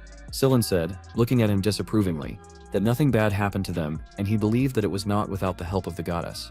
But next time he should think about Cirrus. She is a beautiful elf. Many bad things could have been done to her. Suddenly the protagonist came up to her and shouted right in her face, "Is she okay? They didn't touch her, did they?" Sillin chuckled, while Cirrus said that she was fine. The knights were more civilized than she expected. Reifenhart got nervous and thought, looking at her, that it was just luck. He really should be more careful in the future. Cirrus asked if he managed to get the item. The protagonist said that he managed to get the relic. Tiller asked what is the use of it. It doesn't look useful for a warrior at all. Reifenhart said that he himself doesn't know what the item is for. His mentor just told him to bring it. They should be on their way already. At this time in the ruined castle, Burj was dragging a log and asked, "Is he serious?" Abram picked up a stone and said that he saw it with his own eyes. The Tense family finally had an aura owner. Then inside the surviving part of the castle, Yusa said that everyone was talking about Cyrus. Now he laughed and asked, so he had discovered the aura in himself. Yusa got angry and asked why such power went to someone like him. He was the son of an ordinary woman without a noble lineage. He thought that in the end, the owner of the aura was Cyrus, to whom their father always treated well, and the elders who praised him to his face and behind his back cried that there were no owners of the aura left in the family, and even they received their desired gift. The presence of the owner of the aura can greatly increase the status of their family. However, what about him? Eustace looked at the magic armor and sword and asked, did he decide to take away his title? He grabbed the sword with his hand and said, changing his face, that only he can be the true sword of the Tense family. Sometime later, on a cliff near the Tense family castle, Cyrus looked at the sunset and thought, laughing, that all he did was awaken an aura in himself. And it seemed like the whole world had turned upside down. He said with a smile that he didn't have enough power yet, but it was only a matter of time. Someday he would be able to compete with him. Cyrus clenched his hand into a fist and thought, smiling, that this was just the beginning. Soon he would become a true swordsman of the Tense family. Eustace asked, holding a sword in his hand. Why was he so pleased? He had lost the fight. Cyrus looked at his brother in surprise. Eustace asked, so he awakened an aura. He smiled and asked, maybe he would show him this power. Cyrus grabbed the sword and covered it with a blue aura. Eustace said that it looked beautiful. Cyrus happily thought, did he accept it too? He recognized him as a swordsman of the Tense family. Suddenly, Eustace pierced his brother with a sword right in the chest. Cyrus looked at his brother's angry expression and wondered why he did it. Eustace shouted furiously that his blade should ring and tremble with the blood of his enemies. Cyrus thought that he clearly wanted to kill him. Eustace gritted his teeth and said with a gleam in his eyes that the Tense family could only wield one sword and it could not be the son of a lowly woman. Cyrus blocked his brother's blow. Suddenly, the knight screamed. Was there an explosion? Was there another attack? Cyrus fell off the cliff into the river and Eustace gritted his teeth and thought, cursing, that life was unpredictable. There were hundreds of stories about how a loyal hero falls into the river, survives, and then returns to take revenge. He said that he had no choice but to prepare for such an eventuality. Lot shouted, what was the matter? Eustace shouted that his brother was to blame. He attacked him in an attempt to gain the position of the head of the Tense family. Lot stared at the wounded Golden Knight in surprise and said that it was simply unbelievable. No wonder they say that an apple doesn't fall far from the tree. The knight shouted indignantly, and why did someone like him get such a talent? Lot asked where he went. Eustace said that he parried his blow in time and he got wounded in the stomach and fell into the river, and it is not a fact that he will be able to survive after that. He grinned and thought that if he manages to survive, then this will not be a problem for him. Even the owner of the aura is not able to resist the power of the sword, Eldred. Lot shouted that they must find him. He must be somewhere nearby. Eustace thought that this is why it is so important to have connections. After some time in the forest, Cyrus asked, turning to the main character, how did he meet Tila? Reifenhart said that after he fell into the river, the dwarves helped him out a lot. Cyrus asked in surprise, did the dwarves help a human? The protagonist became embarrassed and said that they have a prophet there, Alpot, who claims to be the savior of the dwarf race. Cyrus looked at him in shock. Tilla said, with a smile, that he was telling the truth. He really was declared the savior by their god. That's why she trusted this man and helped him in his travels. Selin asked if dwarves had gods. Reifenhart said that they even had priests. Didn't he know that? Tilla said irritably that people just thought that they were born slaves and were not worthy of God's protection. The protagonist looked at Sillin and said that the dwarves believed in a god. Sillin asked if he was sure he wasn't an evil god. Reifenhart asked if he knew what bad this god had done. He thought that in this world there are Cigar and 12 gods. Among them there are 2 more gods that are not very well known. Alida, the goddess of the elves, and Alpot, the god of the dwarves. Although people equate the god Alpot with evil, but he is sure that even Sillin will not say that he did bad. Suddenly Cyrus shouted that they should look at this. She may be wrong, but she seemed to see a man there. Cyrus was unconscious in the river. Then when they took him out of the river, Sillin used his powers to heal him. Reifenhart thought, "Why is he here? He is also seriously injured." Sillin asked, "Does he know him?" The protagonist said that it depends on what point of view you look at it from. He thought, "Is this also part of the prophecy?" Sometime later, on the way to the Great Forge, Cyrus woke up and asked why he was in the cart. He thought that his brother Eustace was a great authority for him. He tried his best not to embarrass him. He hoped that once he became capable enough, his brother would acknowledge him. However, he had no intention of doing so. He laughed and then the protagonist asked, "Was he awake yet? How was he feeling?" Cyrus got out of the carriage and asked, "Were they the ones who saved him?" Reifenhart said that he was almost dead when he was floating in the river, and they pulled him out. Cyrus asked, "Where are they now?" The protagonist said that they are now in Baron Wade's domain. It had been 3 days since the incident at Kelburn Castle. He smiled and said, looking at him, that at first they wanted to drag him to the nearest tavern so that they could provide him with medical assistance until he came to his senses. But Sillin said that his wound was too deep and a mediocre doctor would be powerless. Sillin said that he was lucky to have an aura. If it weren't for that, even he wouldn't have been able to help. It was only because of that power that he managed to survive. Cyrus's expression changed, and he thought that his brother had done it. Reifenhart said that he didn't want to mention it openly, but they had saved his life so he could be more polite to them, even if he couldn't give out words of gratitude. They had even spent money on a carriage for his sake. Reifenhart became nervous and said, bowing, that he was very grateful to them for saving him. The protagonist crossed his arms and said, looking at the priest, that the carriage hadn't been bought with his money. It was all Sillin, so he should thank him for that. Reifenhart smiled and thought that maybe it was for the best that the Holy Sword was now in their debt. Even if they became enemies in the future, he wouldn't dare kill his savior like in his past life. He asked if he was okay now, then he probably wanted to go home. Maybe he wants to take some money for the journey. Cyrus sighed heavily and said that they should listen to him. After a while, they set up camp in the forest and lit a fire. Cyrus said that the road back was now closed to him. He was sure that he had already been declared a traitor who attacked the heir out of greed. The protagonist thought that in his past life, Cyrus had officially challenged his brother to a duel right after he gained an aura. That was the first time he heard about Eustace. Apparently he had influenced the course of history again. Reifenhart asked what his plans were now. Cyrus looked at the night sky and thought, what should he do now? If he went back he would be called a traitor and branded with shame. He firmly said that his desire was to travel next to them if it did not bother them. The protagonist choked on his food in surprise. They looked at him with astonished eyes. Cyrus said that he wanted to repay the debt for saving him. This would be the right thing to do. His family had abandoned him anyway, so he couldn't pay them back any other way. He could only help them with his own hands. Reifenhart got nervous and said that he didn't have to go that far. Cyrus said that thanks to him he had awakened his aura. If possible, he would like to continue learning from him. The protagonist, dumbfounded, said that he didn't even know anything about him. Cyrus said that it was enough for him that he was the heir to the martial arts. King Reifenhart's face changed, and he thought that in another life, Cyrus had dedicated himself to finding experienced aura users to become stronger. But now he had become a traitor, and now he couldn't go down the same path because of him. This meant that he was left with no choice, and he had to learn martial arts from wandering warriors who had problems with the law, and he just fit the bill.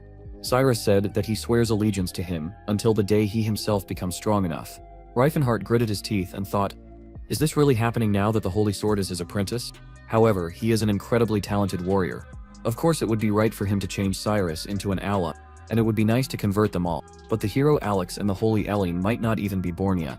The issue with Teslin was obviously decided, so the only one left was Jay the Light Mage. However, this bastard is very cunning. He would not take him even if he begged for it. After all, he was the one who killed Cyrus, so he does not even want to discuss it. The protagonist crossed his arms and said with a smile that he does not have to swear allegiance. If he really wants to, then he can go on a journey with them. Cyrus smiled and asked if he could treat him like an elder. Reifenhart asked how old he is. Cyrus said he was 27 years old.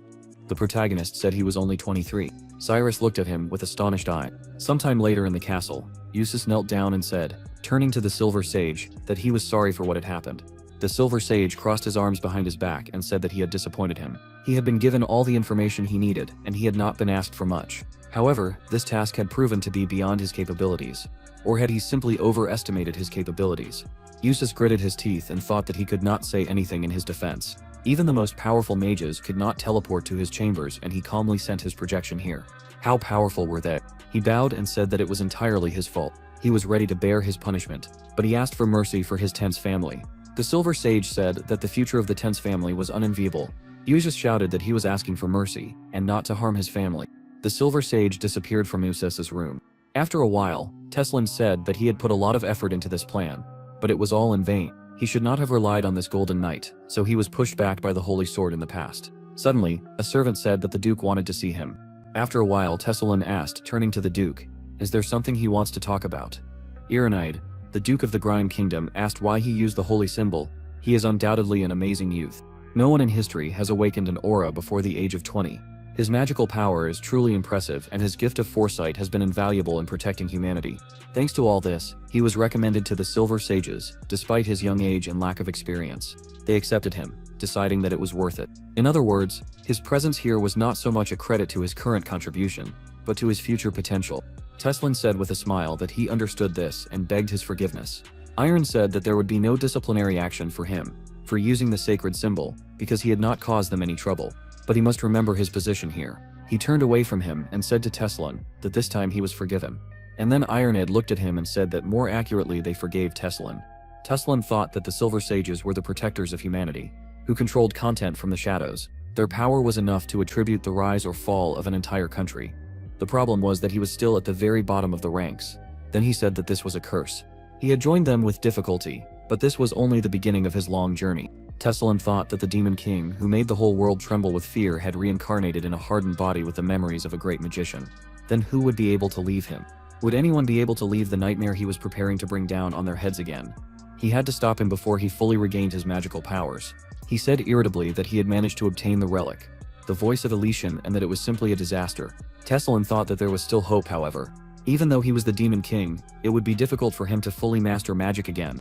He said that he had no choice but to become much stronger. He remembered Jade saying that it was thanks to the artifacts, the voice of Elysian, and the relic of the four symbols that the Demon King had become so powerful.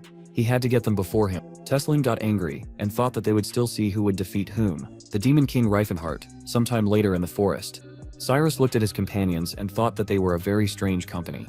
He had not understood them from the beginning. Instead of dumping all the road chores on an elven slave, they drew lots. He remembered asking the protagonist why he did not entrust this matter to the slaves. Reifenhart said that they might be slaves to the whole world, but he did not intend to treat them as such.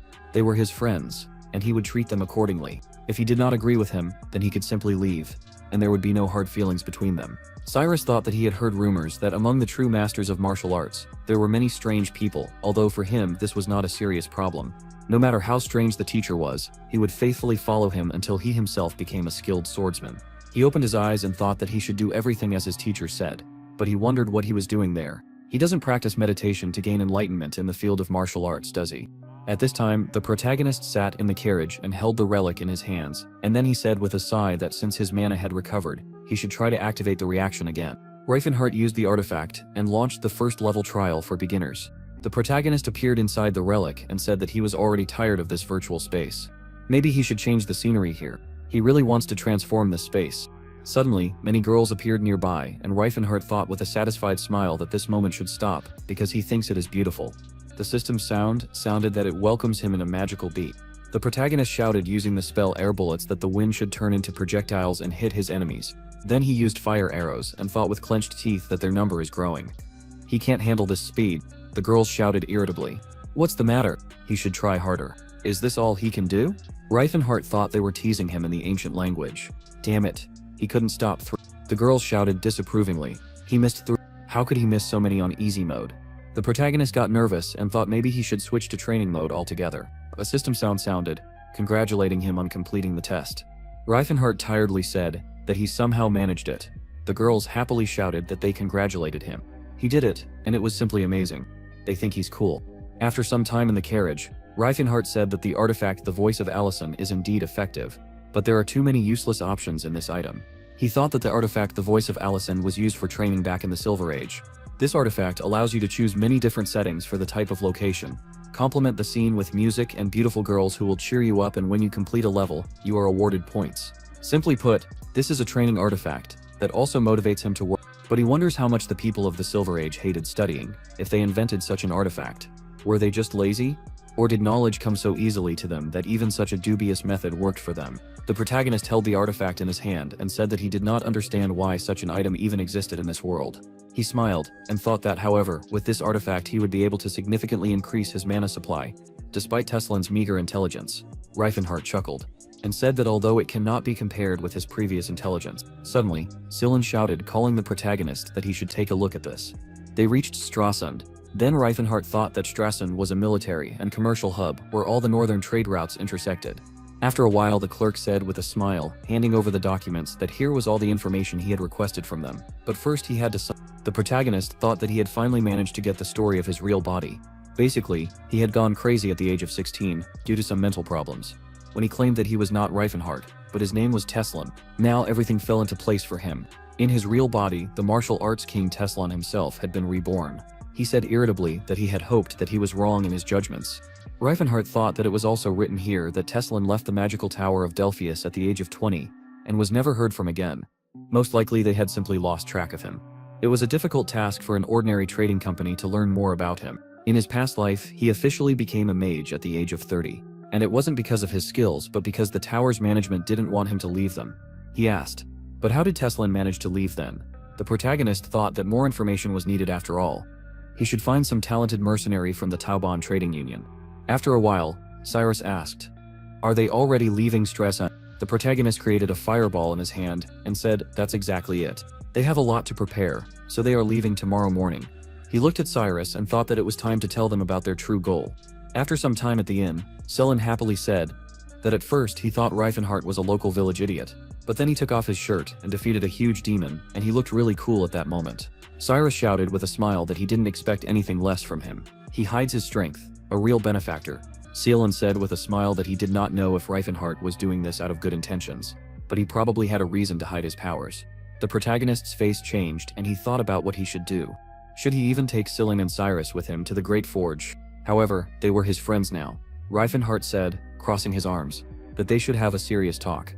There was no relic of the Silver Age where they were going, Cyrus asked.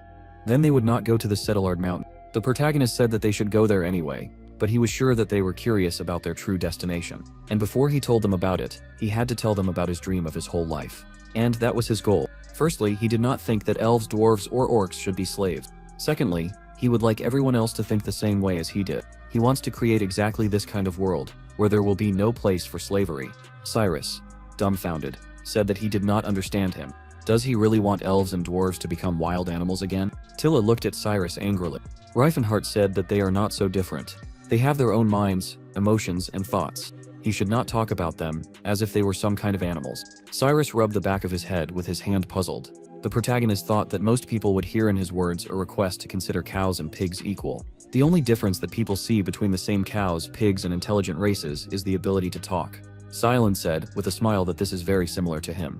Does this mean that he wants to change this world? His goal is not only to grant freedom to slaves, is it? The protagonist said that he really wants to achieve more, and he will achieve this, even if the whole world rises up against him. So he has to ask them if they are ready to continue the journey with him.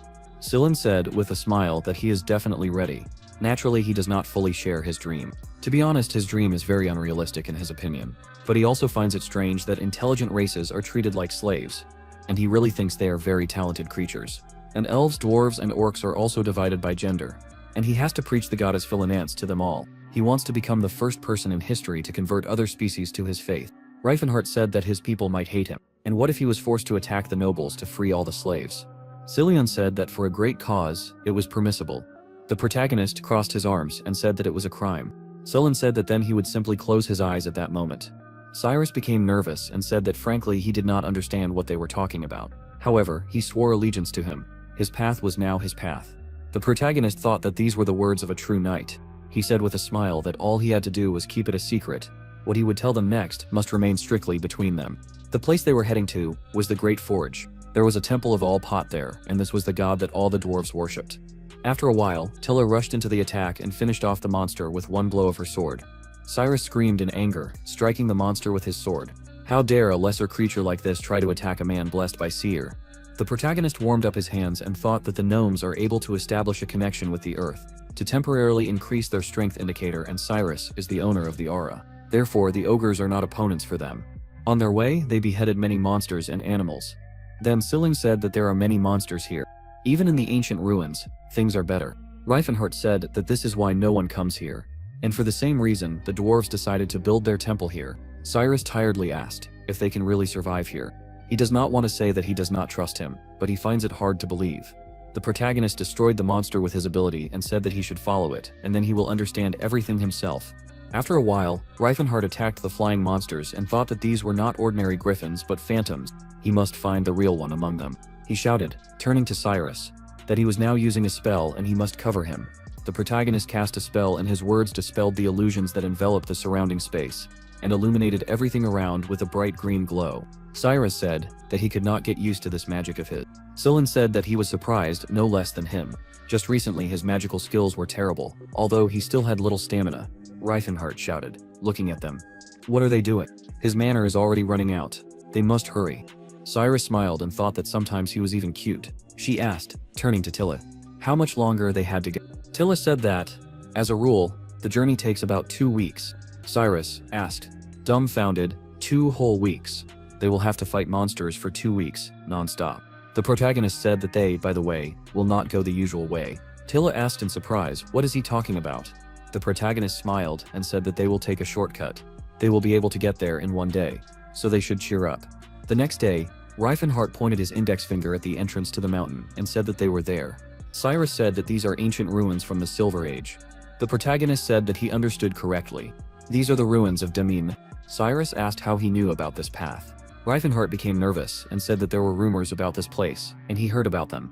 Cyrus looked at him closely and thought that she did not understand him at all. What was he thinking? And how does he feel about her? And especially how does she feel about him? Cyrus took the sword in his hand and said that he would go in first. They should stick behind him. Suddenly, the protagonist opened a secret passage, and it said that they would go a different way. Cyrus asked, dumbfounded, how did he do that? Reifenhart crossed his arms and said, his face changing, that his mentor had explored this place during his wild youth. He had learned a lot from him. Cyrus looked at him suspiciously. The protagonist became nervous and thought that he continued to give ridiculous excuses every time he caught her looking at him. Cyrus thought, where did such details come from? If earlier he said that he had heard rumors and now it turns out that his mentor had been here, it was as if he himself had already been here before. Reifenhart asked with a smile, are they ready to go? Sillen looked around and asked, is this the Great Forge? Tilla said that this was very different from what she had heard from her relatives. The protagonist touched the wall with the inscriptions with his hand and said that this was the ancient language of Hokril. He missed this language. And then he destroyed the wall with a blow of his hand. Cyrus shouted in surprise. Why did he do that? Suddenly, they were all blinded by a bright flash which scared them quite a bit. And then they found themselves in a huge hall. Tilla said that this was the Temple of Alpat. Were they really in that great forge? Silon said that he had heard that among the buildings of the Silver Age, there were truly amazing structures. Cyrus said that he expected nothing less from the Silver Age. They, in fact, teleported a distance equal to 15 days of travel. Silon pointed his index finger at the destruction and asked, turning to the protagonist, it was not they who broke it, right? Reifenhart said that they really did break it. Silon asked in surprise, was he not embarrassed at all? The protagonist said that everything would be fine. And then he fell silent and thought that he came to the Great Forge, following the memories that he had preserved from his past life. Then he also slightly battered this temple. But there were no consequences because Olpot gave a detailed prediction about it. But now everything is no different. The dwarves shouted that the temple was being destroyed by intruders. Reifenhart thought that if there had been changes in Oldupot's prophecy, the dwarves would definitely get it wrong. They shouted, grabbing weapons in their hands, that they must destroy them. The protagonist laughed nervously, while the rest of his companions looked at him sullenly. The dwarves shouted, aiming their crossbows, that they should be ready to open fire. Then Cyrus shouted, hiding behind the rubble, and where are they going in such a hurry? As soon as they saw them, they immediately took up weapons. The protagonist grabbed his head with his hands and asked, did he really count on tea? When people stumble into someone else's house to drink tea, do they destroy the walls along the way? Silon shouted irritably, so why did he do it then? Reifenhart said that it was really his fault, and he agreed with it. Silon scared and said that they were downright furious. Cyrus said that it was just like fathers who found a boy in their daughter's bedroom. The protagonist said that it couldn't be said more accurately. They didn't destroy anything special, only one part of the wall. Suddenly, Cyrus used his aura and shouted, holding a sword in his hands. "How dare lesser beings threaten human?" Reifenhart shouted, turning to Cyrus that he should stop. Cyrus looked at his teacher in shock. The protagonist raised his hands and shouted that they should listen to them because they did not want this fight. The dwarves rained arrows at him, which bounced off his body. The dwarf shouted in anger that he was a monster. The arrows did not even scratch him, and he's just making fun of them, because he knows perfectly well that the arrows are no threat to him. The protagonist got nervous and said that it wasn't about that at all. He shouted that they were sons of the earth, capable of hearing the voice of truth. They were not their enemies. Reifenhart gritted his teeth and thought that they should understand that he wasn't lying to them. After all, the dwarves are essentially walking lie detectors due to their connection with the earth. They shouted, "Why aren't humans their enemies? Then who are they and why did they come here?" The protagonist thought that these words would make him very uncomfortable. He shouted that he was recognized as the savior of their kind, who was mentioned in the prophecy of the god Alp. Sullen blushed and asked how he could say that, with such confidence. He was ashamed of him. Reifenhart became embarrassed, and shouted that he should shut up. He himself was not happy about it. Then the protagonist shouted that he had come to see the great priest Macallan as the leader of the Steel Hammer tribe had told him. Cyrus said that they would never believe his words. Suddenly the dwarves joyfully surrounded the protagonist and shouted that he was their savior. The good man was already here. They were glad to meet him. Why did he break in here if he could have entered through the front door? Sullen looked shocked and said that their behavior had completely changed. After a while, Reifenhart thought that the Great Forge was a city that was located 30 meters below Mount Settelard. This is a huge cave with an area of 2 kilometers and a height of 30 to 50 meters, and there is also a hot spring here. In this city, the vaults are crowned with special geothermal stones, equidistant from each other at a distance of 100 meters. They radiate light and warmth in this city. Polvart is a dwarf, a resident of the city. The Great Forge said that all their great masters gather here, and a little further is the main residence of the dwarves. Simon looked around in surprise and asked how they had built all this. He knew the dwarves were talented builders, but he had never seen such structures. Cyrus said he didn't understand it. Didn't it take an incredible number of dwarves to create such a miracle? If there were so many of them, why didn't they even try to free their fellows from slavery? Salin smiled and asked if he too had now begun to think that it was wrong to deprive others of freedom. Cyrus asked what he was talking about. Silin said that if he hadn't had such thoughts in his head, he wouldn't have asked such questions. Cyrus thought for a moment, and closed his eyes, and the dwarves said that the Great Forge was a former ruin from the Silver Age. They had only done some interior finishing work here. Cyrus said that he then understood how they had managed to do it. The protagonist said that the dwarves had already inhabited the cave at that time. Cyrus asked, calling him a teacher, how did he know about this? Reifenhart said that the doorways here were obviously low. In other words, the dwarves had been a prosperous enough race in the Silver Age to have built a city like this, which was impossible if they were born into slavery, right? He looked at Cyrus and thought, with a smile, that he could hardly understand all this, considering the environment in which he had grown up. Polvart said that they could settle down here and that supper would be served soon.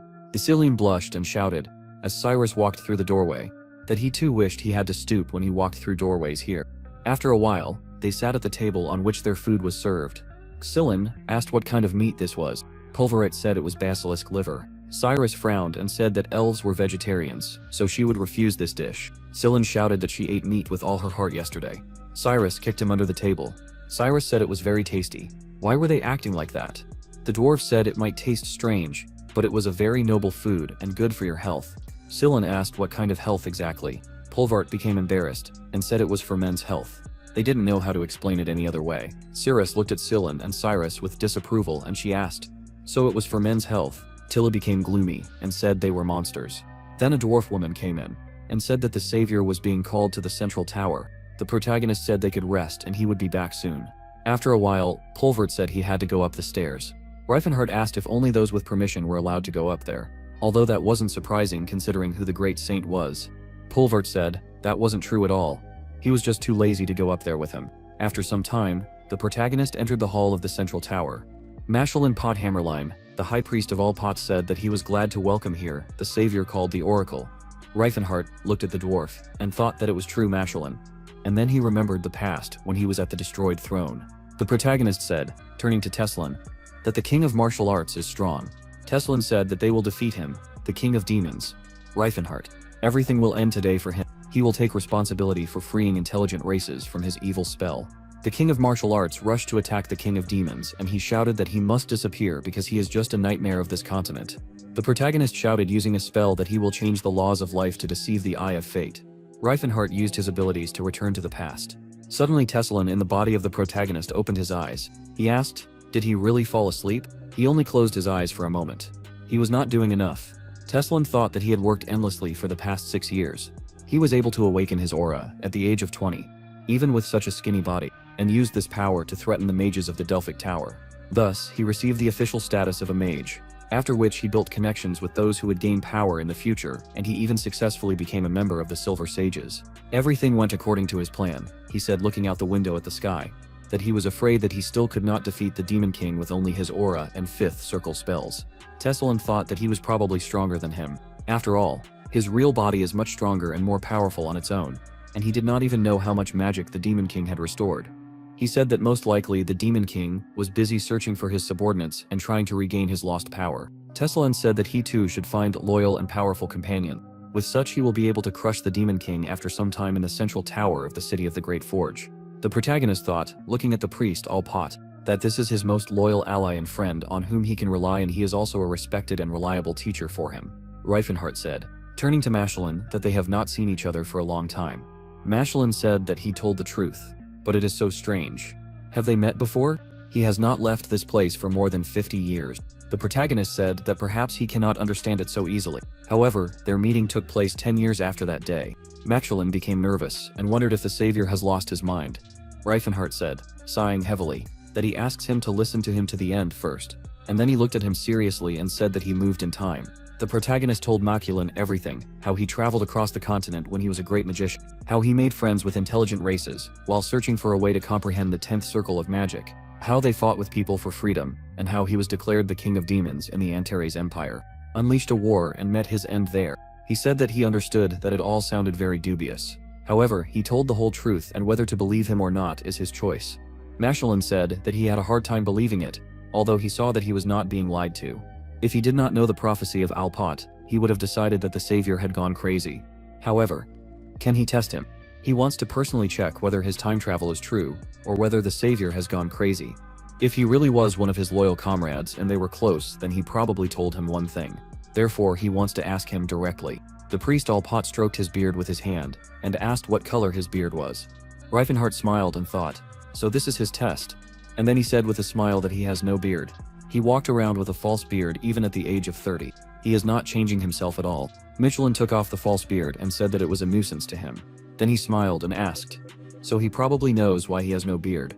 The protagonist said that he received such a blessing from the god Alpat. In the world of the dwarves, a luxurious beard is a sign of masculinity. Dwarves can be bald, but not having a beard is a disgrace to their race. However, he could not grow a beard. No matter how great his divine powers and leadership qualities were, without a beard he would not be as respected as he is now. Michelin said that even the dwarves could not recognize that his beard was false. Therefore, he believed in his words. He called him here because he wanted to give him advice, but since he already knew everything, there was only one thing left. He knelt down and said that in the name of all the dwarves who worshipped Alpat, he, the great priest of the dwarf god, swears his loyalty to the savior Reifenhart. The protagonist thought that he hoped that in this life he would be able to repay their loyalty. Reifenhart said that he could rise. Then he thought that this was not quite true. He simply had to succeed this time. The protagonist said, turning to Michelin, that he was wrong. Now his advice was needed more than ever. Reifenhart thought that he had already suffered one defeat. He had tried to solve problems by force and it all ended in enmity with humanity. He must not repeat his mistakes again. The protagonist then said that he had taken slaves from Shitan and provided them with an education. If everything went according to his plan, other slavers would also start educating their slaves.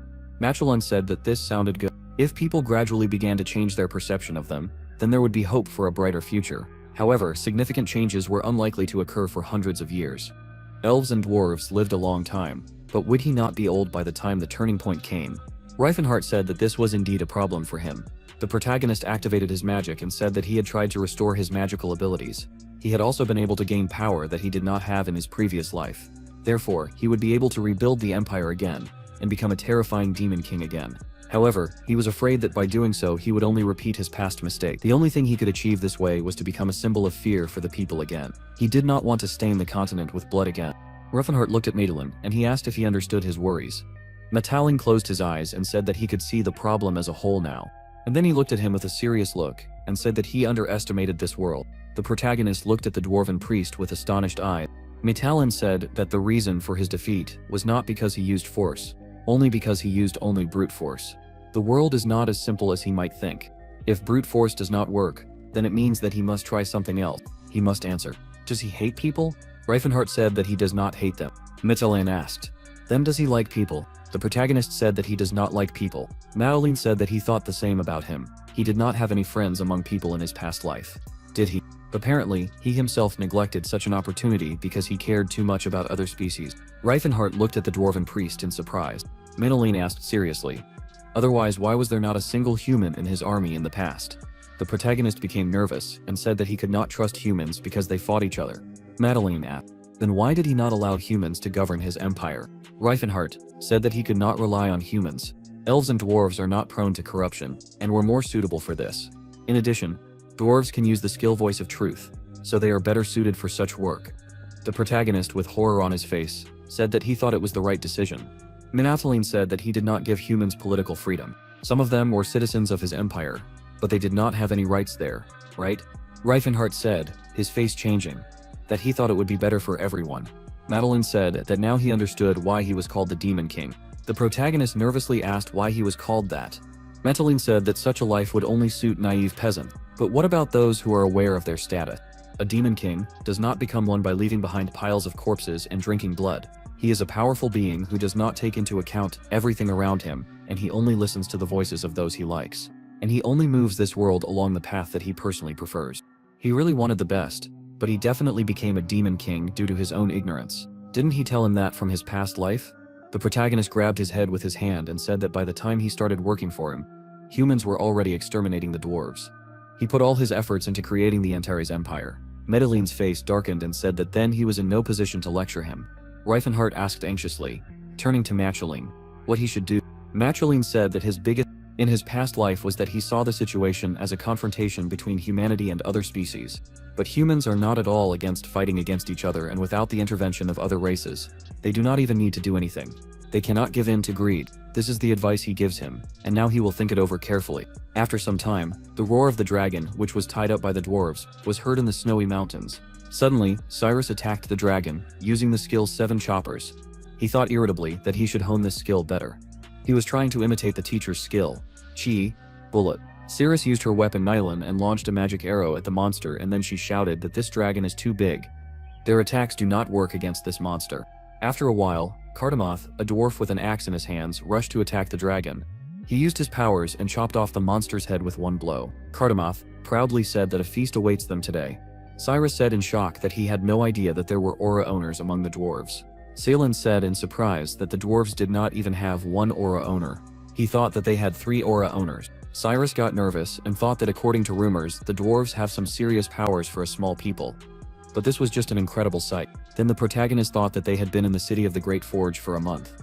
There were some small cultural differences between them and the dwarves, but even a month was enough to adapt. The most amazing thing was the presence of aura owners in such a place. Cyrus was very shocked by this, but he hoped to learn something from them. The snowstorms in the Great Forge territory were becoming more severe. After a while, Silen happily shouted that he had become a whole centimeter taller. Cyrus said that this was great news. Cyrus smiled and said that she congratulated him on this achievement. The dwarves asked, why are they so happy? Do people really measure their worth by their height? Tilla said that they valued the addition of shoulder width. Cyrus asked where his teacher was now. Cylon said that he was most likely in the tower. Cyrus asked why he was there again. Cylon said that he would like to find out for himself what he was doing there. After some time in the central tower, the protagonist thought that the giant steel tower in the center of the Great Forge is the place where the geothermal stones are controlled. This is considered the sun in the heart of the city, and is called Magrim. Reifenhardt smiled, and said that the Silver Age was truly wonderful. He thought that usually enslaved species quickly lost their traditions. Naturally, since then, much magical knowledge has been lost. But the teachings of Alpot have been successfully passed down through generations, through sculptures, as well as its sacred relic Magrim. The protagonist said that Magrim was considered the heart of the city, the Great Forge, for good reason. Reifenhardt thought that the influence of a god on the world was determined by the number of believers. But because the status of the dwarves had wavered, Alpot's influence on the world had currently diminished. Therefore, the god of the dwarves only had enough strength to awaken the relic. Magrim, he said, clenching his hands into a fist, that he could do that too. The protagonist activated the golden aura around his body, and thought that Teslan's body was so unfriendly with mana. that no matter how hard he tried, his magical power did not grow.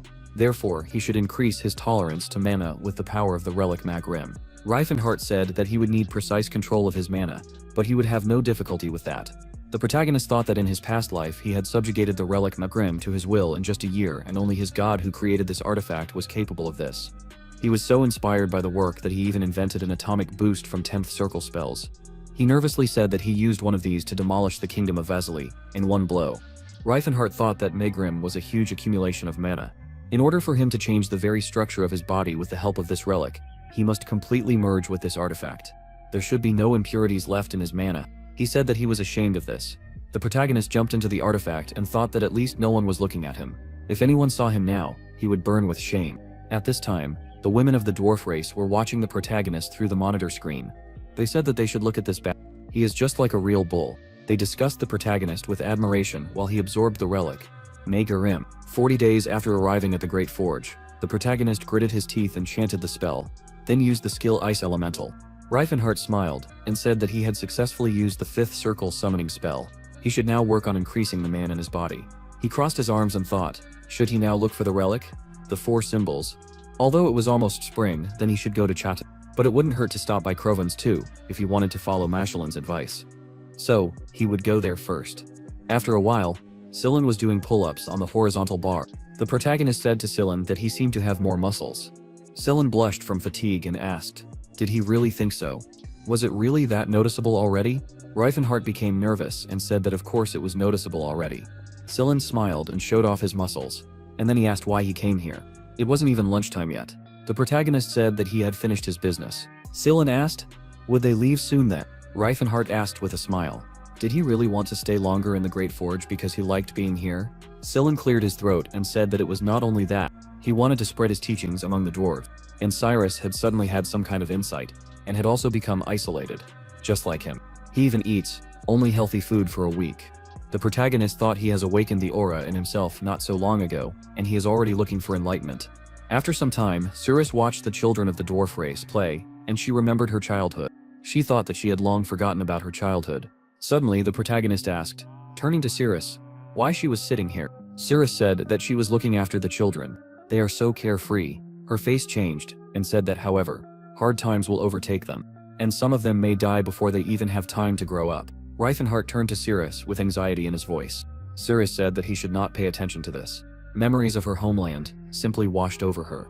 The protagonist darkened and thought that her homeland was Phyllis, the farthest territory to the west of the Kingdom of Grime. It is a desert land where people are forbidden to set foot, and the Dunhams, her family, live there. However, technically this is his family too, so they should visit there at least once. He asked with a smile, turning to Cyrus if she would like to visit her family. Cyrus said in surprise that it would take at least 2 months to get there. Reifenhart said that he knew of a faster way so they could go there. Just the 2 of them. After some time, a purple explosion was heard in the desert, and the protagonist appeared from the clouds of smoke, accompanied by his companion. Cyrus said in shock that this was really the Land of Sorrows.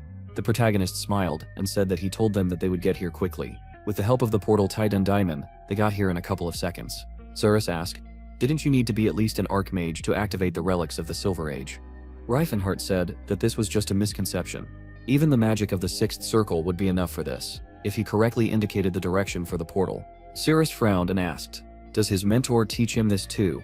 The protagonist nervously said, looking away, that he simply has good friends among the magicians. They taught him that. Cyrus looked at him seriously, but suddenly a monster attacked. Reifenhart reacted instantly and defeated the monster with 1 blow. He said that it was a sand lizard. They can be found here quite often, and they taste good. The protagonist said using a spell Barrier of Darkness that first he should create a screen from sunlight for them. He used a spell Firefield and said that then they should light a fire to cook the meat of this monster. Reifenhart used a spell Drain and he said that after that they should extract water from the blood of the lizard, so that they would also have this in reserve. The protagonist thought that magic was a useful thing. How had he managed without it, until now? Cyrus took the dagger in her hand and said that she would skin the monster. She then cut a piece of meat from the monster and asked if he wanted to try it. Reifenhart asked how long it would take to get to her home from here. He thought he already knew, but she was already suspicious of him. Cyrus said that they would need to walk for about half a day, although she did not think that there was anyone alive there. The protagonist smiled and said that they could not know that Cyrus looked at him with confusion while eating the meat. After a while, they found themselves in the elf's home village. Cirrus looked around and was flooded with memories of her father, telling her that she must grow up to protect her people. How her father praised her when she trained with a sword, and how she herself asked her father to help her as a child. After a while, she looked around the empty settlement and thought, why did she come here? There is no one here. She can no longer remember her family, whom she misses so much. She has forgotten what they looked like, how their voices sounded, how they smelled and breathed. She has forgotten what they called her. She wants to cry, but her tears have dried up like this place 50 years ago. The protagonist became very nervous and thought, what's going on? In his past, the Dunhams lived here just fine, but now this place is clearly abandoned. Could this be another change in history? He nervously said that he didn't seem to have done anything that could lead to such an outcome. Reifenhart shouted, turning to Cirrus, doesn't she find this place strange? Cirrus asked what's strange here. He hasn't come across abandoned settlements before. The protagonist said that he doesn't mean that. He thinks that something is clearly wrong here. She said that their people lost about 50 years ago. She was sure that the village could have remained the same in all that time. Cyrus looked at him in shock and said that it was impossible if you think about it. The protagonist said that this place looked like someone had been here a couple of weeks ago. Suddenly, Cyrus felt a call for help and looked towards the desert in surprise. Sometime later in the desert, Xiaolin said to her sister that she should not show them her weaknesses. Netian agreed with her in horror. Bright gritted his teeth and said that it was a curse. He had put in so much work, and this is all they could get. The bandit said with a smile that if they disappeared, they could make a lot of money from this. Bright shouted angrily that he was an idiot. They would still be in the red once they paid everyone involved. He thought with displeasure that he had given up lucrative deals for this job, and in the end, he would not be able to make money. After meeting Reifenhart, everything went wrong for him. Bright asked, turning to the mage, if he had no way to cope with this heat. Klemser, the mage asked discontentedly. Did he really think that magic was capable of everything? Bright gritted his teeth and said that he had paid him a lot, but he was of no use. Why had he started having a bad streak in his life lately? The bandit said that they were not all returning empty-handed. They still managed to capture 3 as slaves. Bright shouted in rage that children were almost worthless. Especially one of them was a male. Suddenly the bandit shouted that an elf was approaching them. She looked quite adult, and they could make money on this. They should get ready to capture her. Cirrus used her abilities and rushed at them in a rage. After a while, Tessalin was in the room. Felina looked into the room and asked if she could come inside. Was he really looking through them again? Tessalin turned around and said to her that he had already asked her not to ask him stupid questions. He thought that it was his childhood friend Felina. She was the only one who had been on his side, even after he woke up in this body and was declared insane. Without her help, he wouldn't have even awakened his aura. All because of the idiotic prohibitions of the tower. However, he remembered that she was just the Demon King's girlfriend. Felina happily said that his smile reminded her of the past. Tessalin asked what past she was talking about. Felina smiled and said that she meant the past, when he still called himself Reifenhart. Tessalin said that it didn't matter. Did she do what he asked? Felina took out a scroll and said that many people now talk about the king of martial arts, Reifenhart. Isn't that interesting? He has the same name that he had in the past. Tessalin said harshly that he was no longer Reifenhart. Felina said that she remembered it. She just thought it was a funny coincidence. Tessalin asked why she thought it was funny. He thought that the Gold Knight had lost the battle to the new owner of the aura. Apparently it was the work of another clan that was rivaling the Tense clan. Because of this, the martial artist king would become even more famous. Felina said that she did not understand why the martial artist king was so popular. Tessalin said that strength always attracts people. Has she met us as? Felina said that she had seen him. She sent a message and he immediately agreed to meet, as he had told her. Tessalin chuckled and thought that he had written to him about how he should follow the instructions if he wanted to win, to which he briefly replied with an agreement. He said while reading the document that he now had a reliable ally with whom he could defeat the Demon King. Felina said that she found another person who fits his criteria, and that was Stefan, the eldest son of the Altean family from the kingdom of Vasily. Tessalin thought that he did not remember such a name. However, it did not matter. Even if he was useless now, he could fix it. Suddenly, he hugged her and said that she was good and he was very grateful to her for her help. Felina blushed and said that it was not difficult for her to do this. Tessalin grinned and thought that he would take away everything from the Demon King Reifenhart that he stole from him. In the end, he would be left with nothing. At that moment in the desert, Cirrus struck down a bandit with one blow of her weapon. The bandits shouted, taking up their weapons, that they must capture her. She is not an easy elf. Cirrus deftly dodged the enemy attacks and defeated several opponents with a shortening blow. Bright screamed in horror. Where did she come from? Clinter used a spell and screamed that he was causing heat to fill his palms with power. Let the flames form and fall upon his enemies. Then he attacked the elf with a fire arrow. Suddenly, the protagonist appeared and protected Cirrus with a magical barrier. Reifenhart said that he was finally able to catch up with her. She should not rush at the enemies alone. Then he said, turning to the slavers, that he forbade them to move. Anyone who moves will die on the spot. Bright gritted his teeth and asked why he was here. The protagonist smiled and said that he had already met him when he was still working as a slave hunter. Bright looked at him in horror and thought that so many years had passed since that incident. But he would never be able to forget that day. Who would have known that he remembered it too? Reifenhart said that human memory is truly a great thing, although he is sorry that all this trash is stored in it. He wants to ask him a few questions. Besides these three elves, is there no one else? Bright shouted that he refuses to answer his question. The protagonist looked at him furiously and said that he is waiting for his answer because his miserable life depends on it. Bright got scared and said that there is no one else. Reifenhart asked how many he killed. Bright looked at him, puzzled. The protagonist asked how many elves he killed. Bright looked at him stunned and said that he killed about 40 elves. Reifenhart's face changed and said that he understood everything. Then he furiously shouted, using his abilities, that then he must pay for their blood. Cleanser activated the magical protection and shouted, turning to Bright.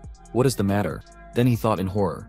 Is he really a mage of the same circle as him? But he is very young, right? The protagonist cast a spell and shouted that let the forces from the earth to the sky and from the sky to the earth close and merge into one. Then Reifenhart struck his enemies with chain lightning. Clontar, surrounded by the bodies of his comrades, asked, looking at him in fear, is this all because of the elves? He can take them, the protagonist said, surrounded by a golden aura that they should have all turned to ash by now. Apparently he did not have enough mana. Clantur shouted that he would give it all up. Reifenhart said, raising his fist to strike, that he was not interested in this. Clontar shouted that he was asking him to stop. Why is he doing this? The protagonist looked at him furiously and asked, did he not express himself clearly? Is this retribution for the spilled blood of the elves? Clontar's face changed and asked, were there humans among them? Or were they his elves? They did not know that they had a master. They thought they were savages, so they killed them. Reifenhart said he was wrong. He said he would make them pay specifically for the blood of the elves. Bright shouted in shock, was he really going to take their lives because of some elves? He couldn't understand him. The protagonist asked angrily, did he seriously see anything wrong with killing elves? Their actions and feelings were the same as humans, but he still treated them like wild animals. Clontar said he was just crazy. Reifenhart said, gritting his teeth, that if he was a mage, he knew the answer to the next question. What was the difference between a man and a beast? Clontar said that people knew how to think, they had rational thinking. They were driven by more than just instincts.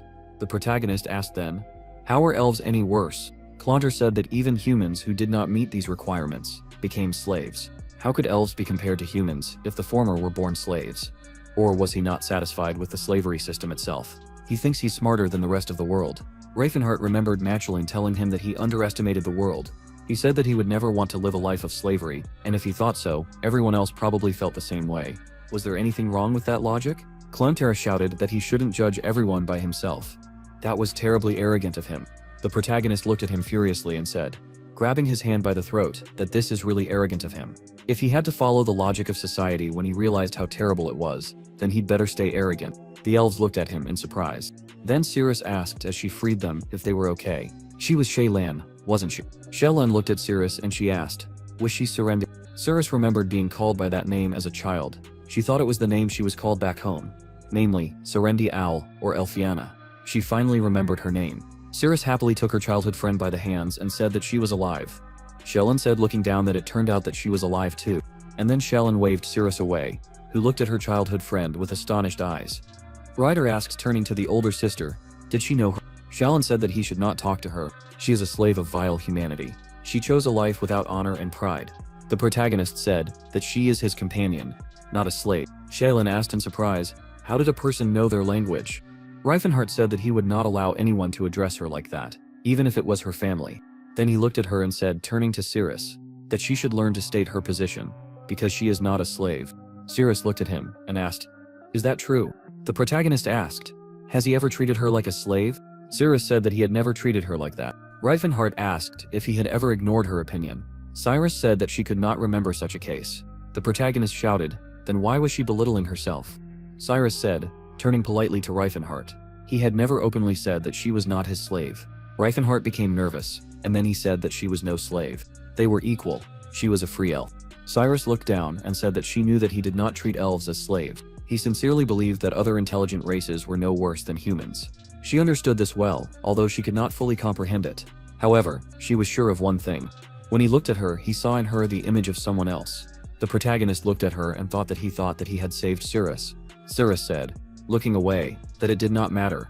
After all, She was just a worthless slave, so he could think of her as he liked. But in that case, he had to treat her as a slave. Reifenhart thought he was proud of having saved her from such an unenviable fate. But that was self-deception. He had saved Cirrus from her previous life, and this time he had simply bought her with money. Like a man buys a slave. Cirrus said that he did not have to put sincerity into his words. The protagonist thought that he was just a stranger to her, who had acquired her as a commodity. He was showing unsolicited concern for her. He was singling out her from the others. He insisted that she was not a slave.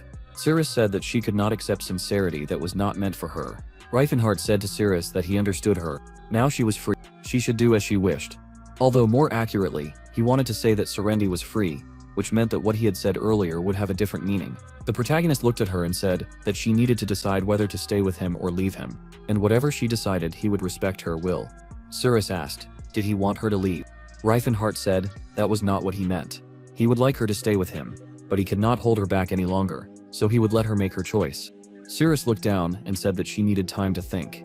Then the protagonist said, turning to Shelin, could she help this child reunite with her family? He had already said that she was not a slave to him, and therefore he would never reveal their location to anyone else. He only wanted to watch until they got home. Shelin said with a smile that they could go together. She would be tarnishing the clan's honor if she did not reward her savior. Reifenhart asked in surprise. Were she sure about that? Shelin asked. He would have found their hideout anyway, right? The protagonist said that made sense. Shelin said that elves always think logically. After a while, Shelin said, turning to Cirrus, that she asks for her forgiveness and hopes for her understanding. In her situation, she would do the same, right? Cirrus said that perhaps she would make the same decision. Shelin looked at the protagonist and said that she met a good person. Cyrus said that he really is a good person. Shelin said with a smile that that is why she told him her name. Cyrus asked what is she talking about. Shelin asked, is she mistaken? After all, he only called her by her real name. Cyrus wondered in surprise. How does he know the name that she herself forgot? After some time in the ruins, the elf told the elder that their supplies were running low. Reifenhart, the elder of the Danheim tribe, asked how long the remains would last. It turned out that even if they saved them, it would only last until tomorrow. Have the scouts returned? The elf said that they reported that the people had retreated for now. The elves laid the bodies of their fallen warriors to rest in peace. The elder blessed Rhaegal to embrace their souls. The elf said that they could not stay here any longer. Considering their distance to the village and the current supply of water, they should set out right now. The elder gave the order that he should tell everyone that they were leaving at sunset. But what should they do? Even when they returned to the village, they would not be able to last long there, since their location had already been revealed. He asked Ellie to show them the way. Then suddenly, he saw a caravan in which Shalin, Nitina, and Ryder were, which greatly surprised the elder of the elven tribe. Reifenhart thought that they brought a man with them. Suddenly he shouted that they should not let them pass. The elves grabbed their weapons and shouted that they were forbidden to come here. The protagonist looked at the landed stones next to him and he said, turning to the frightened Cirrus, that she should not be afraid. This was a warning shot. Then Reifenhart picked it up from the sand and he said that these were bullets made from fused sand for a slingshot. Although the work was poorly done, but it seemed to be elemental magic. Cirrus asked, is this really elemental magic? The protagonist said that he was sure of it, because in order to obtain the temperature at which sand melts, although without the world tree they cannot even summon battle spirits. Over the hundreds of years that her tribe has lived here, they have developed a high affinity for the spirits of fire. He is of the same blood as them, so he is also capable of such a thing. This, by the way, is the reason why her skin does not lighten. Although she was taken from the desert 50 years ago, Cirrus's face changed and asked. Of course his mentor told him about this, right? The protagonist became nervous and said that a friend of the mentor said this, who has extensive knowledge of the physiology of elves and dwarves. Reifenhart thought that first he should show them that he is not a threat. Then he raised his hands and shouted, addressing the elves. Suddenly, a hail of shells launched by the elves hit the protagonist. The elves shouted in surprise that their attacks do not work against this monster. Reifenhart shouted that they are descendants of great spirits and they must listen to him. He is a man, but he is not their enemy. He knows the history of the elves well, and he asks for a friendly gesture. Reifenhart became nervous and asked how he knows their language.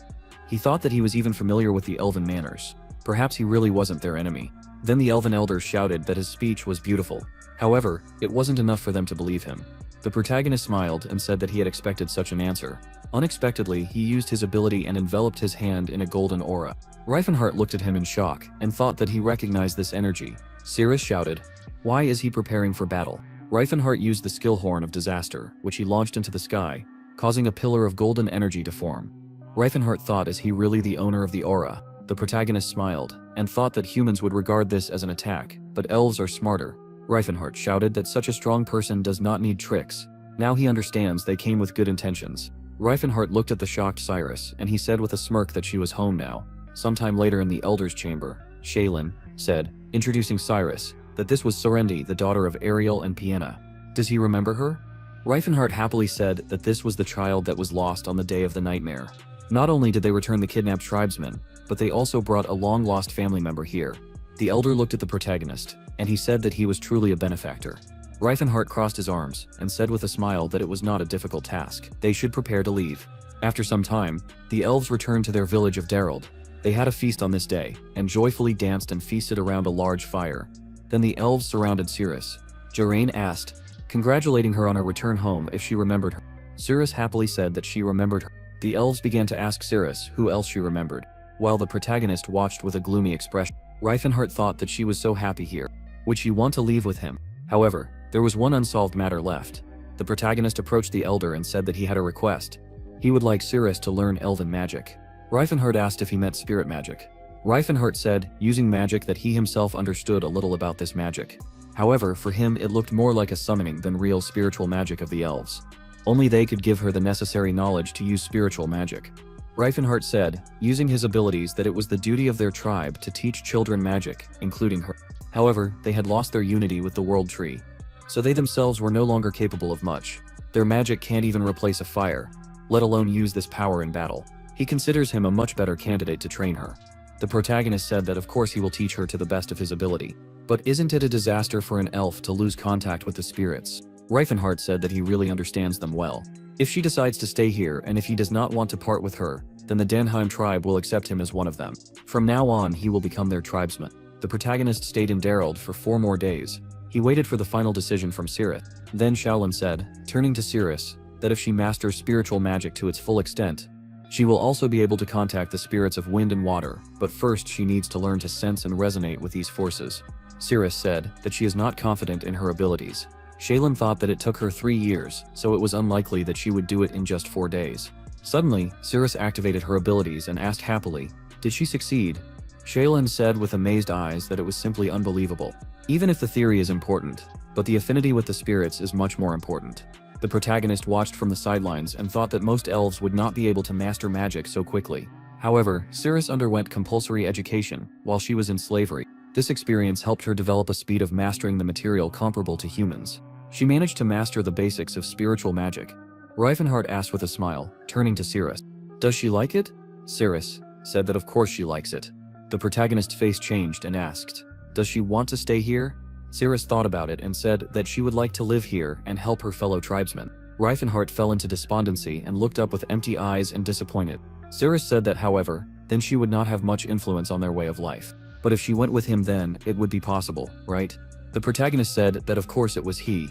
Even swears on his life that he will definitely change the world order. Cirrus smiled and said that in that case she would like to go with him for the sake of the future of the clan. Reifenhart laughed happily and thought, using his abilities, that he would change this world for the sake of the woman who chose him. Cirrus screamed in fear, seeing a bright pillar of energy. What's the matter?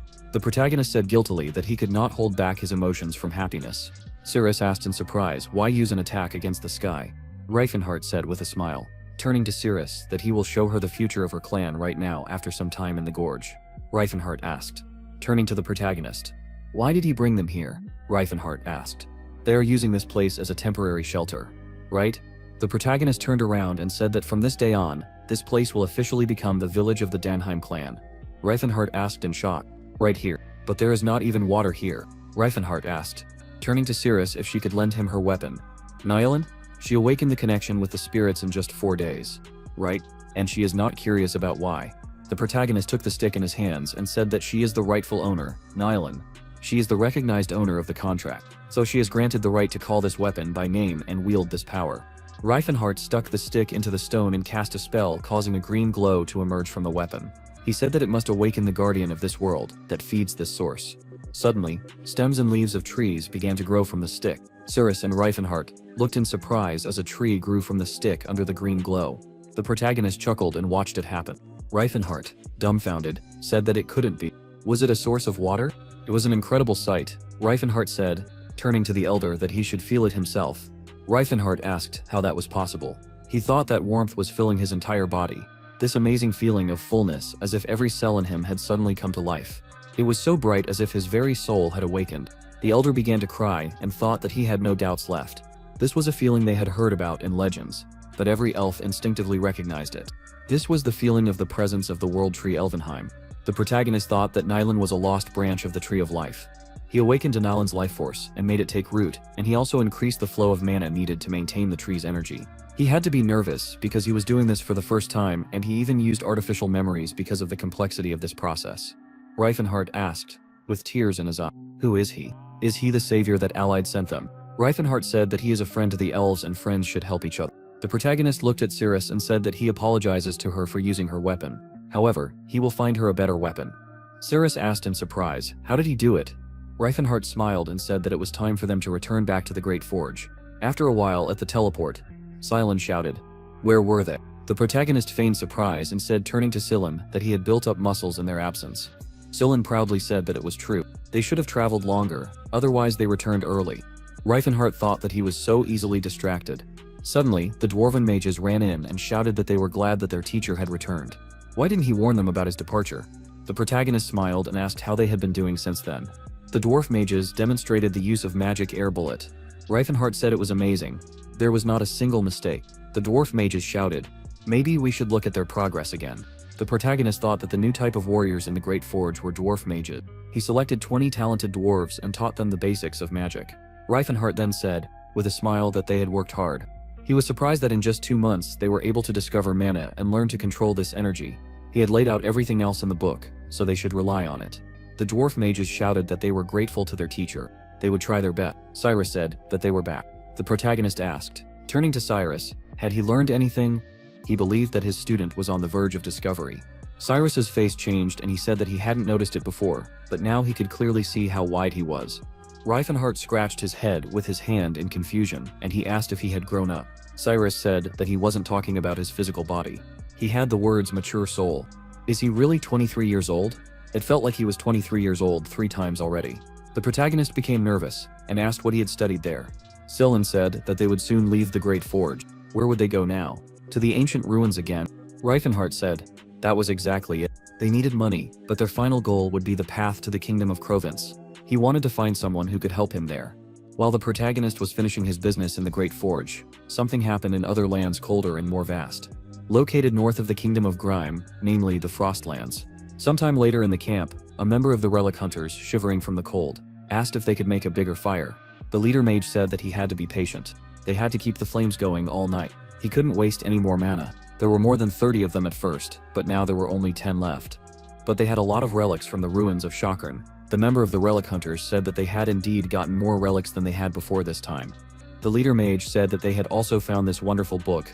This book contained the lost knowledge of the Silver Age. He chuckled and said that he expected a heated debate in the scientific community when he showed it to them. Due to the difficulty of the ancient language, he had not yet fully translated the book. But he was beginning to understand the contents of the book a little. They would reveal the truth about the Silver Age and the lives of nations. Suddenly someone screamed in the camp.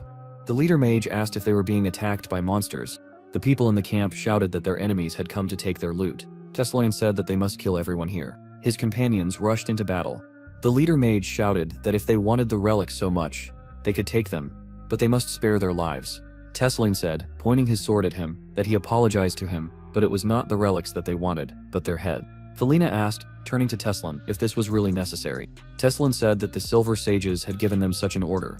They had opened a door that should not have been opened. This part of history must not be known to others for the sake of the future of humanity. Felina said that she had heard that the Silver Sages were guardians of humanity, but what had they done wrong? Tesslain picked up the book and said that she should consider it a small sacrifice to save all of humanity. Then he asked Stefan how he liked the Berserker armor. Stefan smiled and said with a glint in his eyes that it was better than anything he had used so far. He believed that he could defeat even an aura user with it, but he would need to get used to it a little. Frissa said that he was not the only one thirsting for revenge. What should they do with these relics? Tesslain said that they could take whatever they found useful and sell the rest. However, the items on the list would need to be handed over to the Silver Sages for safekeeping, since they were the protectors of humanity after all. And in the Silver Age there were too many dangerous relics and they needed the right ones to protect people to prevent chaos.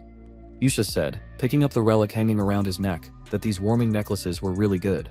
Instead of the freezing storm, he feels only a light spring breeze. Teslan said that this is a privilege that is available only to the followers of the Silver Sages. Suddenly, he thought, taking the relic in his hands, that this is an artifact. The voice of Alicia. Is this one of the relics that modern society is better off not knowing about? This artifact is clearly priceless, since the Demon King wanted to get it so much. Teslan said that he did not suspect that there were two relics. Felina asked why the Silver Sages are so diligently trying to hide this part of the story from humanity. Teslan said that she did not need to ask unnecessary questions, only they deserved to know the truth. Sometime later in the central tower of the Great Forge, McShallen asked, turning to the young elf, what she wanted to know. Sarah said that she wanted to know the whole truth about Reifenhart. It seemed to her that he knew her even before they met. His look, manner of speech and actions did not at all resemble the behavior of a stranger. He even knew her real name, which she herself had long forgotten. How was that possible? Manchulon said that Reifenhart was afraid that she would not be able to understand it. Cirrus asked in surprise, but why was he afraid of that? Manchulon said that he wanted to ask her a question before he gave her advice. Does she trust him? Cirrus said that she was ready to believe, even if he said that he was a god who came down to earth to them. Manchulon said that he asked something completely different. Does she trust him? After a while, Cirrus came to the protagonist's room. Reifenhart asked if she knew the truth now. Cirrus lowered her head and said that this was exactly so, and it was beyond her expectations. She remembered how the gnome priest said that he was a time traveler. Reifenhart was the first 10th Circle Mage in his history. He is a man who tried to change the world. Although he was already dubbed the King of Demons, he failed, but he went back in time to try to make his dream come true once again. And she, Cirrus Valencia, was the protector of all elves, and the most talked about elf on the continent. She became a high-ranking sorceress, who reached the 8th circle of magic in the 7th generation of spirit magic.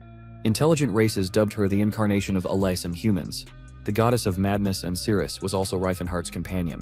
Cirrus opened her eyes and said that it would be easier if he simply defended his old love for her. But now she understood everything. The protagonist looked at her and asked, then can she forgive him for this? Cirrus looked down and said that she was ready to continue their journey, and that's all she can say for now. After all, she is not the Cirrus he remembers.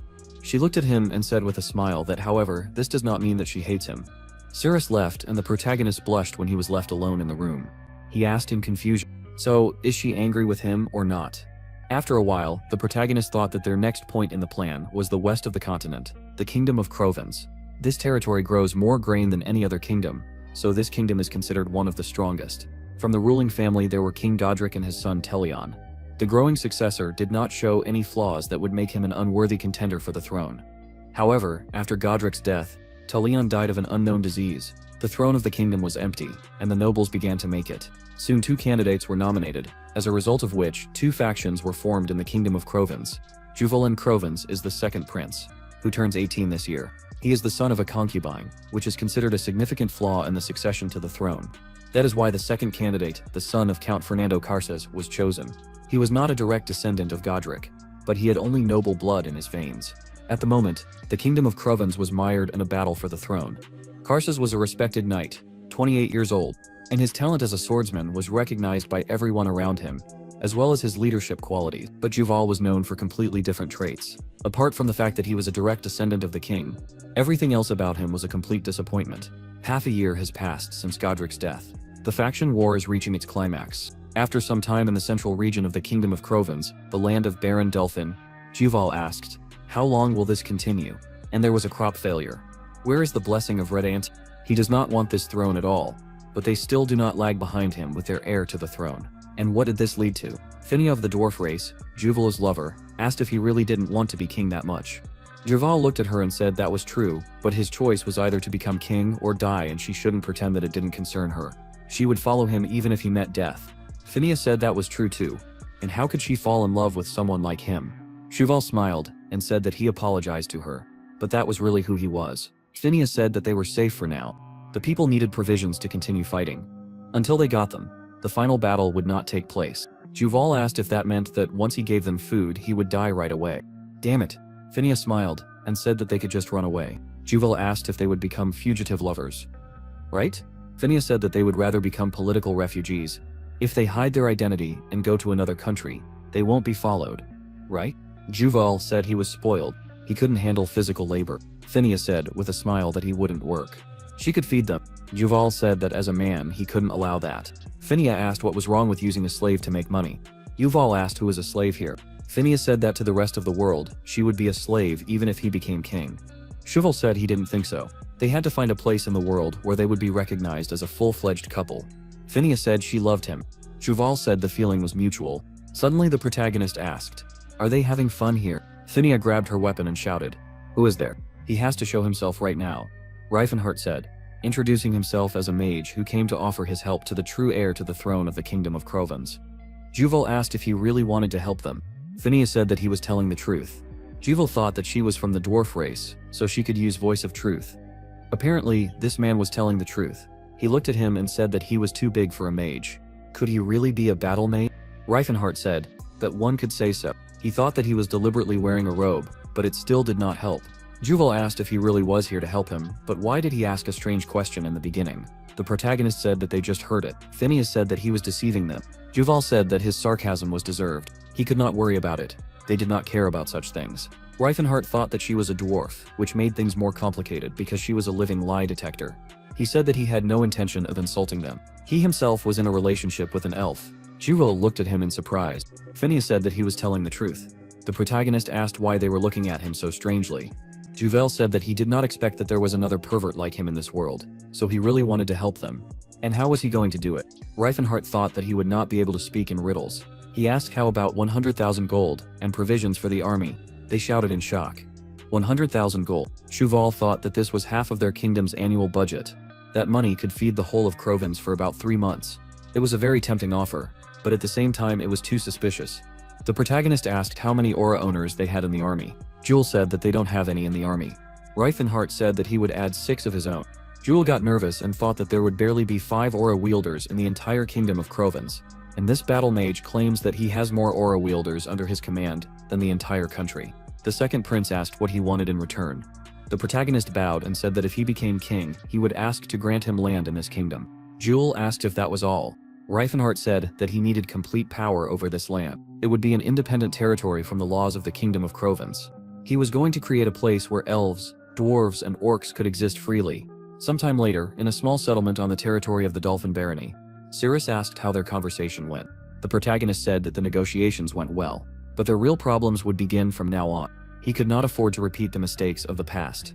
They need to have their lands recognized as legitimate, even if it takes time. Then the people will have no choice but to accept the existence of this place. Cyrus asked if he had met the second prince from his past life. Reifenhart said that this was his first meeting with him. Cyrus asked who won the war in the past life. The protagonist said that Karses won and the second prince was beheaded. Cyrus asked, and that will not happen again, right? The protagonist smiled and said that it could have happened if he had not interfered in this matter. But he will not let that happen. He believes that everything should go well. Besides, this fight will help the people see other intelligent races as reliable allies and not just slaves. Then Cyrus asked if their meeting was a success. Reifenhart said that he considers it a success and so far, everything is going according to plan. Cyrus said that they left the Great Forge a month ago, and during this time, they explored 10 abandoned ancient ruins. No one can believe it. This is a good start to the journey. He wants to admit that dragging all these relics is much more difficult than fighting demons. Silent folded his arms and asked if he thought so too. But it is good for the muscles. However, do they have 100,000 gold? The protagonist said that they do not have gold, but they have grain for this amount.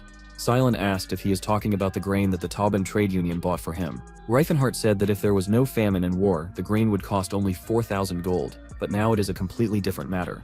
Tilla said discontentedly that this looks like some kind of fraud. The protagonist asked, "Is this a problem?" He is not deceiving anyone. Cyrus said that he has a question. He said that he will provide them with 6 aura owners, but there are only 3 of them in their ranks. Or are there aura owners among the elves too? Reifenhart sat down at the table and said that there really are aura owners among the elves. However, convincing them would be a difficult task, so he would not count them. And he counted him in vain. Cyrus asked then, where would they get so much? The protagonist said, with a smile, that everything was simple. The orcs would be for them, Kalkin and Stala. Cyrus asked if the orcs could also awaken the aura. Reifenhart said that to the southwest of the Larkid Mountains, about 15 days' journey away, there was a field called the Land of Trials. An orc tribe with very ancient traditions settled there. Naturally, this tribe is not slaves to people. These orcs have not lost their violent nature and do not know fear, but one should not consider them wild barbarians, who are famous only for their cruel treatment. This tribe is the heirs of the spirit of true warriors who call themselves the Blue Bear tribe. He thought that Tahid must be from this tribe, which means he could be there. He wondered how much he had grown. Cyrus said that there were definitely skilled swordsmen among the orcs. But could they be that strong? The protagonist said with a smile that they were the strongest warriors he knew. They were stronger than humans, elves and dwarves. After a while, the Taoist, the keeper of the Silver Sages, said, addressing Teslan as the sage Leston, that he had done a good job. He would reward him for this. Teslan said that he thanked him for this. The Taoist said that only the right people should have dangerous information. This was the only way they could protect humanity. They would do anything for this. The Taoists teleported out of this place. Teslan wondered if he had just called him here to chat. He had to achieve a higher position to have more influence than he had now.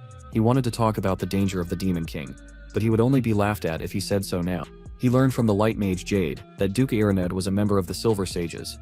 He told him what he knew about the sages from his past life, framing it as his theory, and he became one of them. The thing is, in the Silver Age it wasn't humans who ran things. It was the elves with their Tree of Life, and the dwarves with their earthly connection, that made the era great. Their contributions were impressive enough that legends about them survived for millennia. Their civilizations were called Eldred and Elhatran. In the ancient language, Eldred means the blessing of Elid, and Elhatran means the blessing of all Pot. Their civilizations were named after their gods. This is what the Silver Sages hide from humanity. He said that in order to erase the truth, they had to come up with a coherent lie. He believes that this is why the era was called the Silver Age. The defenders of humanity do everything to preserve the ego of people, and this makes them weaker and stupider. Sometime later in the western wasteland of Fetland, the land of the dead, Destr, Cyrus said that it is indeed a barren land. The protagonist said that according to rumors, the orcs throw out weak children and old people from their settlements. Therefore, they respect those who dare to leave the village if he understands that he can no longer be useful to the orc settlement. He believes that this is a peculiar way to survive in these desert lands. Tilla said that they are just savages. Cyrus said that the dwarves were just lucky to inherit a place where they can live. Tyla's face changed and said that it was truly savagery to throw out the weak from the settlement. Cirrus said that she can understand them. Such traditions often develop in harsh conditions. Then she asked Tyla, would the dwarves be able to run the Great Forge if they lost their skills? Reifenhart thought that it was not only humans who were capable of quarreling. This was becoming a problem. Silen asked how he was going to reason with the orcs. The protagonist said that he had a plan, although he was not sure about it. They would have to find out on the spot, Cyrus said, whispering to the protagonist that she thought he was going to do the same as in his past life. Reifenhart said, whispering to Cyrus that Tahid was already with him. Then Cyrus turned around and said that someone was approaching them. A group of orcs angrily screamed in the orcish language as they ran with weapons at the protagonist's companions. Cyrus asked what they were talking about. The protagonist said that they said that this was their land, and they would kill all the people. Silen said that this was creepy. Reifenhart shouted to the warriors of the Blue Spirit that they were not their enemies. The orcs with wild eyes ran towards them. Cyrus got nervous and said that they did not want to listen to him. Cyrus dodged the enemy's blow, while Tilla blocked the enemy's blow with her axe. Cyrus dealt a series of blows to the orcs with his sword and said that they were incredibly strong. The protagonist stood still while the orcs tried to damage his body with their blows. He said, crossing his arms, that they have one fatal weakness. Reifenhart used a spell, Massive Sleep, from the second circle, a wide spectrum which put all the orcs around to sleep. Cyrus stared at him in surprise. Seelan asked in shock, did this spell work on them so quickly? He thought this spell was useless in battle. The protagonist said that this was the reason why the orcs lost to the humans, despite their superior fighting skills. Silen said that even the strongest warrior would not be able to do anything if his resistance to magic was so weak. Reifenhart asked, turning to Silen, if they had someone like him who was able to protect against such spells. How would this battle have gone? Silen became nervous and looked at Reifenhart silently. The protagonist said that these orcs were not even warriors. The true warriors of this tribe defended their territory and hunted monsters in these lands. And those who have yet to become them, patrol the lands and act as scouts. Only in this way do they gain experience and become worthy of the title of warrior, Cyrus asked in horror. Seriously, they were not even warriors. Reifenhart said that they only had to mention them, and here they were, Cyrus said, seeing the orc warriors surrounding him, that it was a curse. The orc warriors shouted that this was their land. Humans were not allowed here. The protagonist shouted that these were the souls of noble warriors. He came with a kind word to them. The orc warriors shouted that humans were liars. They would not be able to believe him. Reifenhart shouted that he understood this. Therefore, he intended to confirm his sincerity with actions. The orc warriors shouted what was he talking about. The protagonist shouted that a true warrior tempers his spirit in battle. He offered them a ritual fight to prove to them that he was telling the truth. He thought that a ritual fight was a demonstration battle, through which tribes establish bonds with each other. This was the only way to gain the orcs' trust, because they only respect those who have strength. They believe that cowards are not strong, so the strong deserve trust. The only question is whether they are ready to conduct such a ritual with a human. The orc warriors shouted, "Does he know about the great tradition?" They agree to perform this ritual. After all, a warrior's sword speaks for him. Reifenhart smiled and said that they agreed. Cirrus asked, her face changing. Could she have hoped for more from the orcs? Tilla said that they were too simple. Cyrus asked he understood why they had to fight, but did Cirrus and Tilla have to participate? The protagonist said that orcs do not care about gender when it comes to battle. Silent asked, pointing at himself, will he fight with them too? Reifenhart said with a smile that he will not fight, because he is not a warrior. He thought that the orcs most likely took him for a child. The orc warriors shouted that they were starting the ritual fight. Whoever wants to show what they are capable of must step forward. Cirrus took out her weapon and said, introducing herself as a member of the Danheim family. Zalcathar the orc warrior shouted, introducing himself as the son of Durathar. He will fight her. Cirrus's face changed and she looked at the orc warrior with a puzzled expression. Zalcathar shouted, introducing himself again, that he was ready to start their fight. Selan became nervous and asked if they knew the language of humans. Then he asked, turning to Cyrus, what language besides his own did he know?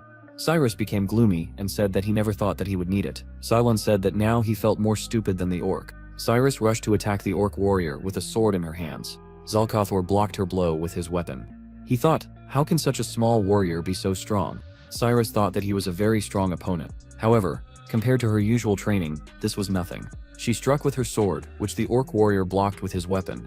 Zalcathar then attacked the elf, but she deftly dodged his blow. Cirrus gave Zalcathar a powerful spinning kick, hitting him square in the face. Zalcathar got angry and shouted as he charged. That was amazing. She was a real warrior. Cirrus blocked his kick with difficulty and thought through clenched teeth that Reifenhart was right about their strength. This Okra's sword skills were definitely high level. However, his weapon was not of the best quality. Then she should just break his weapon. Zalcathar suddenly used his ability and his weapon began to shine. Cirrus asked with astonished eyes, how was that possible? Could he really have an aura? Zalcathar said that the weapon was a part of the spirit. The spirit of a warrior cannot be broken. The protagonist asked in shock, was this really a spirit weapon?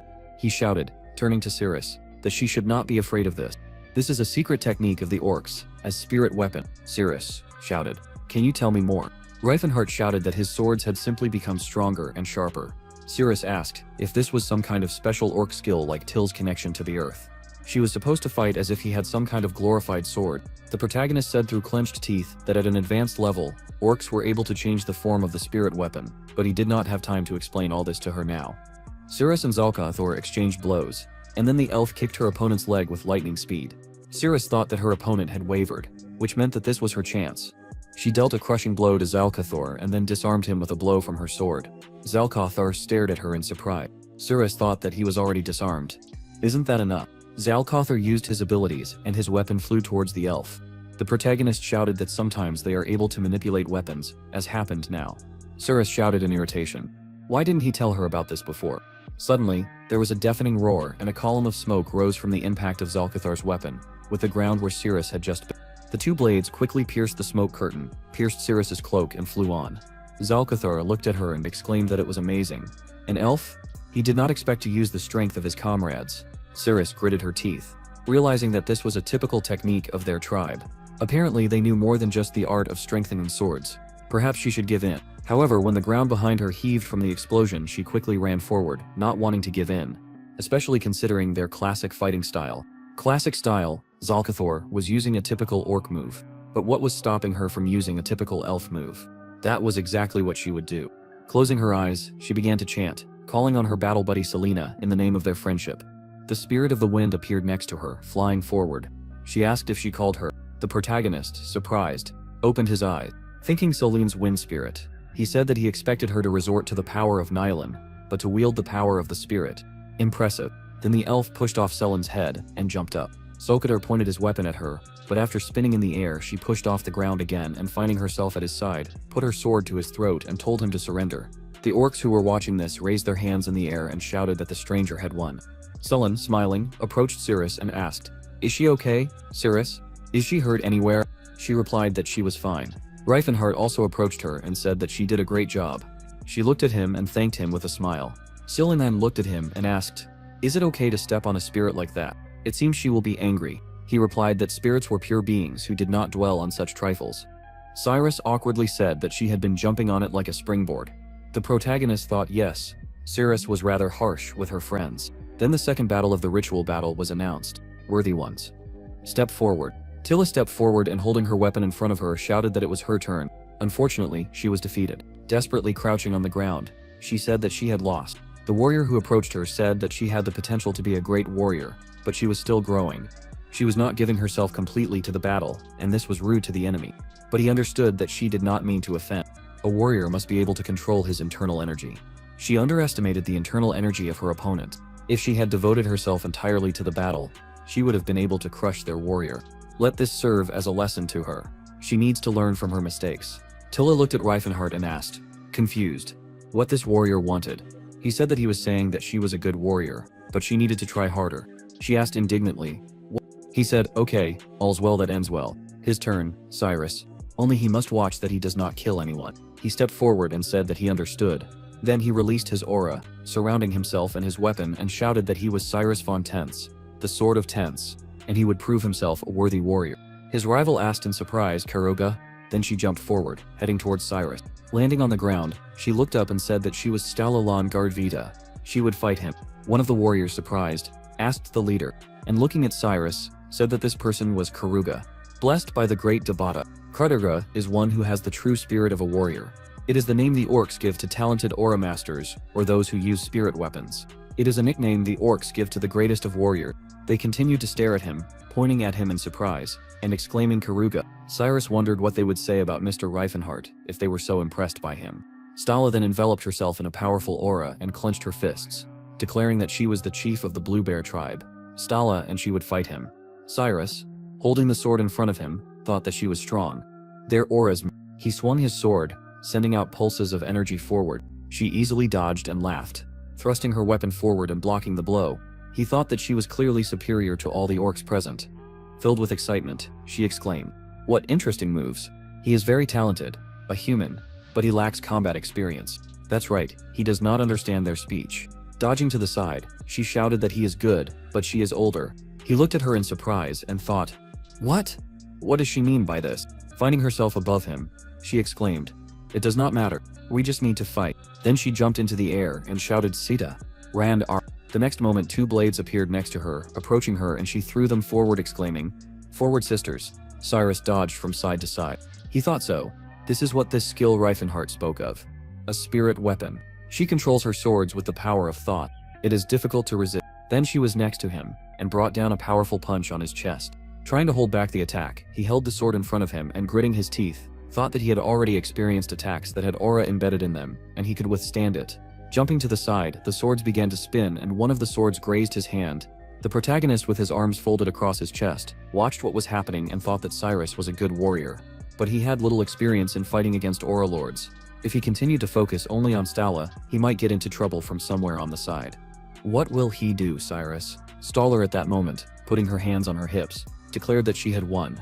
Cyrus turned to her and indignantly shouted that it was not so yet, filling his sword with aura. He thought that he had too little training to use it in real combat, but he hoped that it would work. His eyes lit up with a bright light.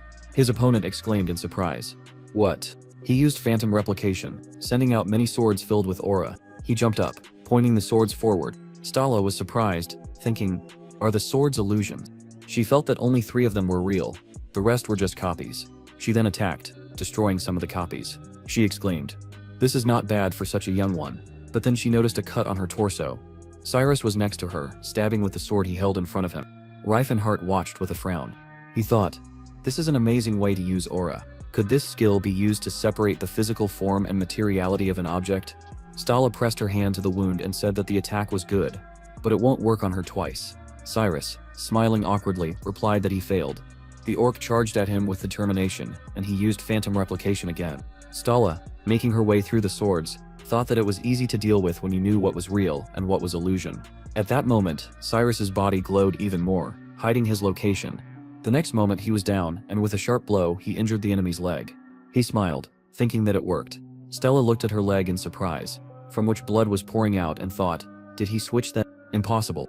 Reifenhart, his mouth open in surprise, thought that Cyrus had already figured out how to use the void sword. This guy really is a genius. Phantom replication is a skill that creates illusions based on aura, breaking the laws of physics.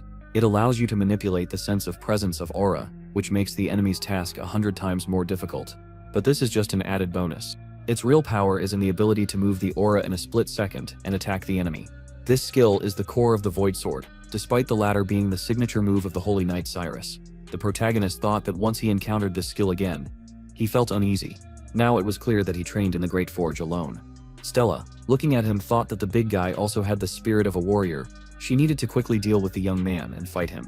Many different blades appeared in front of her, and she shouted that this was fun, but it was time to end. Like birds of prey fly forward her 12 sisters. Then she put her hands forward, pointing the weapons at the enemy. Cyrus screamed in fear.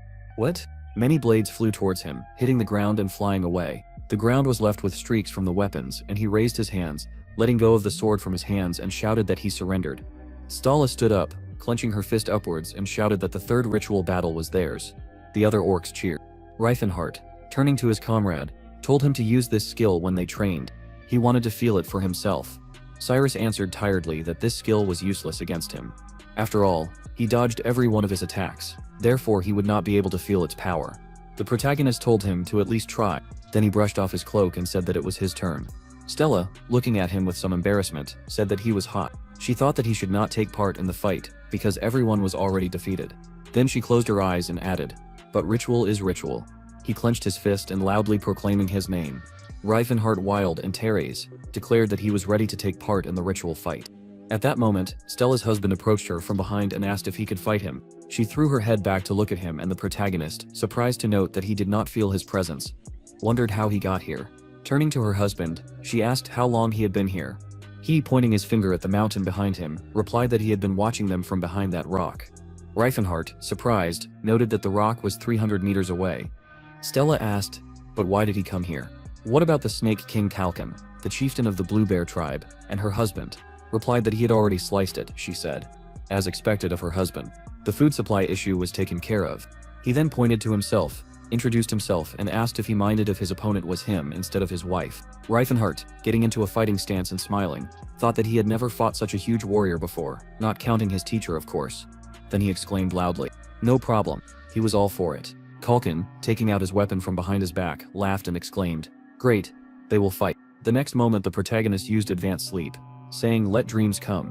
The flow of aura emanating from his finger weakened the opponent, and he fell to the ground, sweetly sleeping. Scylla looked at this and smiled awkwardly, and Cyrus, puzzled, asked, "This is not the end of the battle, right?" Stella, indignantly pointing her finger at the protagonist, exclaimed that a true warrior would not fight like that. He said that she could wake him up. He just wanted to show that he was not only a warrior but also a mage. Then Kalkin opened his eyes, scratching the back of his head, and asked, "Was he really that tired?" His wife said that he was under a spell. He asked in surprise, "That man is a mage." Reincarnates replied that magic is his weapon, just like his body. It would be disrespectful to fight less than full power. The chieftain looked at him and said, In that case, hiding it would be unworthy." Then he thanked him for the respect shown. One of the orcs, pointing at his comrade, asked, "But isn't a spell not a bad thing?" His companion, folding his arms, replied that it was bad to not fight with all the weapons he owned. He said that he did not know that charms were weapons. He thought that it was just cheating, and what was worse, magic or not using it in a ritual fight. He replied that it was difficult to answer. He suggested that they just do as the chieftains. The protagonist stood up again, covering himself with aura, and thought that he could gain their trust earlier than in his past life, thanks to his warrior body. Then he suggested that they continue the ritual fight. His powerful fist collided with the orc's huge sword, and their auras met, causing powerful beams of light. At this time, the orc, looking at the prey, said that this was enough food for some time. Then he looked at his dog and asked why it was looking at him like that. And then he threw the animal a piece of meat and said, "Sneak." After that, he looked to the side and saw powerful bursts of aura. He wondered what kind of glow that was. He should check it out. The battle continued, unabated, and the opponent's powerful auras continued to clash, causing powerful blows. The protagonist, using the Chike bullet technique, dealt devastating blows with his fist, but the orc deftly blocked his attacks, covering himself with his huge sword. Reincarnates, frowning, continued to attack, thinking that his skill was impressive, especially considering the size of the weapon. Although he expected no less from the orc. Then the protagonist used the Chivalet Hail technique, and Kalkin, once again holding his sword in front of him, parried the enemy's powerful attack. The protagonist grinned, thinking, was this enough to prove his right to be called a warrior? After that, he used the spell Let the Dreams Come, advanced sleep, and the magical aura rushed towards the opponent, plunging him into a deep sleep. As he approached him, he was sure that even an orc would not be able to resist magic. But his surprise turned to bewilderment when he saw the huge sword approaching his body. Looking at his sleeping opponent, he wondered, did it not work? Salon, who was watching this, asked with admiration, could he fight even in his sleep? Could all Aura Lords do this? Cyrus, who was standing next to him, noted that this was a good lesson for him. Then he looked at the chieftain and thought that he did not know about the ability of aura to affect reflexes and he should try this method. At this point, Kalkin rose to his feet and asked, did he fall for this again? Reifenhart put his hand forward, thinking that he had never seen anything like this before. However, he supposed that it could not. After all, he cast an antipsychotic charm on all his allies. Then he cast the spell, Freeze like Stone Paralysis, and a magical symbol appeared under the chieftain, locking him in place. It was obvious that Kalkin had no resistance to magic. He had simply automatically entered battle mode, his advanced aura control compensating for his shortcomings.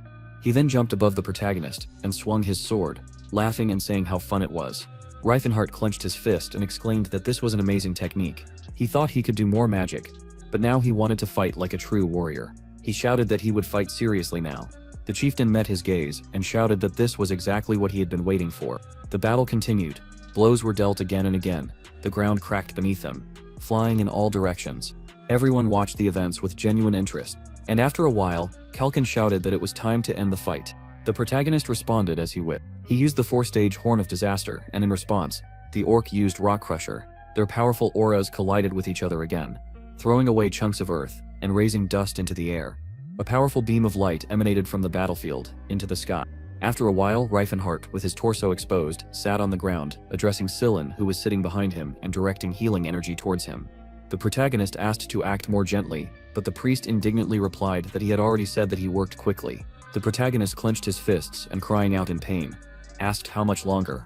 The priest shouted for him to pull himself together. Stala, who was judging their duel, declared it a draw. She exclaimed that their energy reminded her of the twins of the same mother. Tella asked in surprise, was the priest Felinence's treatment really that painful? Sillin looked at her and said that it hurt because his body was still affected by the enemy's aura. The aura, mana, and power of the priest are of different nature. Holy power is not as alien to aura as mana, but they still do not mix well. Then he looked at the chieftain who had come up to them and asked if he wanted to be healed too. The chieftain replied that he was fine and his wounds would heal on their own. Then he turned to Reifenhart and said that he recognized him as a true warrior.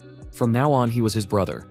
It was an honor to have a brother. They had already crossed swords, so it was time to cross cups too. After a while, gathered around the fire, the orcs joyfully raised their horns filled with drink and shouted toast. Sillin, watching this, awkwardly said that it was probably to relax. Cyrus said that for some reason he felt uncomfortable. Kalkin, holding out the drink, told Reifenhart to drink it.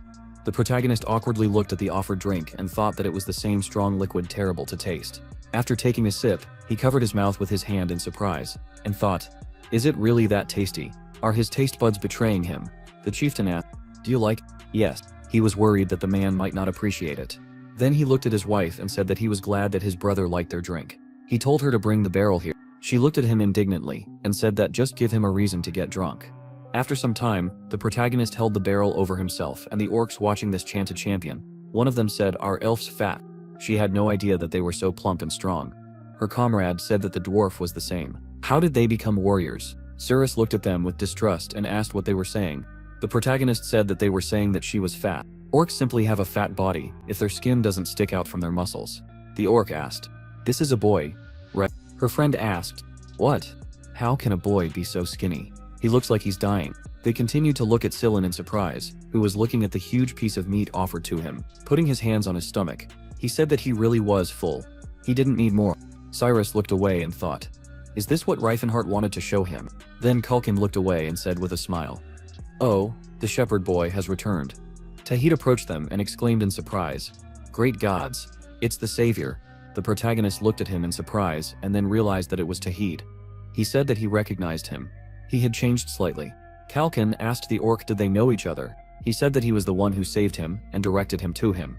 The chieftain, with a smile, he exclaimed, wow, what a coincidence. Then he turned to the protagonist and asked, but what brought him here? He said that he would like to offer him a land more fertile and suitable for life in exchange for their help in one matter. Kalkin, folding his arms over his chest, asked, so, he will really give them land if they fight for him? Reifenhart nodded slightly, confirming that it was so. According to the plan, they were to visit the Viscounty of Gelfane, which bordered the majestic Glothin mountain range. The chieftain, turning to Todd, asked what he would say. After all, he had grown up among humans. The orc in turn noted that not all humans should be trusted, but Reifenhart could be trusted. His savior would not lie. Kelton, Although he knew this, was still worried about the safety of the tribe. Todd suggested that he seek advice from the great weapon makers, believing that their wisdom would be useful in this matter. Soon Grouter, folding his arms over his chest, addressed the warriors and said, "Blessed with the spirit of battle, he greets them." Introducing himself, he said that he was the weapon maker of the Blue Bear tribe. The chieftain announced that their new brother was offering them a new path, and for the good of the tribe they needed his wisdom. After some time, the heroes set off on their way, saddling their horses. Cyrus, looking at the protagonist, noted that the negotiations could be considered successful. The protagonist, looking at him, said that they would hide the children in a safe place and join them later. Then Cyrus turned his attention to Tahid and asked why he went with them right away. The protagonist explained that Tahid was a guide who would bring other orcs to them. He thoughtfully said elves, dwarves, and now an orc. Does he think that he will soon join their squad? The protagonist thought that he had figured it out quickly. A couple of days later, the Royal Road of Termania, one of the central trade routes of the Kingdom of Crovens, witnessed an amazing sight. Several warriors, hiding in the bushes, watched the movement of several carriages. One of them asked only 100 soldiers on guard. He knew, of course, that Prince Jewel was not very bright, but even he should understand the importance of military supplies. His colleague assumed that this was all the prince could afford at the moment. He replied that he expected to see at least 500 soldiers. The warrior noted that they had no resistance to long-range magic, and it seemed that there were no mages among them. His companion, surprised, noted that this was an odd group too weak to guard supplies. He did not even notice any well-built knights among them. They seemed to be only brats, and small ones at that. What was that? An orc?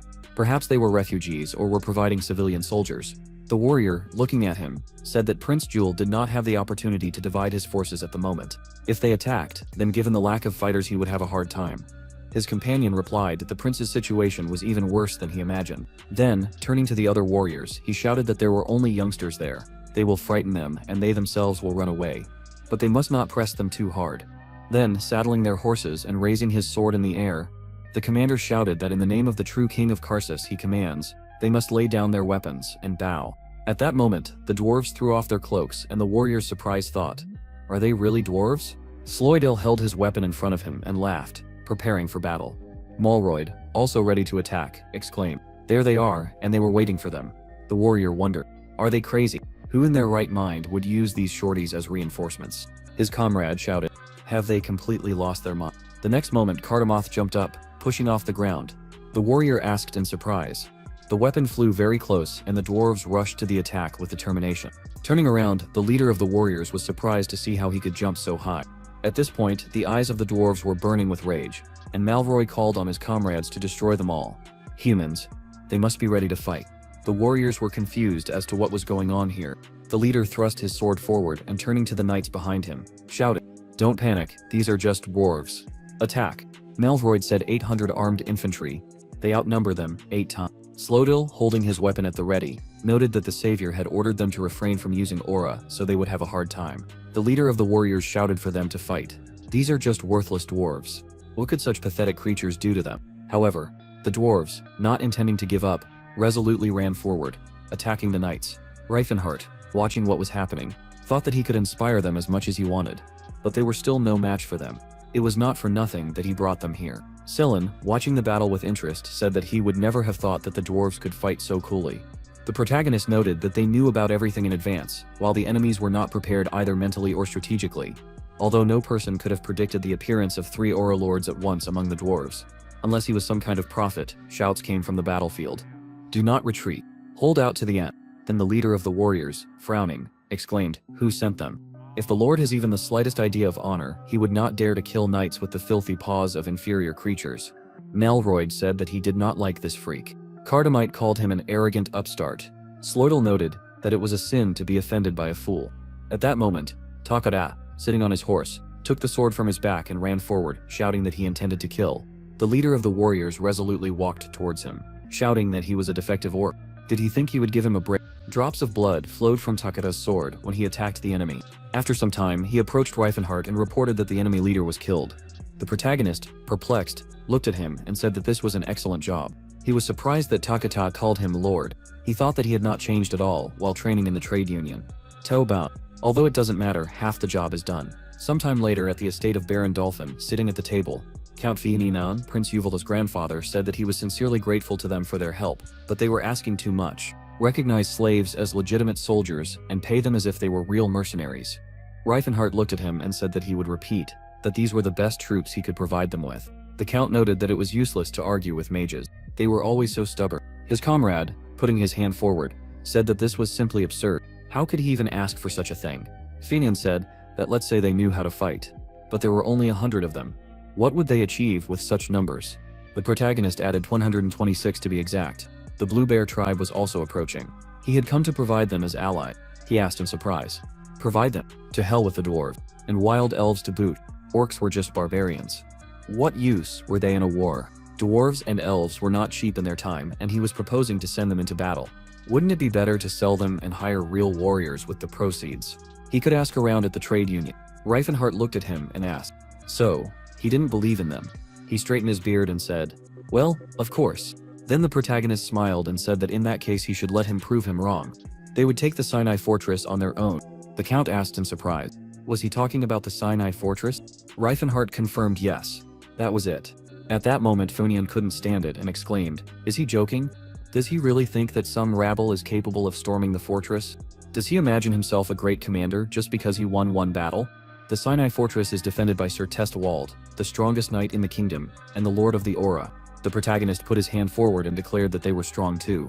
And if he supported them, they would bring victory to Prince Juval. The man sitting at the table frowned and said that this was simply ridiculous. As a mage, he apparently had no idea what a real siege was. At this point, Juval closed his eyes and said enough. He said that he didn't understand why everyone was so tense. What was the problem? The man sitting next to him said that they would be wasting valuable slaves.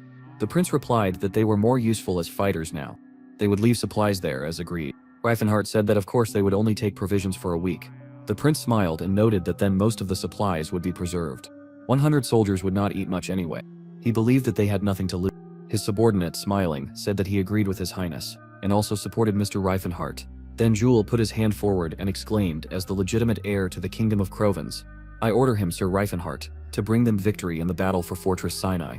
The protagonist bowed and said it will be done. His highness. After a while he approached his comrades and asked, had Tahit already left? Cyrus answered that she and the Dark King were already on their way. Then she asked if the meeting had been a success. He said as expected. Cyrus smiled awkwardly and said 200 against 3,000. But for a successful siege, the number of attackers should be 3 times greater than the number of defenders. The protagonist said that it was not that the Crovens knights were weak. They were simply weak against the fighters of the Great Forge and the Blue Bear tribe. With them were the strongest warriors of both species. They were definitely winning. He looked ahead in admiration and said that they had 6 Aura Lords, not counting him. Quite a unique army. Silan looked at him and said that the opinion of the orcs and dwarves would change after the battle. At that moment, Reifenhart approached them and added, as well as about the elves. He gave them back Elfenheim, and no longer would humans dare to look down on them. After that he put his hand forward, releasing a powerful fiery aura from his hand. A huge fiery creature appeared behind him. Sezalan, throwing his head back, looked at this and exclaimed that it was amazing. The elf said that in time the other elves would also understand that Elfenheim had been reborn. Cirrus, looking at the fiery creature, exclaimed in surprise, my god, what power! At that moment, Jewel approached them and asked what all the noise was about. Phineas said that she wanted to meet the other dwarf. Then, when the dwarf girl approached her relatives to get acquainted, the prince turned to the main character and said that everything went according to plan. But was he confident in his victory? He answered, of course. Although there was still much to prepare. Then the prince looked at the dwarf girl and said that in any case, he was glad to see her happy. Since he shared their beliefs, he trusted him even more than his own subordinates. So, he could act as he saw fit.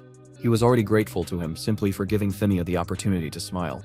Reifenhart said that he would not let him down. A few days later, spring brought the chaos of war to the gates of the Sinai fortress. One of the warriors suddenly shouted that they were under attack. The enemy was advancing. Teswold von Fernando, the Aura Lord of the Kingdom of Crovens, folded his arms and said that he had heard that the fortress was being stormed and had come running at the first call. What did he say? The knight standing behind him said with alarm that he thought it was an attack. Teswold, looking at the warriors, asked if this was really their enemy. There were no people among them, mostly dwarves. The emblem of Prince Juval was visible on their armor. Did he really want to destroy the fortress in this way? It would have been cheaper to hire people.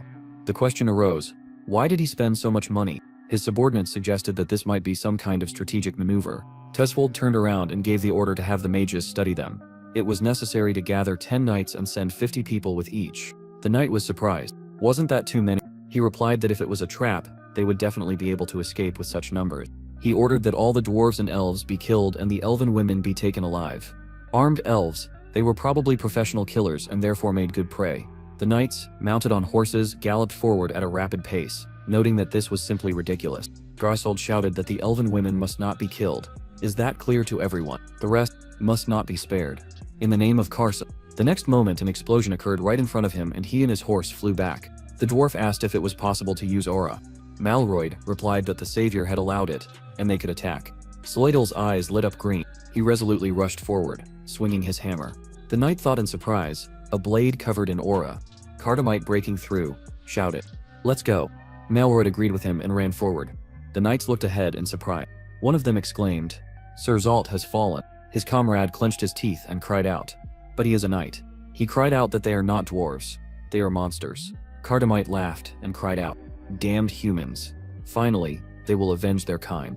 Malroy, attacking another knight, cried out that he has not fought at full strength for a long time. Slokal, swinging his hammer, cried out, "Brothers, they must show them their full power." Watching what was happening, Teswold clenched his teeth, his face covered in sweat, and he said, "Damn it, Aura Lords among the dwarves." The knight asked what they should do. At that moment, a subordinate approached him and said that if there really were Aura Lords among them, then the gate was under threat. Turning to him, he confirmed this and ordered the protective spell to be activated. The next moment, the mages concentrated their power, creating several magical symbols that formed the fortress's barrier. Reifenhart, covering himself with his hand, noted that the magical barrier was of a fairly high level and corresponded to the size of the fortress. Selen, also covering himself from the light, said that they were at a disadvantage. He replied that everything was fine and he expected it to be so. The next moment, the elves began to concentrate their aura, releasing fiery creatures. Teswold shouted indignantly, "What kind of crap is this?" Then he ordered the archers to fire. Several arrows flew forward, but burned in a powerful flame. The knight exclaimed that this looked like spirit magic from ancient books. He shouted, "What is he talking about? Elves cannot control spirit magic. The protective spells of their gates." Cardamite, swinging his weapon again, exclaimed, "Well done, Reifenhart." Then he filled his axe with aura and attacked the gate, cutting it into several pieces. The knight standing inside shouted that the gate had fallen. Demons had entered the fortress. Teswold, sitting on his horse, called out to the knights, standing behind him, the knightly order of Fernando, "Attack." He would fight these creatures and they must occupy the rest of the monsters. The knights, inspired by his call, answered for the king. They would show these creatures who the true knights are. At that moment, Cardamoth the dwarf warrior shouted, "Malroyd, Slidal, protect the others." Malroyd, his comrade, warned him to be careful. "This man has an aura." Teswold, without a second's hesitation, appeared in front of them and, swinging his weapon, said, "Have they forgotten their place? Do they imagine themselves to be the masters of the aura?" Cardamite, without thinking, jumped on him and their weapons clashed, causing a powerful surge of energy. Teswold, amazed, thought what? He thought that he was definitely stronger than him. The dwarf, on the contrary, assessed his opponent. Although he looked younger, humans seemed to develop and learn faster than other species. The warriors watching the battle were scared. What is going on? Not only have the dwarves mastered the aura, but they are not inferior to Sir Teswold. Salan, watching the battle, said it is good that Cardamite is able to withstand Teswold. The protagonist watching the battle said that he does not think that Cardamite will be defeated. However, turning his attention to the elves, he realized that they are already at the limit of their strength. Cyrus asked why they are standing aside. The protagonist replied that this is an exemplary battle for the whole world, revealing the strength of other species. They should not interfere. Cyrus cried out indignantly that the battle would be pointless if they lost. Reifenhart agreed with him. He wondered where the others were. Suddenly, a multitude of orcs appeared on the cliff behind him. He shouted that they were late. Tahid, their leader, apologized. "Forgive me, brother. They were trying to avoid human patrols. That's why they were late." The protagonist, realizing his mistake, pointed to the fortress and shouted that there was no time. They must join the battle. The orc grinned. His eyes lit up and he cried forward, "Warriors of the blue spirit, when our blades cut the skies apart, even axes tear the earth itself. They are the great warriors of the blue spirit. Burning blood will lead them to victory. Unsheath your blades, swing them and smash the skulls of the enemies before you to pieces. Fear until your last heartbeat. May the spirits of battle protect them." The panicking knights screamed in fear, not understanding where the orcs had come from. The monster was growing bigger. "Help!" The knight, turning to them, called for them to gather. They were nothing but worthless monsters. He thought, these savages, what kind of giant swords do they have in their hands? The protagonist, continuing to watch what was happening, said that he was sure that the enemies were in shock. In their lifetime, they had never encountered the unique fighting style of other species. Elves prefer graceful and light blades, dwarves, long and massive. Trolls tend to favor weapons made of natural materials, such as bones and wood. Orcs believe that the bigger and more visible the weapon, the better. Fueled by strength and spirit, it gives enormous destructive power. The soldiers escaping from the approaching threat shouted that these blades were possessed. They asked for help. Selen, covering himself from the blinding light, said that he knew about the strength of the orc warriors, but this fight was too one-sided. Reifenhart, also covering himself, noted that the spirit weapon has many disadvantages. For example, they can divide the army into two groups. While one runs away from the hovering weapons, the other fights the orcs. Ignorance is a terrible thing. The world played a cruel joke not only on other intelligent races but also on people who were also fooled. Kalkin, waving his sword, moved forward and the warriors ran away from him in fear, shouting that this is the aura of the sword. They have won too.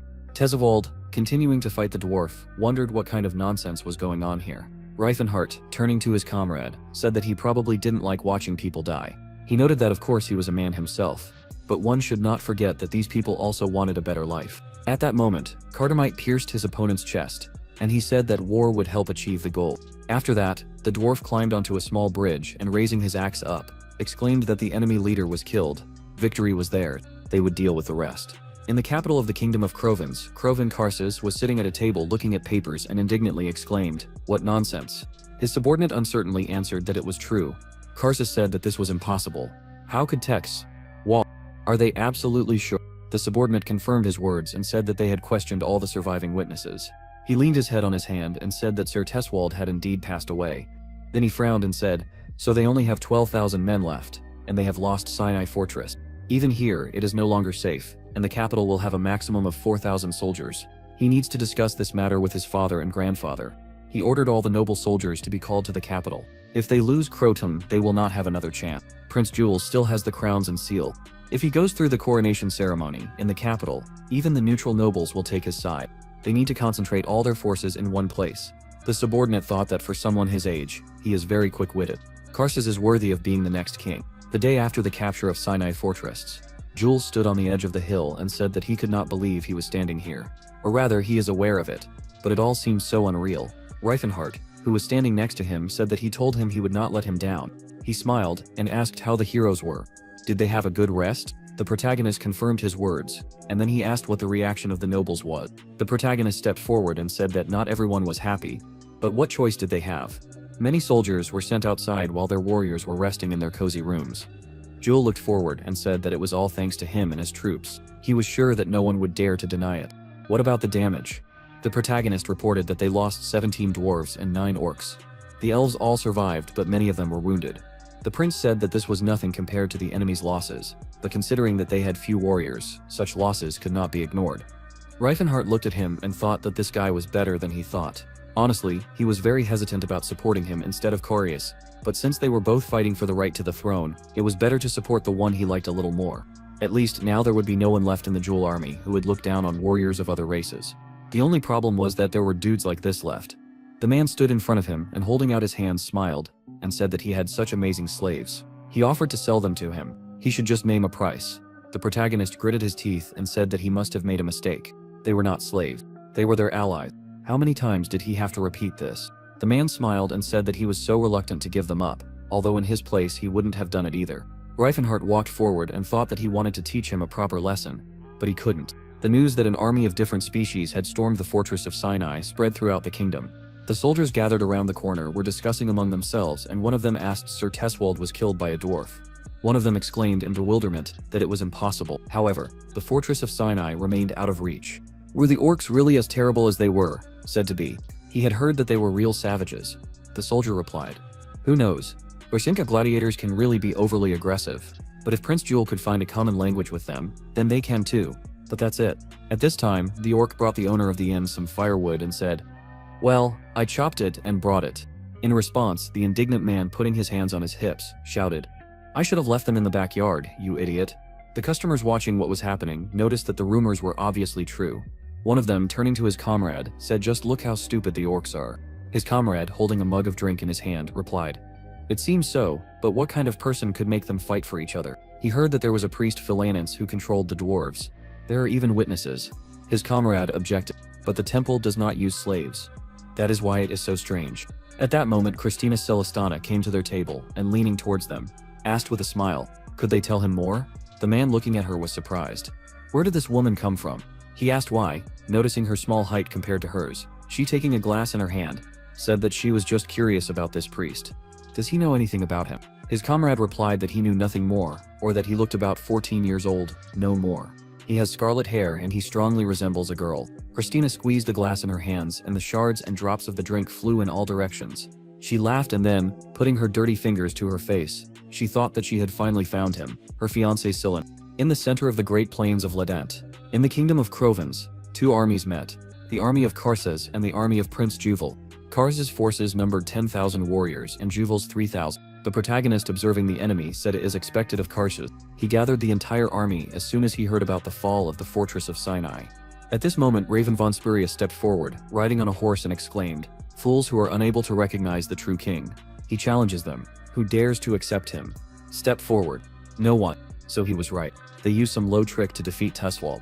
One of the knights proclaimed that this was Sir Spurius, the demonic sword Brozen. Cardamite looked at him and asked if he should fight him.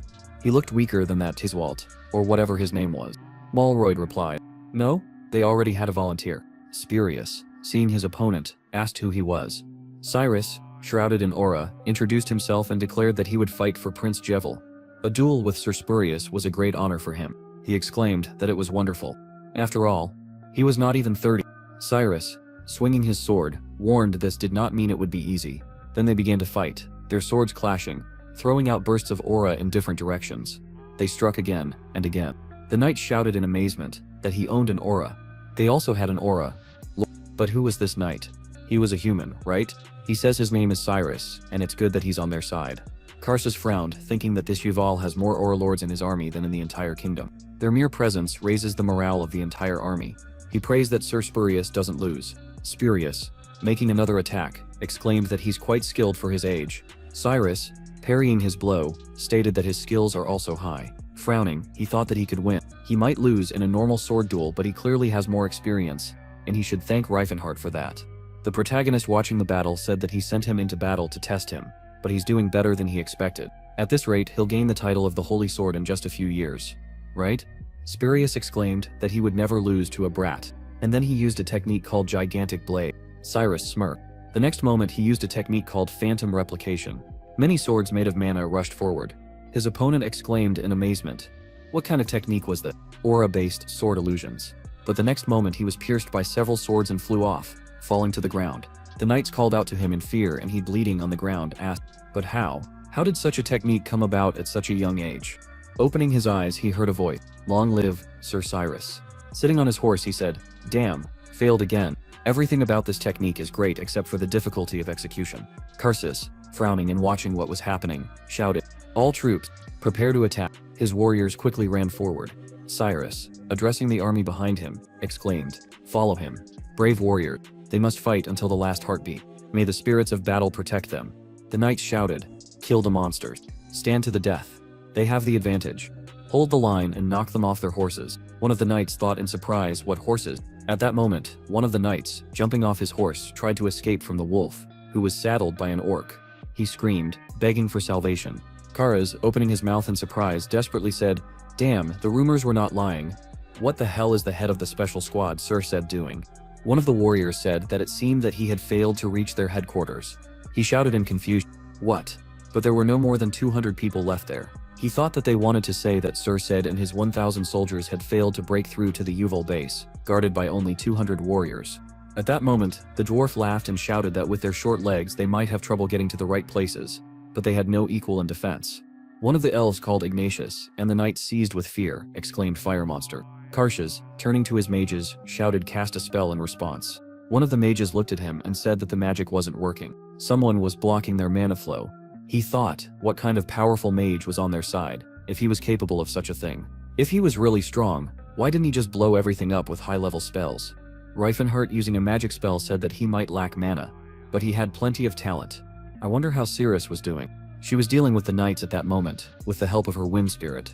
They were screaming in fear that the elven witch was attacking. Karsus desperately clenched his teeth and said that he was giving the order to retreat. Jul raised his sword and exclaimed, "Rejoice! Victory is theirs." This battle, which will somehow leave a mark in the annals under the name of the Battle of the Lid Ant Plains, ended with the victory of Prince Jul County Hendrik near Lid Ant. The townspeople gathered in the street, joyfully greeted Prince Jewel, the true king. He riding forward on his horse, said that only yesterday they sang the praises of the future King Kars. Fianan, who rode next to him, reported that Karsus had settled in Croton and was preparing for another battle. Count Vet and Baron Terzan wished to meet him and swear allegiance to him. The prince smiled and said that they were slippery snakes. Fianan looked at him and said, however, Sir Hartsbergen, Sir Grandyard, and Sir Zeklin were neutral. He asked if he was considering winning them over to his side. He thought that was now possible. The prince asked why. He stroked his beard and said that was also a good question. Jewel thought that he should become a king who cared for his subject. It was the least he could do for the people. County Hendrik. The guards blocked the way with their axes and shouted, "Stop." One of them asked. She was Seer's paladin, wasn't she? Why was she here? He wondered, surprised. What? She is certainly a beauty, but her body is too huge. At that moment, Sillin was doing push-ups. Watching him, Reifenhart said that he needed to rest his arms and move on to squats. Nilan, nicknamed Young Saint by the Yuval soldiers for his recent battle, fought fearlessly on the battlefield and healed the wounded, leaving a lasting impression on everyone. The priest, getting to his feet, said so squat. Reifenhart suggested that Sillin rest and not overexert himself, but he replied that he wanted to pump up his muscles as soon as possible, and was ready for it at any cost. Then, putting his hands on his hips, he asked what Cirrus was doing there. The protagonist, looking away, assumed that she was mending fences with Selena, who demonstratively turned away from her. She begged for forgiveness, saying that back then it was a matter of life and death. They were friends, right? There was no point in arguing. Reifenhart said that he had told her that she would be offended, but the elf replied that she was sure that in a few days everything would be forgotten. The memory of spirits is little better than that of goldfish. He asked if she still called herself their friend. He wondered if she had always been like this. Had she hidden her true nature in her past life? At that moment, a knight approached him and said that a woman wanted to see him. Turning around, he asked in surprise, him. The knight, scratching the back of his head, answered that in fact she wanted to meet the young saint, but he thought that she had come to see him anyway. He asked in what sense. Soon Christina appeared in the living room, bowing her head and putting her hand to her chest. She said that she was glad to meet him, Sir Reifenhart. Then she introduced herself, and the protagonist, looking at her in surprise, thought Tessalin had a little sister. He asked and what brought her to him. At that moment, Sillin peeked out from behind the door and asked who was looking for him. Christina immediately smiled and exclaimed, "Ah, Sillin," he perplexed. Shouted Christina. Approaching him, she said with a radiant smile, "Her love. How long can you run from fate?" He indignantly shouted, "What love?" At that moment, Reifenhart stood between them and, trying to stop Christina, asked what kind of relationship they were in. She was silent for a while, and then smiling said that by the will of the Almighty they were destined for each other. After a while, Sillin nervously and hurriedly began to collect his things, shouting that he urgently needed to run. The protagonist said that he asked her to wait in the living room to calm down. "What's the matter? Are they really engaged?" The priest shouted, "No way." Christina Silas, a Sinna, comes from a famous family in the kingdom of Holy Anne. When she was little, everyone predicted that she would grow up to be a beauty. She really did become quite an attractive woman, only she was almost 2 main tall. Then the prophet of Seer appeared and said that she was the daughter of the Lord himself. She was his sword, and she was destined to become the mother of the great warrior. Soon, fate would bring her together with the man of the sun. In the Holy Order of Seer, she was named a paladin and raised as a warrior. As a swordsman, she went on various missions, and one day the road led her to Vassal. There she met Sillin, her destiny. He took care of the wounded on the battlefield. He was her ideal. She fell in love at first sight, and upon returning to the Holy Order, she made a statement. The oracle's prophecy came true. She had found the father of the future great warrior. The Holy Order was in disarray. Unlike Kristen, most of its members were ordinary people, and would never approve of a marriage between a woman in her 20s and a 12-year-old boy. One of the ministers suggested that she might be mistaken because how could her betrothed be a child? However, Seer sent another oracle who confirmed that it was him. However, the Philinins order made counter-conditions in response to this prophecy. The representative stated that if she could win his love, they would give their blessing. Sillin said that from that moment on, real hell began. The protagonist suggested that this was in fact an arranged marriage, beneficial to both the Philinins order and Seer's order. The priest closed his suitcase and said that it was, but Kristen's obsession was frightening. She followed him everywhere, appearing wherever he stopped. To be honest, he lied when he joined them under the pretext of a pilgrimage. He just hoped that she would leave him alone when she saw them. The protagonist asked if that was why he was so desperately pumping up his muscles. Sillin, locking his suitcase, replied that he had always wanted to be muscular. But after meeting Christina, this desire only intensified. What if she lost interest in him when he became more like other men? Reifenhart said that if it was her height, then it was no obstacle to love. He knew it, but the priest jumped up in fear and exclaimed that it was all because of her personality. She was terrible. Never listened to anyone. She stuck to her guns and that was it. She had already planned out the names of her future children, as well as their entire future lives. She would name her son Stein and he would certainly become a paladin of the order. The daughter would be Ellen, and her fate was predetermined to be that of Saint Cyre. And the father would remain a priest of Falinins. What the hell? Reifenhart said that it really sounded creepy. Then he asked what he said the daughter's name would be. Silen, grabbing the suitcase, repeated Ellen. What difference did it make? The protagonist thought, repeating this name. Suddenly he realized, Silen is the father of Saint Ellen. She said that the evil dwarves who worship the god of darkness also answered for their deeds. Saint Sierra, one of the 5 strongest warriors on the continent, who fought against the demon king Reifenhart. She could even bring the fallen back to life, which was superior to the skills of the high priest Matrelane. In the end, he died at her hand, a nightmare woman from whom he suffered a lot in his past life. She was not just a good fighter. She was able to bless an entire legion, a body of ordinary soldiers of indestructible berserkers. With her magic, even a 3-year-old could slit a knight's throat. If this monster was Silen's daughter, he thought that was serious. The vast majority of Ellen's divine power was created unnaturally, using a spell called the Holy Grail, which was forbidden even in the Holy Order of Sierra. The Holy Grail is a figurative name for the union of a man and a woman who merge in a special barrier. When the fetus is born, it absorbs the lives of its parents and is born, becoming a vessel. In other words, for the Holy Grail to be born, its parents must give up their lives. Then, turning to his companion, the protagonist said that this marriage would be his undoing. He should know that. Silen looked at him and asked, he means that this will put an end to the best days. Yet, the protagonist thought that it was obvious that Silen was the father of that Saint Ellen. And now it made sense that he had not heard of him in his past life, despite all his power. Then he stopped and said that he did not advise him to marry her. The priest asked in despair, was there really anyone on his side? And then he looked at the protagonist and said one way or another he was leaving. That was fun, Sir Reifenhart. The protagonist asked in surprise, where is he going? The knight who was watching said that he thought the young saint was leaving them. His colleague suggested that perhaps he had a falling out with the mage. Silen turned away and said who knows what will happen if he stays. The protagonist said yes, but he thought that Silen was more than just a useful tool for the team. He was more than that. He shared his dreams and was an important part of the team. He then suggested that they discuss it. He didn't think he could get rid of her if he kept running away. She always found him everywhere. The priest asked what else could he do. He couldn't force her out of here, could he? He asked. Was he really leaving him? Silen thought about it and said that he didn't want to, but he was powerless in this situation. He couldn't ask him to go with him in the middle of an important battle. The protagonist asked if he was sure. Maybe he could try to convince her that her pursuit would only deepen his dislike for her.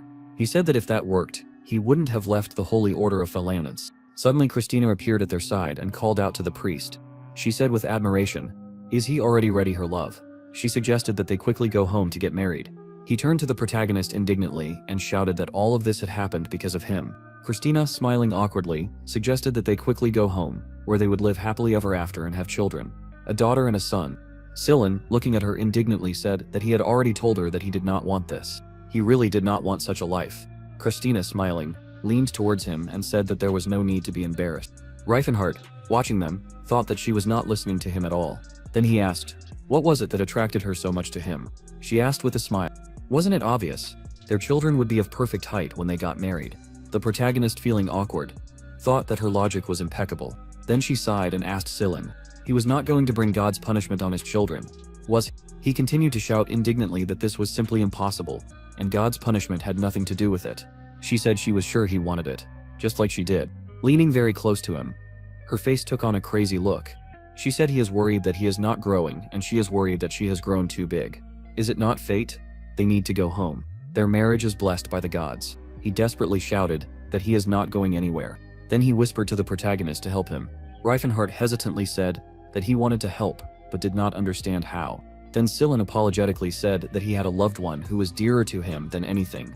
Her eyes widened in horror, and he, taking the protagonist's hand, shouted that he and Reifenhart were dating. So, he cannot accept her feelings. Everyone present looked at them in surprise, and an awkward silence fell.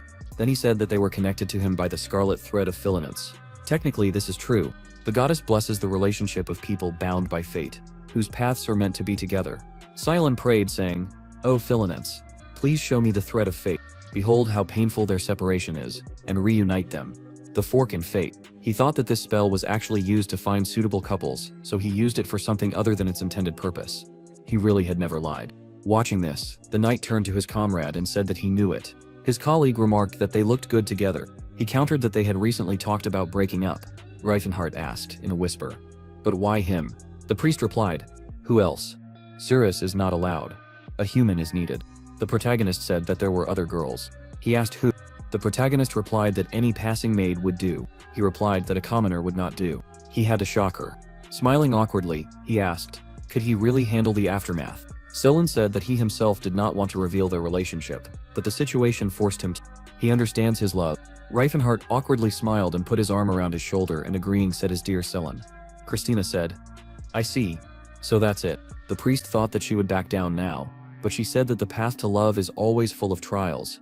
Therefore, in the name of great love, she Christina, the paladin of Seer, challenges him to a duel. Then she took out her sword and pointed it at Reifenhard, and he thought, what the hell? Then he asked a duel. You mean with him? She exclaimed that if he really loved Silen, he should accept the challenge. He answered no. Just why would a knight and a mage engage in a duel? Silen clenched his fists and shouted that he believed in him. He must show the strength of their true love. Turning around, the protagonist asked, does he want him to fight this woman? The priest said that victory will be his anyway, and there is no other way to save him. Cyrus, watching what was happening, said wow. They understand each other without words. Doves indeed. Reifenhard thought no way she should not believe everything she sees. Then Christina, as Seer's paladin, raised her sword in front of her and said that she would leave the right of the first attack to him. They must begin the battle. The protagonist agreed that there was no other way. He thought since he was given the right to attack first, he would simply knock her out and be done with it. Concentrating his energy, he began to cast a spell. La Dante Varas Filarin, lightning, cover the skies with a continuous storm. Crush his enemies. Christina, looking at him, clenched her teeth and thought that he was much more capable than she expected. Then he thought, I'm sorry, but he needs to end this quickly. He extended his hand forward and shouted, lightning storm. A powerful magical energy rushed forward. Thinking that he couldn't kill her, he lowered the power of the spell. He thought that he could knock her out. He then frowned when he saw her blocking his attacks while casting spells. Seer should supplement her sword with his light. The knight exclaimed in surprise. Another Auralor, his comrade, shouted that it wasn't so and that there was something else. She had the divine sword of the Seer paladin. Reifenhard thought that among their ranks, only one paladin out of 10 could use this technique. It seemed that she was stronger than he thought. He then used defense barrier, force shield, void steps, wind throw, air bullet. A powerful energy appeared around him, flying forward. Christina continued to fend off his attacks and exclaimed, does he really think that the paladin Seer can be defeated with such mediocre attacks? Silen called the protagonist and asked why he only used magic. He turned around and asked, what's wrong? He's a mage, that's why he casts spells. The priest clenched his fist and shouted, damn, his life is at stake. Reifenhard thought, okay, he'll have high-ranking magic. After that, he began to cast spells. A shroud of night that covers his eyes. Veil of darkness. Mistakes will catch up with them. Slippery step. Drifting glacier gives birth to the shadow of death. Frost shadow. Christina looked at the magic symbols in front of her in surprise, and then her feet were covered in ice. The protagonist thought that she would need at least 30 seconds to get out of the ice. He put his hands in front of him and said that it was time to wrap it up. She said he left her no choice. She will have to use the power sent to her by Seer. Then she closed her eyes and began to move her legs. The protagonist looked at her in surprise. He thought that she had broken the magical ice with brute force. Then the priest asked Christina, does she have an aura? She smiled and said that unfortunately she was not honored to know this. But the merciful Seer took pity on her and gave her enough power so that she could resist even the Lord of the Aura. Reifenhard exclaimed indignantly. Where did she know this breathing technique from? She said that back in her girlhood, before becoming a servant of Seer, she met an old man who taught her this technique, saying that it would help her grow up healthy. Then she did not understand, but now she knows for sure that it was Seer who brought him to her. The protagonist uncertainly thought, was it by any chance his mentor? What did this old fool do? Christina asked if there was a problem. He thought she was using a special breathing technique that helps strengthen and enlarge the body. He decided that it was not on purpose, because he wanted to leave the girl without male attention. Although he thinks that he did it with good intentions given his love for perfection. Smiling awkwardly, he replied that there was no problem. Everything was fine.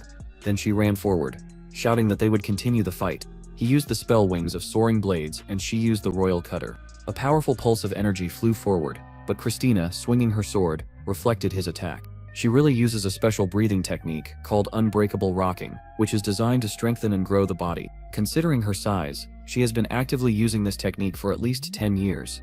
Reifenhard refused it, but Christina on the contrary actively uses it. It means she has great talent. However, if this technique worked on everyone, unbreakable rocking would be golden. There are so many people in the world who have a complex about their short stature. The veins on Christina's face bulged and she frowned, shouting why he didn't give in. He asked in surprise who would deliberately give in a duel. She answered that he, like all magicians, was sarcastic. She was sure that he seduced the innocent Cylon with his snake tongue. The protagonist asked in surprise, what did he say? Running up to him, she shouted that she would show him the power of love. He cried out in embarrassment. What the hell? The power of love? She answered that he was a poor thing and didn't even know that. The next moment, a magical blow pierced her chest, and she flew back. Reifenhart said that he had won and she should give up Cylon right now. Lying on the ground, she raised herself on her hands, her body trembling, and she said that it was so and she really would have to retreat. Then she looked at the priest, apologized and said that she could not tear him away from the clutches of this monster. She was not strong enough. The thought of him torturing his fragile body made her purse her lips, trying to hold back her tears. Cylon clenched his fists and indignantly shouted at her to shut her mouth. They share love with both soul and body, right, Reifenhart? He looked at him in surprise and said that he did not want to share anything with him. The priest whispered that he had stuck to the legend and played along with him. Reifenhart, with tears in his eyes, said yes, his dear fragile Cylon. The priest hugged him and said that he should smile and not cry. At that moment, wiping tears from her eyes, Christina ran in the opposite direction and shouted that she would definitely come back and save him. Cylon, the protagonist asked how he intended to cope with the consequences. He answered that he was sure that everything would work out on its own. The next day, nothing was settled. Fionine stroked his beard and asked, "Is that so, Mr. Reifenhart and the young priest? It's a bit strange, but they look good together, don't you agree? They're like they came out of a painting." For some reason, the rumors were only positive. Cardamoth looked at the man next to him and asked, "Does that mean the savior plays for the other team?" He replied that it seems so. He remembered that there had always been a special atmosphere between them, and the man confirmed this. Zolcathor turned to the Night Hands and asked, "Do they men also have love for each other?" Hans replied that this often happens between knights and cute boys. The orc asked in surprise, "Sweet?" Hans replied, "Cute like girls." Zalkoth. Thor did not understand, and the knight pointing at the priest added, "Well, like that priest." Then the orc said that he understood. Hans asked, "Is his name Zalkothor?" "And his is Han." The orc repeated the names and said happily that he was glad to meet you. Cirrus noticed with a smile that it seemed that the representatives of different species had become closer to each other. They were one step closer to Reifenhart's dream. After a while looking into the room, Cirrus asked why he didn't leave the room. The protagonist, tangled in the blanket with tears in his eyes, shouted that she should ask the priest. He said, "God, nothing will change from him," accusing him. The elf asked, "So what?" Rumors quickly spread because Cylon is very cute. Cyrus thought that he himself does not like being effeminate, so he trains every day. Their eyes met, and they said exactly. Reifenhart got up from the bed and, clenching his fist, exclaimed that from now on he will begin the most hardcore training. He will make a man out of him. The priest happily agreed, and exclaimed that this is all he dreams of. Tahid, looking at them, said that they had become very close. He thought that the rumors would only get stronger. Cyrus agreed with him. He said that, however, any rumors weaken with time. After some time, Juval's army approached the city. The prince shouted, "Traitor Kaisus! He will pay for going against the will of heaven. He must bow before the true king and open the gates." Karsus, standing on top of the wall, exclaimed that this is nonsense. They communicate with monsters and dare to declare the will of heaven. Prince Juval has clearly mixed up with the devil. This is an indelible stain on the history of the kingdom of Crovens. He is ordered to lay down his arms and pay for the stain on the honor of the royal family. The protagonist put his hands on his hips and said, "How much can we talk? We will still have to fight." Then Juval raised his sword and shouted, "Heroes! They must show the true king all their courage. Hold your positions, archers, fire. Raise your shields. They must cast aside their fear and scale the wall. Everyone behind must cover their comrades with their shields. Come on, everyone." His army moved forward with determination. Kalkin, drawing his sword from his back, shouted, "Forward, my love." Stala, riding her wolf, ran alongside him shouting, "She is already coming, my love." Cardamoth, turning to Malroyd, noticed that he was feeling a little sick. Sloidel, looking at the horse beneath him, asked, "Did they really have to ride?" Malroyd replied, "Oh, come on, they look cooler on horses. They just need to be patient." Cyrus, who was running ahead, said, "Right. He is magnificent." "What's the problem?" their opponents shouted. Cyrus. Karsa's thinking said, "Damn, is that it?" Then he raised his hand and ordered to fire. For every monster killed, he promised a reward of 100 gold. Kalkin, raising his sword above his head, exclaimed, "He doesn't think that wearing a tiger skin makes him a tiger. This is ridiculous." Cyrus, moving forward, easily fought off the arrows, and Karsus ordered to throw spears. The next moment, the knights were already throwing spears at their enemies. Malroyd, cutting their weapons, exclaimed, "Well, the arrows have become bigger." But what's the use? Cyrus swung his sword and released powerful energy forward. Watching what was happening from the wall, Spurius thought, "Isn't this Sir Spurius's giant blade? How dare he steal his technique?" Powerful energy destroyed the gates and walls in front of it. The enemy knights ran away screaming that they did not want to die. Kaukan, climbing the wall, exclaimed, "Oh, Cyrus? He's doing great. Well, he's not gonna fall behind." As he climbed up, he jumped above the knights and used a technique called rock crush. The wall beneath him began to crumble. The knights looked on in horror and thought, "Is this the true power of the Aura Lords?" Staller exclaimed that they were magnificent. Reifenhart, turning to her, asked her to destroy the walls in the most spectacular manner, but not to harm their soldiers. She asked what to do, since an action would be shameful. She then took out her weapon and, throwing forward 12 blades, shouted to battle 12 sisters. The weapons pierced the wall and she exclaimed, "Let it speak for itself." After that, the aura on the blades began to grow, and each of them exploded, destroying the wall. Spurius, holding Carus's, exclaimed, "What is this?" Kaukan said in surprise, "Wifey is capable of such a thing." Slowl admired, "What a powerful technique of destruction." Malroy cried out, "Wow, orcs understand architecture too." Cardamoth offered to recruit her for the future. She is capable of breaking down walls during sieges. Cyrus, smiling, said another technique to master, and it seems that it will not even require much practice. Karsus, hiding behind Spurius, said that he did not expect such a turn of events. Therefore, he wanted to avoid a siege attack at all costs. Spurius apologized and said that he could handle a couple of enemies, but they would not win here. It was better to return to the palace. He agreed with him. The next moment, the knight next to him pointed ahead and exclaimed that Prince Jul's army was retreating. Completely absorbed in his thoughts, Karus asked what. He thought they were winning. Why retreat? Hen shouted that he was a traitor. His life was already in Prince Jul's hands. He thought, what was he planning? Hans, looking at the wall, shouted that he was sure Karsus knew that they could easily take the fortress if they wanted. But they did not need the deaths of innocent citizens. If he cared about them at all, he should raise the flag and surrender to them. Karsus gritted his teeth and thought, I see, he wants to make him look like a scoundrel. He asked what kind of dirty games. He wondered, what kind of scoundrel came up with such a devious plan? Reifenhart turned around, smiled and said that Karsus was not one to continue fighting after such an ultimatum. Juval looked at him and said he is truly wise. It seems that victory is theirs. Badon said that they will return to the dungeon Viscount Zedran. They showed them the difference in their strength. He is sure that they will surrender. Bloodshed is of no interest to anyone. Sometime later, sitting at the table, Duke Fernando, turning to his son, asked him to tell them if they have a chance to turn the situation to their advantage. The man said that he does not know what these inferior creatures are thinking, but they really do have power comparable to the Lords of Aura. Karsus asked where did they come from. The man added that they were still too arrogant not to continue the assault on the capital. Perhaps they would gather strength for the next confrontation. He said that it was better not to do that, since they held the seal and the crown. Once they gave them the castle, Prince Jul would be legally crowned, and then they would truly lose. The man put his hand forward and asked if he wanted to ask for support from the kingdom of Chotan, or vassal. Karza looked at him and asked if he wanted to involve other countries as well. He was afraid that then Krovans would be razed to the ground, even if they won. The man frowned and exclaimed that at this rate he would lose everything. There was silence, and Karsus thought that they only cared about themselves. Even his father and grandfather agreed. One of the men clenched his fist and gritted his teeth and said that they should have just sent assassins to this pathetic prince. Karsus looked at him and replied as if they hadn't tried. Fernando looked at Spurius and asked what he would say. He had an aura. Could he handle this task? Spurius folded his arms and said, no matter what his status, he was a blood descendant of his majesty.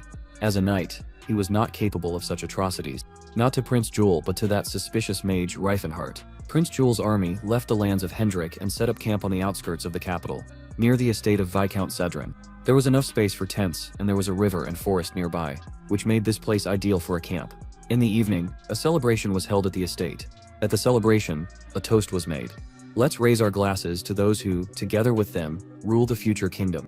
Thanks to them, they win. They must celebrate success to the only king. Everyone joyfully raised their glasses. The protagonist watching the events thought that such entertainment was important to maintain balance with the neutral aristocrats.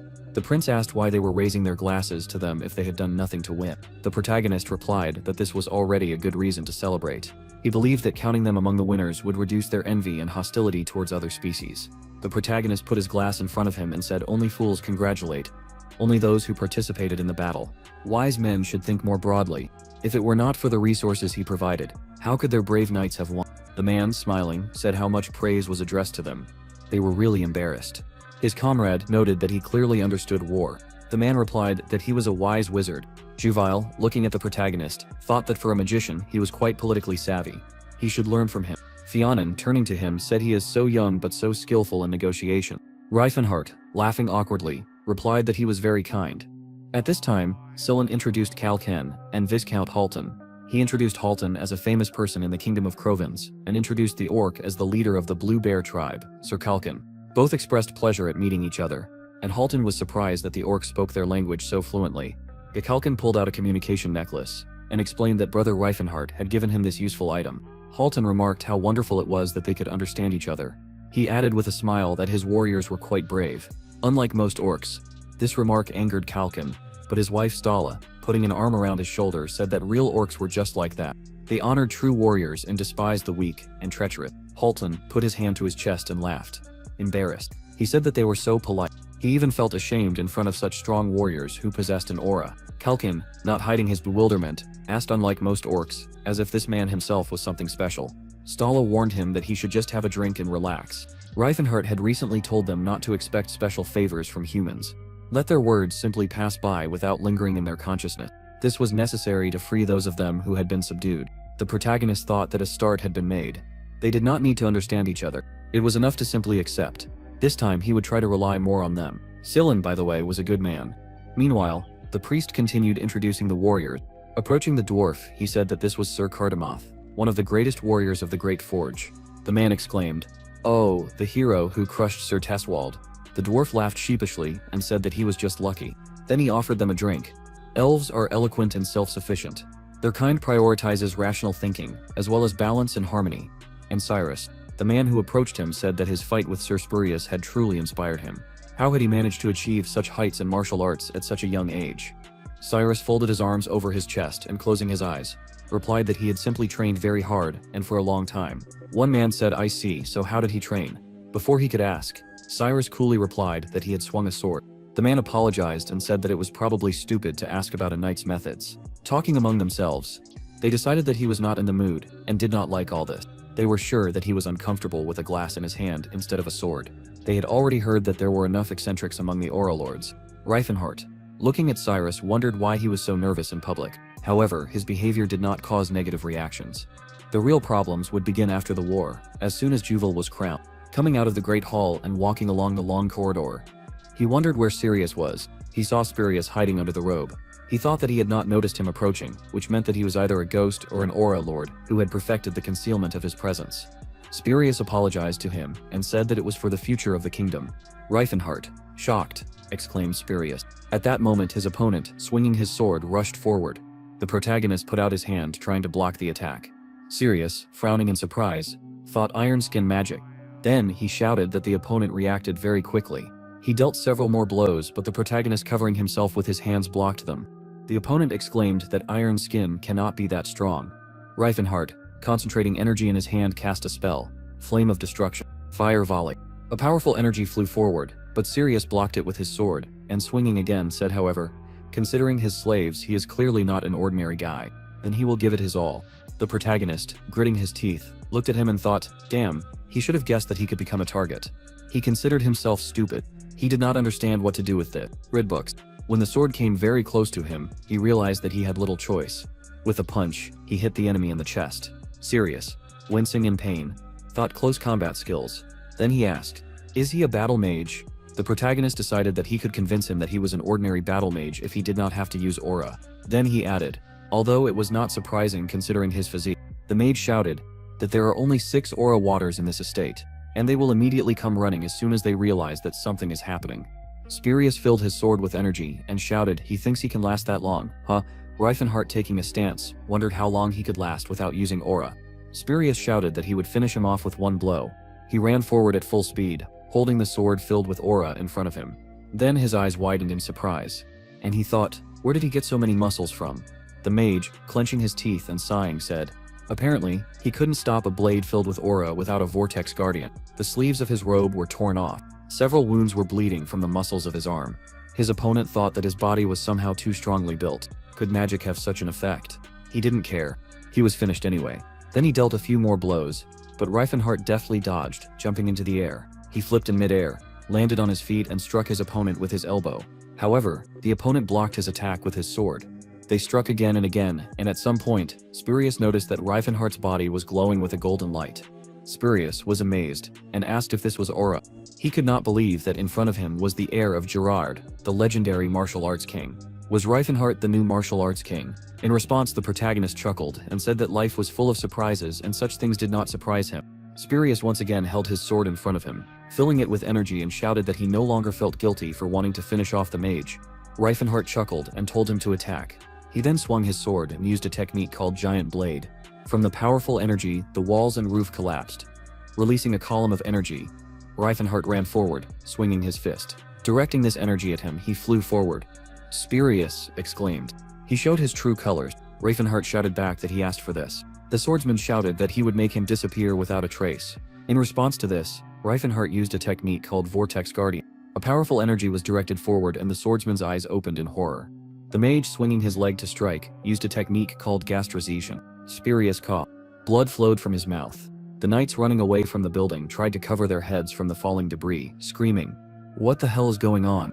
The protagonist then spun in the air and used the technique Salmon Slash, sending his opponent flying. He destroyed the building. Moments later, Spurius lay on the rubble. In despair, he said that it seemed that the assassination attempt had failed. He did not want to die like this. He was the last surviving Karsa's Aura Lord, and if he was gone, the world would plunge into chaos. But the next moment, Reifenhardt dealt a powerful blow, causing blood to gush from the mouths of his opponents. Then the protagonist emerged from the rubble of the building, and the knights, looking at him, exclaimed in surprise. His aura is golden. This color is Gerard. Legends are made about him. This is the king of martial arts. Reifenhardt. Melroyd asked in surprise. No one knew that the savior possessed an aura. Cardamite looked at him and said that he was going to hide his identity. He asked, really? He thought that he just wanted to hide his muscles. Juval opened his mouth in surprise and asked, so, he is the king of martial arts. The dwarf shouted that the disciple of the indestructible rocking chair is not just an aura lord for them. There is no place for weaklings. The protagonist smiled awkwardly and thought that this was for sure. If he was weak, the indestructible Jim would make a cutlet out of the student. The knights, raising their fists up, enthusiastically chanted the king. He thought he knew how they would react. That's why he kept it a secret. But what can you do now? The news of Sir Spurius' death quickly reached the capital. One of the knights said that it turned out that Sir Spurius was killed by the king of martial arts. Well, at least he didn't die the most shameful death. Unlike Sir Teswold, to be nailed by a runt.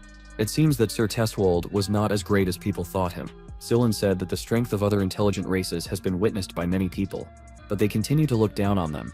Reifenhardt, looking ahead, said that they simply refuse to acknowledge that's the thing. It's a little different from being dismissive. All in all, it's not bad. In Cortin, the walls had not yet been rebuilt after the last battle, so Prince Jewel entered the city with ease. The Karso's army decided to sit tight in the castle. Jewel, looking at the gate in front of him, said that he never thought he would see this gate again, but he was confused. They hadn't surrendered even after 3 days. He hadn't expected that from Karsa's, considering his character. Reifenhardt assumed that it was the decision of his confidants. They had obeyed him while he was winning, but now the situation had changed. Finan, lost in thought, assumed that they were attacking. The protagonist dismounted from his horse and declared that he would meet them himself. The count, surprised, asked, "Really?" Silon, who hadn't expected such a direct approach, assumed that he wouldn't want to face them head-on. The mage countered, "What's the point of hiding after everyone knew who he was?" However, there was no need for that in the first place. As he approached the gate, the knights cheered him on, shouting the king of martial arts. "He has come to fight." The knight standing on the wall put his hand out to his side and, turning to his subordinates, called on them not to be afraid. He is only a man, nothing more. Archers fire. Many arrows flew at the protagonist, but the arrows bounced off his body and he said that he did not even feel it. Then the opponents launched catapults, to which he noted that it was felt very little. Then they used fire arrows. With a wave of his hand, he extinguished the fire on his clothes, and then the opponents used water. He said that it was refreshing. The knight screamed, "What the hell is this? It's a real monster." Reifenhardt, concentrating energy in his fist, shouted. He asks those who value their lives to move away from the gate. The members of his army cried out, "Forward, king." Watching them out of the corner of his eye, he thought, damn, he is doing the same thing as in his past life. But why are people's reactions so different? 2 days ago, several men were talking among themselves, and one of them asked, "So that mysterious sage turned out to be a martial king?" His comrade replied that it was no wonder he had gathered so many strong followers. He replied, "So these orcs were personally selected by the king of martial arts?" He said that he thought he planned to raise their level of development to human levels. The man remarked that perhaps they were very different from the slaves they were used to. He even envied the dwarves. They were lucky with their teacher. Reifenhart said that he did not understand anything. When he was the king of demons, they said that the slaves simply went over to the side of darkness that gave them strength. Sasuren, looking at him then, said that people have always treated warriors and magicians differently. Anyone can become a warrior, and anyone can easily start swinging a sword. But magic is available only to a limited circle. Ordinary people cannot even pretend to be a magician. That is why the king of demons seems more frightening, because he is a magician, and magic is an incomprehensible thing. But a warrior who pave his way with the most ordinary fists is easier to look up to. He asked, did she mean that his impenetrable flesh seemed more realistic to people than magic? Then, in battle, he could afford anything. She looked at him with a smile and said that it was like the martial arts king Reifenhart. Mana is a power that only a select few possess, but everyone has muscles and fists. Everyone recognizes the aura. With these fists, he used a technique called the 4-stage rock of disaster, destroying the gate in front of him. He thought that he would make people look at him with admiration, but instead they looked at him with horror. Then the order sounded. Everyone attacked. They must follow the martial arts king and not be afraid of traitors. The opposing knight raised his sword and shouted, if they die, then as knights with honor for Karsus, they must show their loyalty. The next moment, several knights were torn apart by orc wolves. The knight shouted his king, carry on their will. A few moments later, the protagonist shouted that the winner had already been decided. They had to stop their senseless resistance, and then they would have mercy on them. At that moment in the main hall, Karsus stood in the center of the room, holding his sword in his hands. Jewel opened the doors, walked inside, and said that it was over. His opponent chuckled and said that they had not seen each other for a long time. Reifenhart frowned and wondered if he had looked like this in his previous life. Jewel then asked where the others were. Kars replied that his father and grandfather had been evacuated. He would not allow his family to fall. Fianan said that they had already been declared traitors. There was no place for them in the kingdom. He replied that they would move to Chatan. They might not be as influential as before, but at least their mouths would not be open to lies. That was enough for him. He said that they had fled to Chatan, like Teslan from the kingdom of Tikan. Jewel asked the enemy why he had not gone with them. He asked him what he thought. He said that he understood that if he had fled, the war would have continued. He had decided that it was better to die than to be their little dog, with a crown on his head. Then he thought, did he really care more about people than about himself? He was his enemy, but that made him uneasy. Then he said that he would then put an end to it, as he would. Karsus held his sword in front of him and said that contrary to rumors, he was quite sensitive and which of them would kill him. Jewel covered himself with his shield and said that he was certainly a traitor, but still a descendant of royal blood. Only he could take his life. Finan looked at him in surprise and asked what he was saying. He said that he knew that he was not his cousin's equal, but he wanted to show that he at least had the courage worthy of a king. Then he turned to the protagonist and said, it's good that he has the Lord of Aura behind him. He asked him to intervene if necessary. Then Karsus smirked and told him to attack. Cheval quickly ran forward. Their swords crossed. Sparks flew from their swords, creating a whirlwind of glittering blades in the air. Karsus, parrying another attack, exclaimed that he was told that he skipped fencing lessons to date his dwarf. Did he really hide his skills all this time? The prince responded with dignity that this was not so.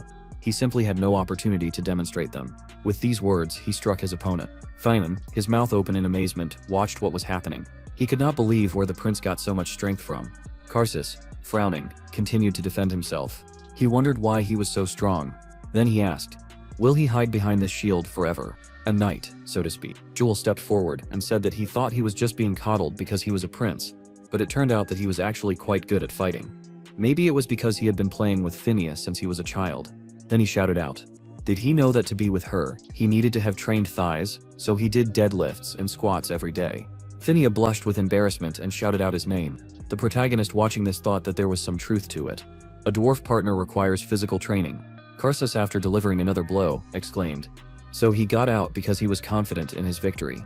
Well, confidence alone is not enough. How can you become a knight for such a ridiculous reason?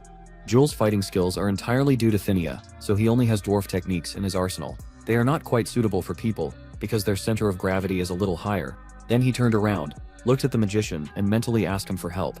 He agreed with him and, running forward, shouted that the prince was in danger. Karsus exclaimed indignantly. He was going to interfere in a sacred duel. This is how a noble and honest king of martial arts acts. Reifenhart elbowed his sword and, smirking, said that in the indestructible gym they didn't give a damn about honor. His opponent, trying to resist, desperately said, damn. The protagonist swung his fist and a bright flash of light occurred. Everyone present closed their eyes, trying to cover themselves from the bright light. And a few moments later, when the light died down, They saw that the magician was standing alone, looking at the hole in the wall. In his hand he held the head of his opponent and putting it forward, shouted that he tore off the head of the traitor Karsus. The prince looked at him in surprise and then his gaze became serious. After that he looked at the ring in his hands and ordered the traitor's head to be hung up for censure. After a while he put on his crown. Phinia joyfully shouted, "Long live the king." The people present knelt down and joyfully chanted, "Long live the king." Thus the kingdom of Crovens had a new king, Jewel II. News of the end of the civil war in Crovens spread quickly. Upon hearing this, the people could not hide their shock, as everyone expected Jewel to be defeated. At the same time, a new hero appeared on the scene. The martial arts king Reifenhart, famous for defeating the Golden Knight of Grime. He came to the kingdom of Crovens with an army of representatives of different intelligent races, and helped the country win the war. The people were amazed. Many of them did not believe that enslaved species could fight so effectively. News of Reifenhart reached Teslan, who was in the kingdom of Grime at that time. Sitting at the table, he slammed his hand down on the papers in anger and shouted, "Damn Demon King." He had regained too much power. Then he remembered that Reifenhart had killed the great ruler of Karsus, one of the most reliable and wise men he had ever known. Pathetic coward. He wondered if he had really decided to get rid of his enemies before they could cross him. At that moment, the door to his office burst open. Eustace, passing inside, shouted, had he heard the news. Cyrus did not die, and even became famous for defeating Sir Spurius. Stefan added that he had heard rumors about him too. Eustace shouted that he was on Riffenhart's side. Damn traitor. If he had a drop of honor, he would have returned and begged for forgiveness. Stefan shouted indignantly. What else to expect from a bastard? Teslan looked at them from under his brows and remembered that he himself accused Cyrus of treason. Although he had wounded him, this guy could have gone the other way. But as long as their enemy is Reifenhart, Teslan has no one else to rely on. He asked Stefan if he was used to the berserker armor. He answered, of course. All that remains is to test it in battle. Then Teslan said that the time had come. Eustace grinned and asked if they could go. Teslan frowned and replied, yes, it was time to finish off Reifenhart. After some time in the capital of Croton, a man said that he did not think it was a good idea. He admitted that Reifenhart had contributed greatly to the victory, but to give him autonomous territories, someone argued that without him, they would not have won. He simply came and did everything for them. The man confirmed his words and said that granting him Gelfin and bestowing the title of Count was not even enough. Did they not think so? His colleague replied that it was still too generous a gift. Juval, looking at those present, asked, what were they proposing? Just handing over the estate? They did not have much land to bestow. They could not take it from others worthy rewards. Considering his merits, even the entire Duchy of Fernando would not be enough for him. Then he looked at one of the men and thought that he immediately shut his mouth as soon as his land was mentioned. Then he asked, are there any more objections? After that he rose from his throne and announced that Sir Reifenhart would be rewarded with the title of Earl, as well as his own independent land holdings. His territory will be called Antares. Thus a new county was formed within the kingdom of Crovens. Such was the birth of Antares, the former lands of Viscount Gelfane, now the county of Antares. The castle, in a room filled with bright light, Karses, lying on the bed, opened his eyes. Raising himself, he looked out the window and asked himself in surprise what happened. He clearly remembered how he fought with the king of martial arts, Reifenhart. At that moment, Tilla entered the room and asked, is he awake? Karses turned his gaze to her and asked, is she? Smiling, holding a tray in her hand, she greeted him and said that she was a member of Mr. Reifenhart's squad. He thought in surprise, is she a dwarf? Then he asked, what happened? Wasn't he dead? Tilla replied that they were very worried that he hadn't woken up for so long. She put the tray on the dresser next to the bed and said, yes, Mr. Reifenhart is very strong to knock a man out for almost 2 days. Karses asked, did he spare him? But Prince Joel would not have allowed that. She confirmed that it was so for the people. His head was hung in the central square of Croton. It seemed that they had torn it off a corpse that looked like him and dyed the hair. He lowered his gaze and said, I see. So Joel doesn't know that he is alive. Then he thoughtfully put his fingers to his chin and asked, but how did he do it? Oh yes, that flash of light. A trick often used by traveling magicians. Tilla, looking at him, smiled awkwardly and thought that he understood everything quickly. Then she said that there was a secret passage under the sacred hall, from which the head was replaced, and then Mr. Reifenhart destroyed it so as not to leave any evidence. He asked in surprise, but how did they know about the secret passage known only to members of the royal family? Tilla answered that they simply saw it. Dwarves are much more knowledgeable about the architecture of structures than humans. Karses wondered why the king of martial arts spared his life. Then he asked, is he planning a rebellion against Truvol? Wants to overthrow the nobles? Is this another conspiracy? Tilla answered that he said that he felt sorry for him. He asked in amazement, what? She said that he was allegedly not smart enough to kill. Then she walked to the exit and told him to rest. He extended his hand to her and asked her to stop, and then asked what is going on here. To the west of the Gluten Mountains there used to be a land called Gelfane. Now it is the county of Antares, still too small to be called a country. After some time, Cyrus approached the main character and congratulated him with a smile, saying that he was now the king of an entire country. He looked at him and said that he himself was now wallowing in luxury. Cyrus agreed with him and added that he was not a king, after all. Reincarnates closed his eyes and said that this wasn't even a country yet. His comrade asked what was stopping them from expanding. He didn't think anyone would dare object if he asked for a couple more baronies nearby. The king of martial arts looked at him and replied that then their independence seemed to be under threat. Right now, the size of the territory was not as important as its autonomy. New lands could be conquered later. He knew how it was, didn't he? Then the worker said that the dwarves were waiting in the reception hall. Reinhardt looked at his comrade and suggested that they go through. Then they went out to the dwarves, who knelt down and lowered their heads. The dwarf who sat in front said that they were greeting their master. The protagonist thought that these must be the former slaves of Gelfane. He assured them that they could rest easy. They were free now. If they wanted, they could leave at any time or stay here. However, the rights to the mines were now his, although he could rent them out so that they could use them as well. He thought that true freedom would require effort. He said that the mines would remain under their management. They could continue to work to pay the rent. The dwarves looked up at him in amazement, not believing their ears. He added that if they made enough money, they could buy the mine from him. Also, if they wished, he would grant them a 360-month payment plan. In return, he asked for a monopoly on the equipment they produced. The dwarf said that he was truly their savior. Thank you again. Reinhardt smiled and thought that this was only a small plot of land compared to what he had in his past life. But they had started small too, even in more modest circumstances. After some time, the representatives of the races gathered around the negotiating table. The protagonist said that he would divide the lands between them. Pointing his finger at the map, he declared that from here to here would be the territory of the Blue Bear tribe. Relhard extended his hand and noted that this area was not part of the lands of Antares. Reinhardt replied that it was not considered the land of Crovens either. He raised his index finger and said that officially, the Gluten Mountains did not belong to any country.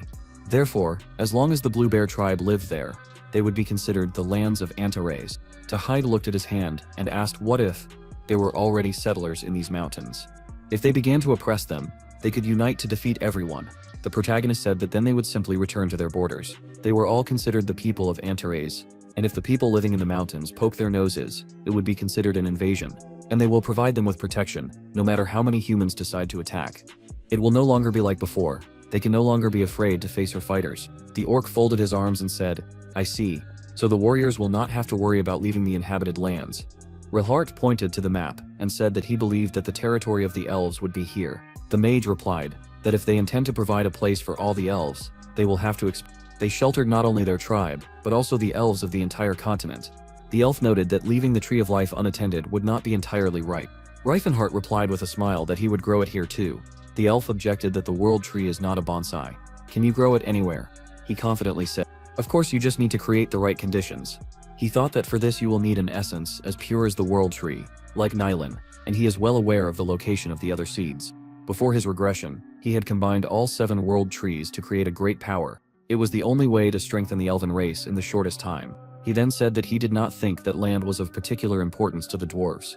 Given their penchant for underground living, the dwarf replied that this might be a problem if their numbers increased. But for now it was not.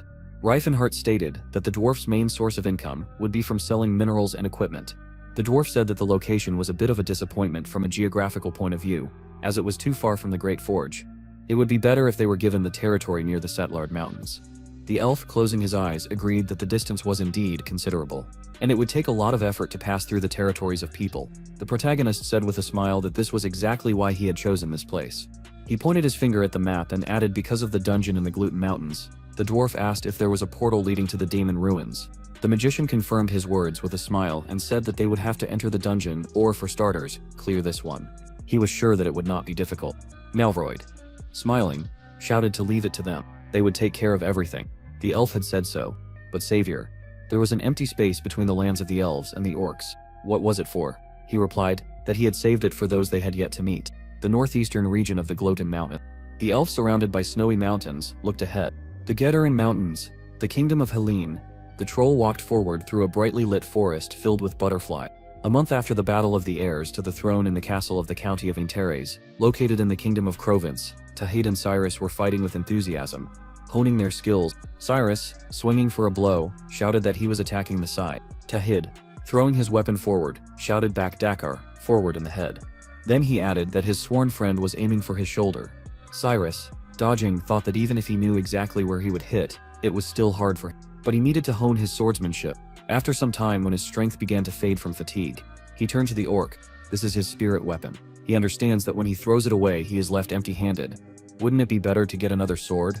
Tahid replied that he has nothing against his faithful friend, who has accompanied him all his life, and he proposes to betray it and get a new one. Cyrus noticed that Zulqadar had a pair of swords. The orc slung the weapon over his back and said that he was lucky to have two friends and he had no intention of making another sworn friend. He fell to the ground and sighed heavily, saying how confusing everything was. Then a wolf resting nearby yawned loudly, drawing his attention to him. He said that this guy was completely different off the battlefield. Tahit said, "What a lazy person." He turned to his comrade and asked him to show him the aura sword again. Cyrus, looking up at him, asked the aura sword. The orc said that he thought he needed more time to receive the blessing of the warrior spirit. Cyrus charged the sword with energy and suggested that the wait might be longer. Tahid said that he thought he would make it before his first 10-year anniversary. Cyrus thought right. Tahid was only 9 years old. Looking at him, he asked why he was frowning. In human age, they were the same age.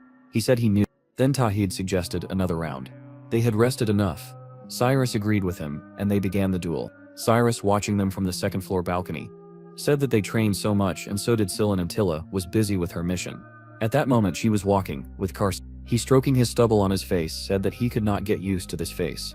She said that he would have to do so if he did not want to reveal his identity. If His Majesty Juval or anyone else found out, it would create many difficulties, including for Mr. Reifenhart. He said that he knew and she could believe that he was not complaining about his magical skills. Then he looked ahead and said that the weather was fine, she said. But it was summer. Then he asked if she was tired of constantly watching him. She said that she was sure that she was the second in the castle, who was the least loaded. He asked who was the first. She answered that someone was still sleeping, despite the fact that the sun was already at its zenith. At this time, the protagonist was enjoying sleep in his bed. Cyrus, his faithful companion, came up to him and said with slight irony that if he slept so much, then she was afraid that he would gain weight. The hero, turning over on the bed, smiled and remarked that it would be nice to gain weight, spending a couple of days in a row in bed. Cyrus, outraged by his irresponsibility, exclaimed, "Get up." The hero, raising himself on his hands and sleepily looking at her, thought that she had rejected him, but was lecturing him exactly like in his past life. Pointing to the table, she said that breakfast was ready and he should at least drink tea if he had no appetite. Reifenhart, running up to the table, gratefully said, "Certainly. Thank you." Looking at the food, he asked in surprise, "Did she cook it herself?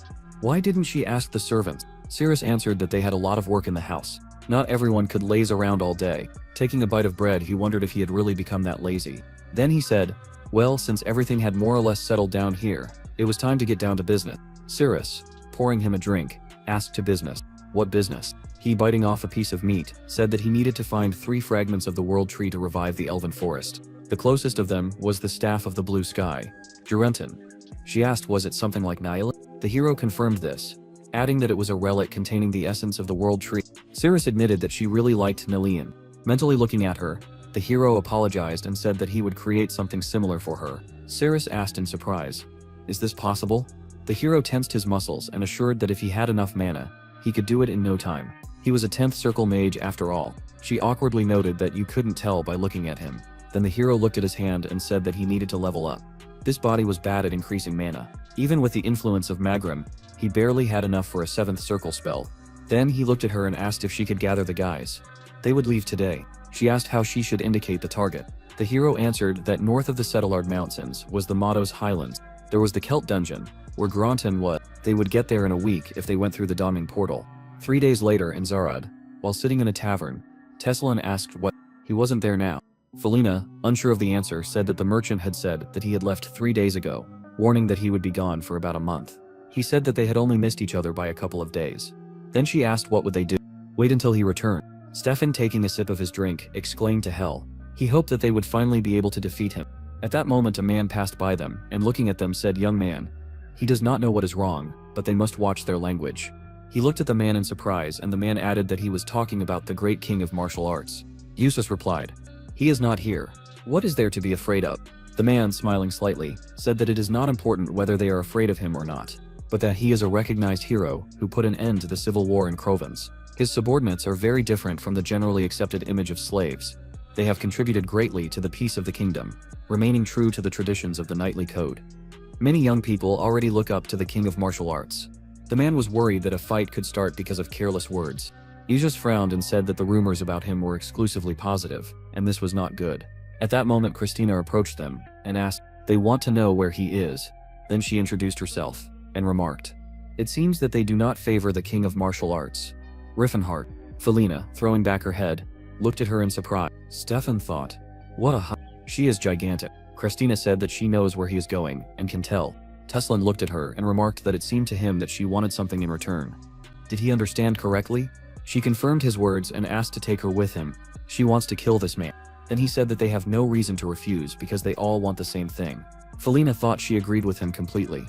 8 days after leaving Antares in the southern part of the Settlard Mountains, in the center of the Celt dungeon, Cyrus, with his weapons at his sides, ran at the monster and shouted that this was his weak spot. His move Tahid. The orc ran after him and shouted that he understood and was coming from the left. Then the monster cast a spell, releasing a powerful ball of energy forward. Tahid dodged and said that it was expected. Cyrus, pressing himself to the floor, noted, "They have a good sense of distance, right?" Selling watching them said that they were doing well without them. The protagonist replied, "Well, they know the patterns of attacks." Cyrus, looking at the artifact, exclaimed, "What a beautiful artifact." Reifenhart agreed with her and asked to put it in the bottomless bag. Cyrus shouted for them to stop looting while they were fighting the next moment. Notifications appeared demanding attention. The protagonist shouted, "Cyrus, Tahid, the time has come, now transforming into the second phase. They must be ready." The system window said that the current security level was unsatisfactory. Transition to phase 2. The chains on the monster broke. Cyrus exclaimed with a smile that this was amazing. He was right as always. Then he thought that the master said that it was the teacher who taught him everything, that the supposedly fighting King Gerard was an expert on dungeons. But he had too much accurate information. Who was he anyway? The protagonist concentrated energy in his hands and said okay, he will try to cut off the flow of mana. Then he used the power line cut off. While casting a spell, he became the master of mana. He went against the outflow to cut off the enemy's pulse.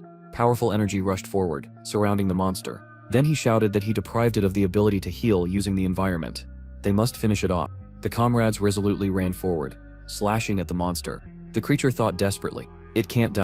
Not like that. Then a bright flash appeared, which the protagonist directed and said he was already dead. Why was he pretending to be a victim when he himself was chasing weaker creatures in another dimension? Then Cirrus approached him, holding a staff in her hands. She asked, "Is this it?" He looked at her and nodded his head. She looked at the artifact and said the staff of the blue sky of Juranton, their new world tree. She looked at Reifenhart and asked, since they had found the artifact, maybe it was time to leave. He, opening the map in his hands, answered that this was not the case, and they needed to look in one more place. She, looking at the map with interest, asked what it was. He explained that it was the map that the teacher gave him when he left the indestructible rocking chair. She asked, did the map indicate where the treasure of the indestructible rocking chair was? The protagonist remembered his teacher handing him a map and saying that he had prepared a small gift for him in the vicinity of the Settlard Mountains. Here is a map, with a mark of where it is hidden. Durrett said that he should definitely look there if he is nearby. However, the protagonist was not sure where exactly he left this gift, since the teacher did not specify. In the Matos Highlands there is a mountain called Parse, located southwest of the village of Santera, whose terrain is not too bumpy. After some time, they arrived at the ruins. Cyrus, looking around, asked what this is. A training ground for knights. Cyrus, walking forward, noticed that this did not look like a place to hide a gift. The air was filled with an unusual aura, although it was not part of the dungeon. Reifenhart, not seeing any difference in this, suggested simply searching the ruin. They entered the building and the magician, looking at his comrades, asked why they were all so nervous.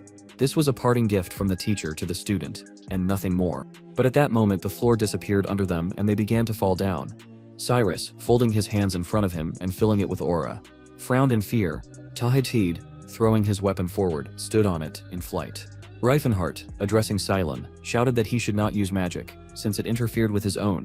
The priest, not understanding, shouted, "Why is he casting a spell?" The orc, not understanding what was happening, shouted, "Savior, what is happening?" The priest, realizing that their mana, divine power, and aura were in conflict, called for them to stop pretending to be a magician, at least now. The protagonist, looking at him, shouted that he had always been a magician. Cirrus, seeing that they were both in a panic, shouted for them both to be quiet. At that moment, they grabbed the sword Tahid and safely landed on the ground. The orc, looking at the closed ceiling, noticed that it was strange. The hole they fell into was gone. Reifenhart, realizing this, asked, "Is this some kind of distortion in space?" The elf then pointed to the wall in front of them and called out to Reifenhart. He walked up to the wall with the inscription and began to read his dear student. He leaves him this as a congratulations on his graduation. He hopes that he will appreciate his gift. The protagonist, confused, asked what gift. It was just an empty room. They walked a little further and saw a passage from which light was coming. It was written on the wall for him to move on. If he taught him correctly, then he was sure that his gift would be to his liking. The protagonist, confused, asked what the hell. Then they entered the arena. Looking around, Cyrus asked what. His brows furrowed as he looked to the side and saw several dozen eyes looking at them from a cloud of rising dust. Scylla, pointing his finger there in horror, shouted, "What the hell is this?" Cyrus noticed that these spirits seemed familiar to her. The protagonist, without thinking, asked, "So this is his gift from the teacher, senior graduates?" The spirits answered, "The indestructible Jim, the heir of the king of martial arts. Damn title. He must experience their grievances." Reifenhart frowned and thought, "Old fart, damn him. Who gives such gifts?" Then the spirits, swinging their fists, quickly ran forward. Cyrus used his energy and one of the spirits used the vortex guard technique. He frowned and exclaimed, "What?" The spirit aimed the tri-bullet technique at him, and Cyrus, waving his sword, tried to defend himself. The ground shook under his feet. Cyrus, using the power of the spirit, also ran forward towards the opponents. The spirit shouted, "Damn Jim!" Cyrus exclaimed, "How many students did the indestructible Jim ruin?" The protagonist answered that in his opinion, the teacher mentioned a 3-digit number. Cyrus shouted indignantly that is hundreds of people. He said that it seems so. She asked, "Does this mean that the offended spirits will also be over 100? He uncertainly answered that it seemed so. Cyrus suggested, "Maybe we should eradicate the indestructible Jim for the sake of a peaceful future for humanity." Reifenhart, raising his fist, shouted that he himself was now seriously thinking about this topic. He directed powerful energy forward, and the spirits in response used the Vortex Guardian technique. The protagonist exclaimed, "Why is this skill so cheating?" Cillian looked at him and said, "Who's talking?" Cyrus assumed that the spirits harbored a deep grudge for dying at the hands of a teacher they trusted. At that moment, the priest concentrated energy in his hands and began to cast a spell.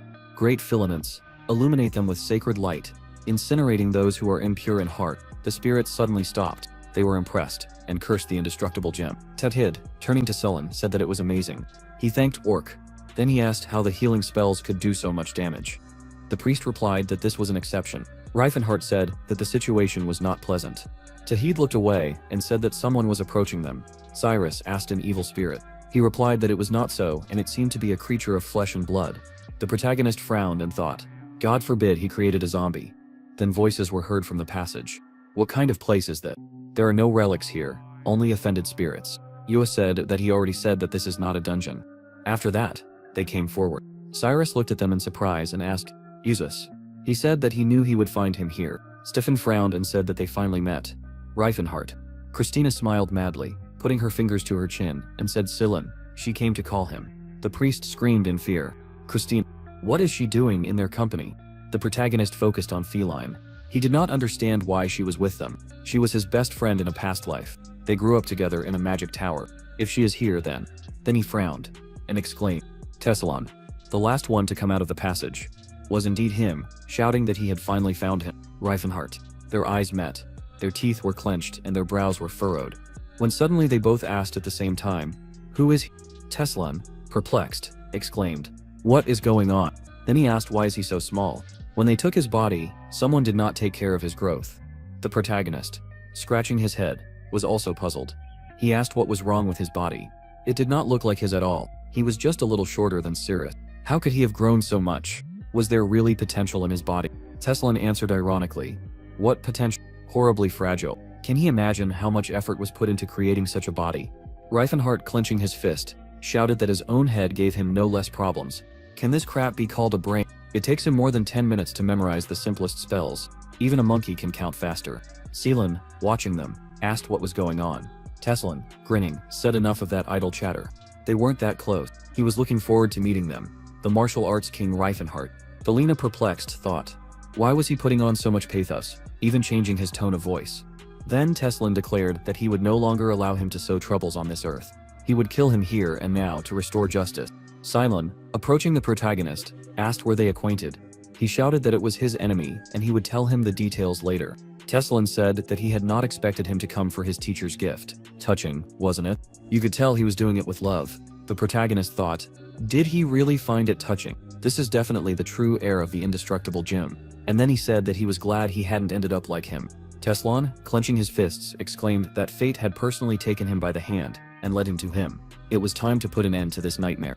Reifenhardt said that his brain had clearly done him good. He had become more expressive. Then they said each other's names and stepped forward. The protagonist, swinging his fist, thought that this was no longer his body, and he would not hold back.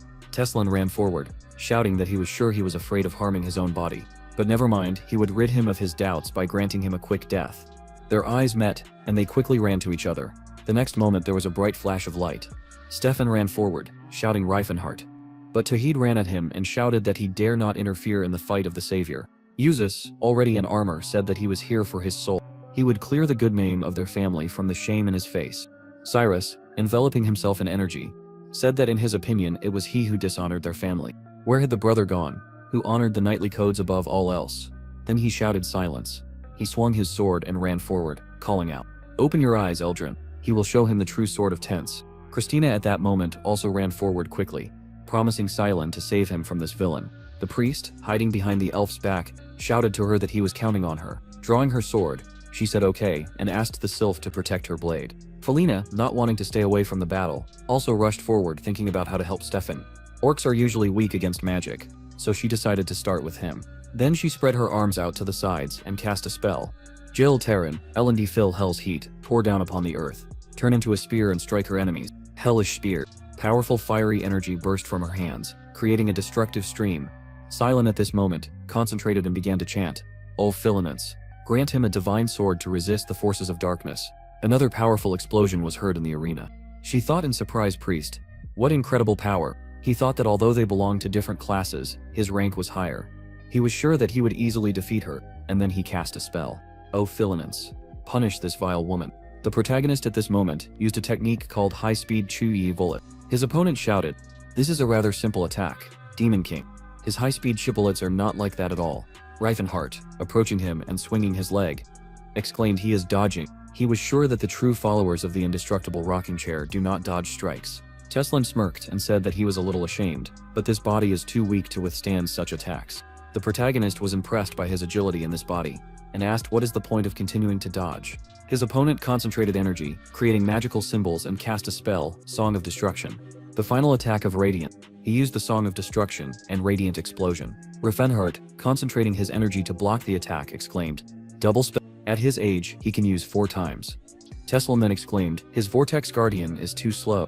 He added, "Is that all he can do with his brain?" Silen wondered what the hell they were saying. The protagonist then said that there was no need to use only auras for such a spell. He was the one who would end everything. Flow interruption. Adrenaline furs. Several magic seals came out of his hands, creating a powerful energy. Teslan, gritting his teeth and covering himself with his sword, said, "Such a strong spell with his brain." He thought that this meant that the damn Demon King had enough of his convolutions to cast a spell. He then dodged the attacks, and Reifenhardt thought, is his body capable of such a thing? His opponent thought that he was certainly stupid, but he was able to train his body so that now it is stronger than ever. He has an almost indestructible body, but he lacks brain activity. He thought that if the battle dragged on, he would be at a disadvantage due to his stupidity. In front of the protagonist, he swung his fist, filling it with energy, and thought that he should end it as quickly as possible. Their eyes met, and Teslan said with a smile, "Fell for it, huh?" Then he pointed his sword forward, grazing his opponent's chest, causing an explosion to occur on the battlefield again. Drops of blood flew in all directions. He asked in surprise, "Aura?"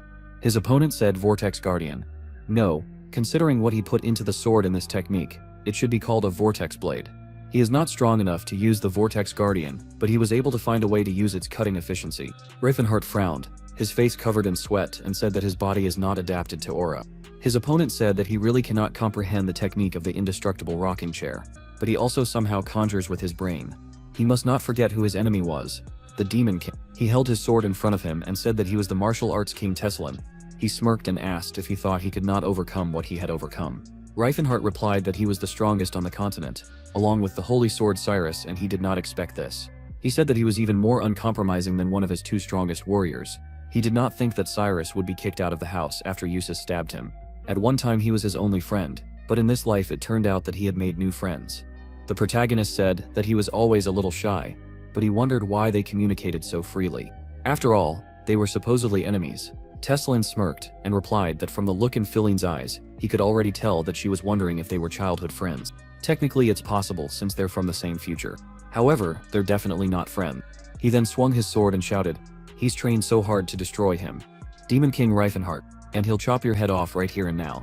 The protagonist, surrounding himself with powerful energy, shouted that he was impressed with how he'd managed to train his body.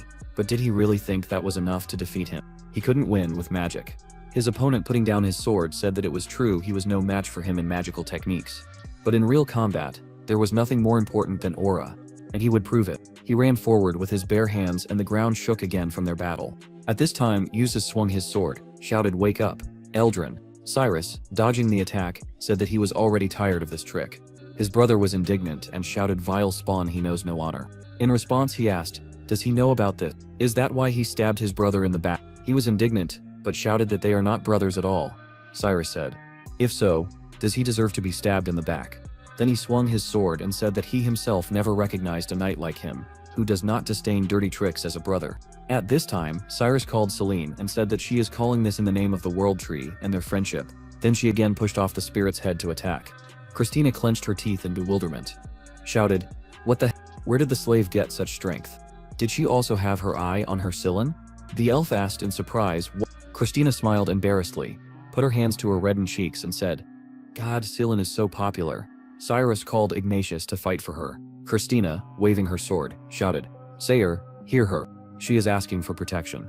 Scylla blocked Philan's path at that moment and said that he would not let her interfere. Lady Maid, he thought that someone had to defeat the opponent to put an end to this absurdity. She turned around in displeasure, then her face distorted with horror, covering her reddened face with her hands.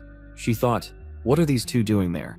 At that moment, the protagonist and Tessalin were lying on the ground, pinning each other. He shouted that he knew he was powerless in a fight on the ground. They don't teach such things in the indestructible gym. He grabbed his opponent's leg, trying to use force. Reifenhart gritted his teeth and thought, "Is this wrestling?" He remembered the words of his teacher. Why would a man throw another to the ground and cuddle with him in a fight? You need to fight, standing up. Groveling is the lot of insects. He remembered his teacher saying that it was better to take a hit than to lie around like this and rub against each other. But how could he strike in this position? Then he put his hands on the floor and thought, okay, he also said that you have to break the enemy by any means necessary if he gets too close. Then he used a technique called Vortex Guard. Tessalin exclaimed, does he think he didn't see this coming? A powerful energy pierced their bodies. The protagonist was confused. Two auras conflicting. He asked what the hell. His opponent, squeezing his leg, said, of course no one will teach you such a thing. His aura control techniques are at the level of a baby. Such a slow vortex guard is easily countered by blocking the path of his chi. Reifenhart sweated from the tension. He did not know what to do. Then his eyes opened and clenched his fist. He thought, yes, it is extremely stupid to try to overcome a warrior with aura. After all, he is a mage first. Then he used a spell slip and slide already. Lubrication. The next moment his body became slippery and he jumped to the side. Tessalin was confused. Looking at him, a spell that reduces the friction of physical objects. Can you really use this on a human body? The protagonist thought that it was the same as with Selin. His body was not recognized as human. The next moment his opponent was behind him and knocked him to the ground again. He thought, what the hell? Tessalin, squeezing his opponent's hand, said that he learned jujitsu for fun. He didn't think it would be so useful to him. Reifenhart used the lubrication spell again, and his opponent shouted destructive mana pour out from his palms. Spell breaking. The protagonist, turning around, thought how annoying it was that he also cast spells. Then he shouted. Had he completely forgotten what his mentor taught him? How could he squirm in the ground like some kind of worm for the sake of victory? He grinned and shouted. He is no longer a disciple of the indestructible gem. He would endure it. It was for the sake of a peaceful future of this world. Reifenhart said that it sounded unconvincing, considering how greedily he was squeezing his hand with his thighs. His opponent shouted that he didn't know anything about martial arts. This is an extremely noble technique. The protagonist shouted. Really, he only needs to look at Philaine. At this point, she continued to cover her reddened face with her hands. Confused, she thought, God, what are these two doing in front of everyone? Christina looked at them at this point and said that this was kind of creepy. The elf agreed with her. Tessalin, still squeezing his opponent's hand, said yeah, damn. The next moment the protagonist punched him in the chest and jumped to the side, but Tessalin caught up with him, enclosing his body in a vice again. He thought, shit, this wouldn't have happened if he had initially kept his distance with magic. He supposes that waiting for someone to help now is pointless. Stefan and Tahid are currently fighting. After watching them fight, he thought, what? Tahid is losing to him. Stefan, holding his sword in front of him, said, Doesn't he realize how much danger he's in? However, what else can you expect from an uneducated creature? Does he really think he can put up a decent fight? He should lay down his arms and bow down. Tahid, a warrior of the Blue Bear tribe, replied that warriors of their tribe never surrender. His opponent, perplexed, exclaimed, "This is absurd. Does he really think he's a knight or something like that?" Then he spread his arms out to the sides, jumped up and enveloped in energy, shouted that he should be begging him to spare his life. But instead, you continue to provoke him. As expected of an orc, no better than an animal. Tahid threw his weapon forward and said, his faithful ally Dakar. Stefan, rushing forward, exclaimed this strange magic again. Then directing a powerful energy forward and said, "Perish, lesser creature." Tahid, screaming in pain, fell to the ground and his opponent approaching him said, but one must give him credit for holding out against him for so long. Tahid looked into the eyes of his opponent, full of contempt and arrogance. This is how people usually look at orcs. Every day he fought for his life, becoming a gladiator with a sword in his hands. He bathed in the blood of monsters and cut short the lives of his enemies with an old rusty blade. Among them were both his own kind and criminals. Putting his whole soul into the battered sword, he felt how his anger, fueled by his own progress, filled his pride and spirit. A true warrior will never give up honor, even if his life is at stake. The next moment his eyes shone, and grabbing his sword, he thought Dakar is his faithful blade and friend. His pride is not fed by battle, but by belonging to the tribe of the Blue Bear. Then he remembered his meeting with the Savior, and realized that he is a descendant of great warriors. A powerful aura enveloped his body and weapon. Stefan, perplexed, exclaimed, "What the hell?" The aura of a sword. Tahid, feeling the blessing of the spirits of battle, said that this feeling was incredible. His opponent, irritated, exclaimed, "What kind of black magic is this? This can't be an aura. For such a great power to be revealed to some insignificant orc, who gave him the right to deceive him?" Then the orc shouted forward to Karag, and they continued their duel. The ground beneath them shook, and powerful impulses of aura flew in different directions. They struck and parried each other's blows. Stefan screamed, "How dare he? This is impossible. This is not the real aura." Tahid, swinging his weapon, exclaimed, "Will he deny what he saw with his own eyes? He is disgracing noble warriors." He raised his sword forward, opened his eyes and fell to the ground. The orc raised his attack again and declared that he would put an end to this. He gripped the weapon tighter and struck a few more blows. Drops of blood flew from Stefan's body.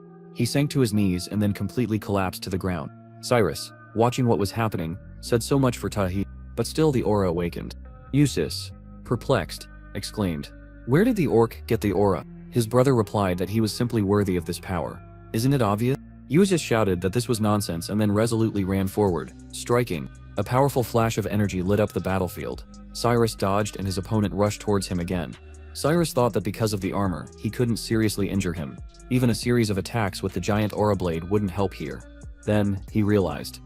That's it. His brother was running towards him, swinging his sword and wishing him death. Cyrus dodged again and then swung his sword, sending out pulses of aura that pierced his opponent's body. He shouted that Eldrin would never bend under such an attack. He replied that of course not. Another thing is the slits. The next moment, the aura at the points of impact after he snapped his fingers suddenly exploded, destroying Uzis' armor. Cyrus smiled and said that he was able to learn a lot from Stahl. "That's good," Helena exclaimed with alarm. "Sir Yusa." Cyrus continued her battle with Christina, and Felena continued to call Tesline. He clicked his tongue in irritation and said, "Uzis and Stefan Law." Then his eyes widened in surprise when he felt Cyrus's aura very close to him. He sent forward a powerful attack. At this time, Tahid caught the protagonist and asked if he was okay. He replied that everything was fine, because Selen would quickly heal such wound. Teslin thought that he could defeat the Demon King if he had more time. Damn it, he had underestimated his minion. Unlike before, he hadn't even considered such a possibility. Then Reifenhart, clenching his fist and releasing his energy, shouted for him to surrender. He would not allow his interference to disrupt his plans anymore. His opponent, sheathing his sword, said, so be it, he would retreat this time. But next time, victory would definitely be theirs. The protagonist said yes. Of course he thought he would let them go so easily. He replied that he would have no choice. Then he shouted indestructible Jim. Damn it. The disgruntled spirits reappeared in the arena, still shouting that they wanted revenge. They were quickly moving forward. Teslin frowned and said that they would see each other again. Next time he would definitely rip his head off. The protagonist, having seized his courage, did not understand why these guys did not bother them. Because he was a true follower of the gem. Or because of the divine power of Sila. At this time, their opponents were already walking along the long corridor. Felana, turning to Teslin, apologized for the fact that she could not help in any way. He thought that she was a friend of the Demon King. But now she was on his side. But Cyrus had defected and there was no way to bring him back. Then he told everyone to stop. Looking around the corner, he asked what this was. This was a stone. The secret to surpassing the 5-stage Horn of Calamity. Walking forward, he said that he thought the Demon King had learned it since he was passing through here. That's why he was afraid of him. But it seems he still has a 4-stage, so he was worried in vain. After that, he took out his sword and pointing it forward said that they were on an equal footing, an underdog and an under-warrior. Then with one powerful blow he destroyed the stone slab and said that now he would definitely never reach the 5th stage. He grinned and said, maybe this battle was lost, but now he had lost what he came here for, so he was left with the At this time the spirits overcome with anger continued to shout furiously indestructible Jim. Attacking the heroes, they promised to take revenge. Silan, concentrating energy in his hands, cast a spell. Oh, Philinins. He asks you to give love to these suffering souls. Then he directed a powerful energy forward, immersing the evil spirits in it. They looked in surprise at the trace left by the energy and then burned in its flames. The priest sighed heavily and fell to the ground, feeling his strength leaving him. He had never used so many divine powers at once. Looking at the protagonist, he asked why these spirits were so strong. The protagonist replied that they were beaten to death for not being good enough. The greater the offense, the stronger the spirit. Reifenhart noticed that the feeling of distorted space was gradually fading. He said that theoretically he could distort space, but it was impossible to do so with just an offense. Then he looked at his comrades and asked if they were all safe. They needed to catch up with them. Cyrus looked at him and asked, but who was this Teslan? Frowning, he replied that he was some kind of childhood friend from his hometown. He and Teslan were enemies because they had diametrically opposed views on relationships with other intelligent races. He believed that freedom for them would seriously harm humanity. He was constantly worried about this. After some time, Tahid pointed his hand at the passage, and turning to the savior said that the tracks diverged here. It seemed to him that they entered this room and then turned around and went the other way. It seemed that they broke something there. Reifenhart, looking into the depths of the room, asked, is this a tombstone? Coming closer to the remains, he thought like he vented his anger. Well, he was never known for his patience. Then, he said that apparently they had already slipped away. Cyrus said that this means that they will leave without achieving what they wanted. He answered that this is not quite true, because they have found another Lord of the Aura. Tahid, confidently walking forward, said of course. He felt the martial blessing of the spirits on himself. The protagonist was amazed, not expecting such a quick opening of the aura. He believed that another 10 years would pass before this moment. In his previous life, he had awakened it during a fight with Cameron of the Kingdom of Hallan. He then said, so Granton and Lord Aura are in their prey. It seemed like a good move to him. He suggested they turn back and the others agreed with him. At that moment, a troll making his way through the dense forest cried out Utran. He can't run anymore. Utran turned to him and shouted at him not to stop. The humans were already in their path. He thought that the regenerative abilities of young trolls were not at all the same as those of adults. They could have died from bleeding or exhaustion. If humans caught them, they would definitely be used as ingredients for potions. Landon, turning to the warriors, asked, did they see where they went? One of the warriors replied, they went that way, Captain. Landon shouted, good, we need to surround them. He thought that troll blood was needed to make healing items. One bottle costs 10 silver coin. It's a walk-in gold mine. Then he called out, quickly grab their money. Utran, hiding behind a tree, hugged his children tightly. He realized his mistake. He shouldn't have gone to the waterfall. Guro Maturo had warned him. He thought everything would be fine since they were far from human villages. But they had set foot on the Forbidden Lands and now they would have to pay for it. What should he do? Addressing the children, he told them to hide here. Even plovers come out to predators if their offspring are in danger. Then he went out to the people, and putting his hands in front of him, began to pronounce a spell. The dope of the night breaks through the fluff of the clouds. A red aura covered the forest. The captain shouted in alarm, don't panic. These are the usual troll spells. The warriors looked at him in fear when the troll resolutely ran towards them. One of the warriors, swinging his sword, wounded him. The captain ordered to shoot him and the arrows pierced the troll's body. They shouted that he was regenerating. They needed to tie him up in a net and then set him on fire. That way he would stop regenerating. Then the captain exclaimed in fear that the troll had resorted to gigantification. Trolls are considered the weakest of all intelligent races, but at the same time the most formidable if cornered. Utran, having grown in size, let out a terrifying scream at that moment. The small settlement, located on the edge of the Barum forest, greeted its inhabitants with an unusual noise. The woman, looking out the window, noted that it was always noisy here, but especially today. Her husband was sure that the troll hunters were luring their prey and asked her to be patient for a little while. He expressed hope that the magic circle installed in the square would help catch the trolls. Resso, standing behind them, nodded confidently. The inhabitants were only required to stay inside during the raid, but suddenly in the center of the square, very close to the magic symbol located on the ground, an old woman named Tess appeared. She was holding a wand in her hands and exclaimed, "You shouldn't anger the trolls. You can't do that." The girl turning to her asked why she was saying that. "Mrs. After all, trolls are ordinary monsters." The old woman, coughing, answered that this was not so. Trolls are the guards of the forest who protect the trees. In a house nearby, a man apologized to the magician and said that she was just a superstitious old woman. The magician, closing his eyes, said that he did not care and asked them to calm her down. Then he left the building and the warrior asked, "Well, how is it there? Is everything ready?" He said that everything went smoothly, and just in case he prepared a triple barrier. The warrior asked if it was really necessary to set a trap in the village. He thought that they were usually set far from human settlements. The magician answered that no one knows where a troll will come from. If he showed up near the village, he might get angry before they could trap him. The warrior nodded, understanding the situation, and the mage added that they would hope that Captain Landon would be up to the task. A lot of money had been spent on these magic circles. If they didn't catch the trolls, the losses would be significant. The mage himself had spent 3 days trying to draw them properly. He couldn't let his efforts go to waste. Suddenly he looked towards the forest in surprise.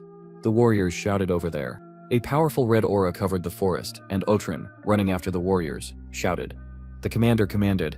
Russo cast a fireball. From this the troll's chest was covered in burns, but then instantly restored. Several more fiery flashes hit his body and the warrior shouted that he was advancing. Magic circle. Russo began to cast a spell. Lenharvel Tir Zatarn. Awaken. Land fraud chain.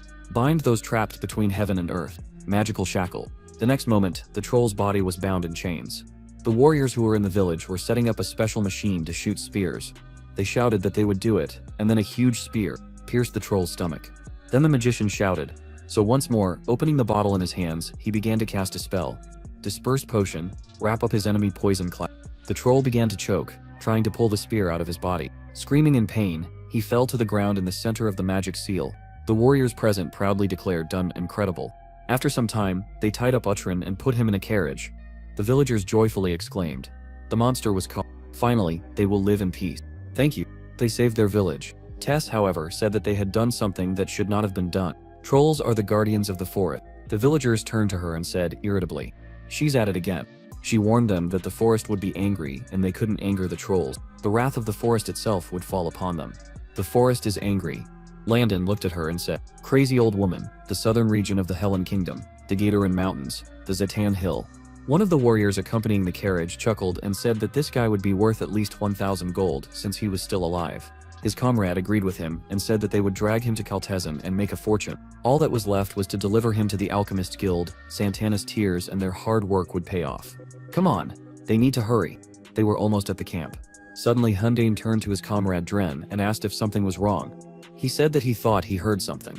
Then they stopped listening to the forest. Their faces were distorted with fear. Confused, they asked, "What is this drums?" Approaching the source of the sound, they shouted, "What is going on?" A powerful aura seemed to be pressing on them and the warrior fell to the ground.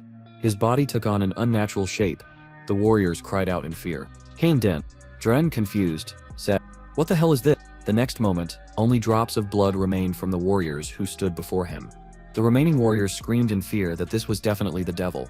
One of the warriors, making his way forward, shouted for them to gather. They were simply attacked by monsters. The next moment his head exploded and he fell to the ground. The warrior shouted, "Watch out, they are under attack. They need to huddle around the cart." Damn it. In just a minute they lost 4. The captain then ordered Russo to use a detection spell as quickly as possible. He cast a spell to detect living entities. Several magical seals rushed forward. However, at that moment he coughed, and blood gushed from his mouth. Landon, perplexed, asked what was wrong. The mage, shaking all over, said that his magic was interrupted. The captain, remembering the old woman's words, shouted at the mage to come to his senses. They needed to figure out where the enemy was hiding.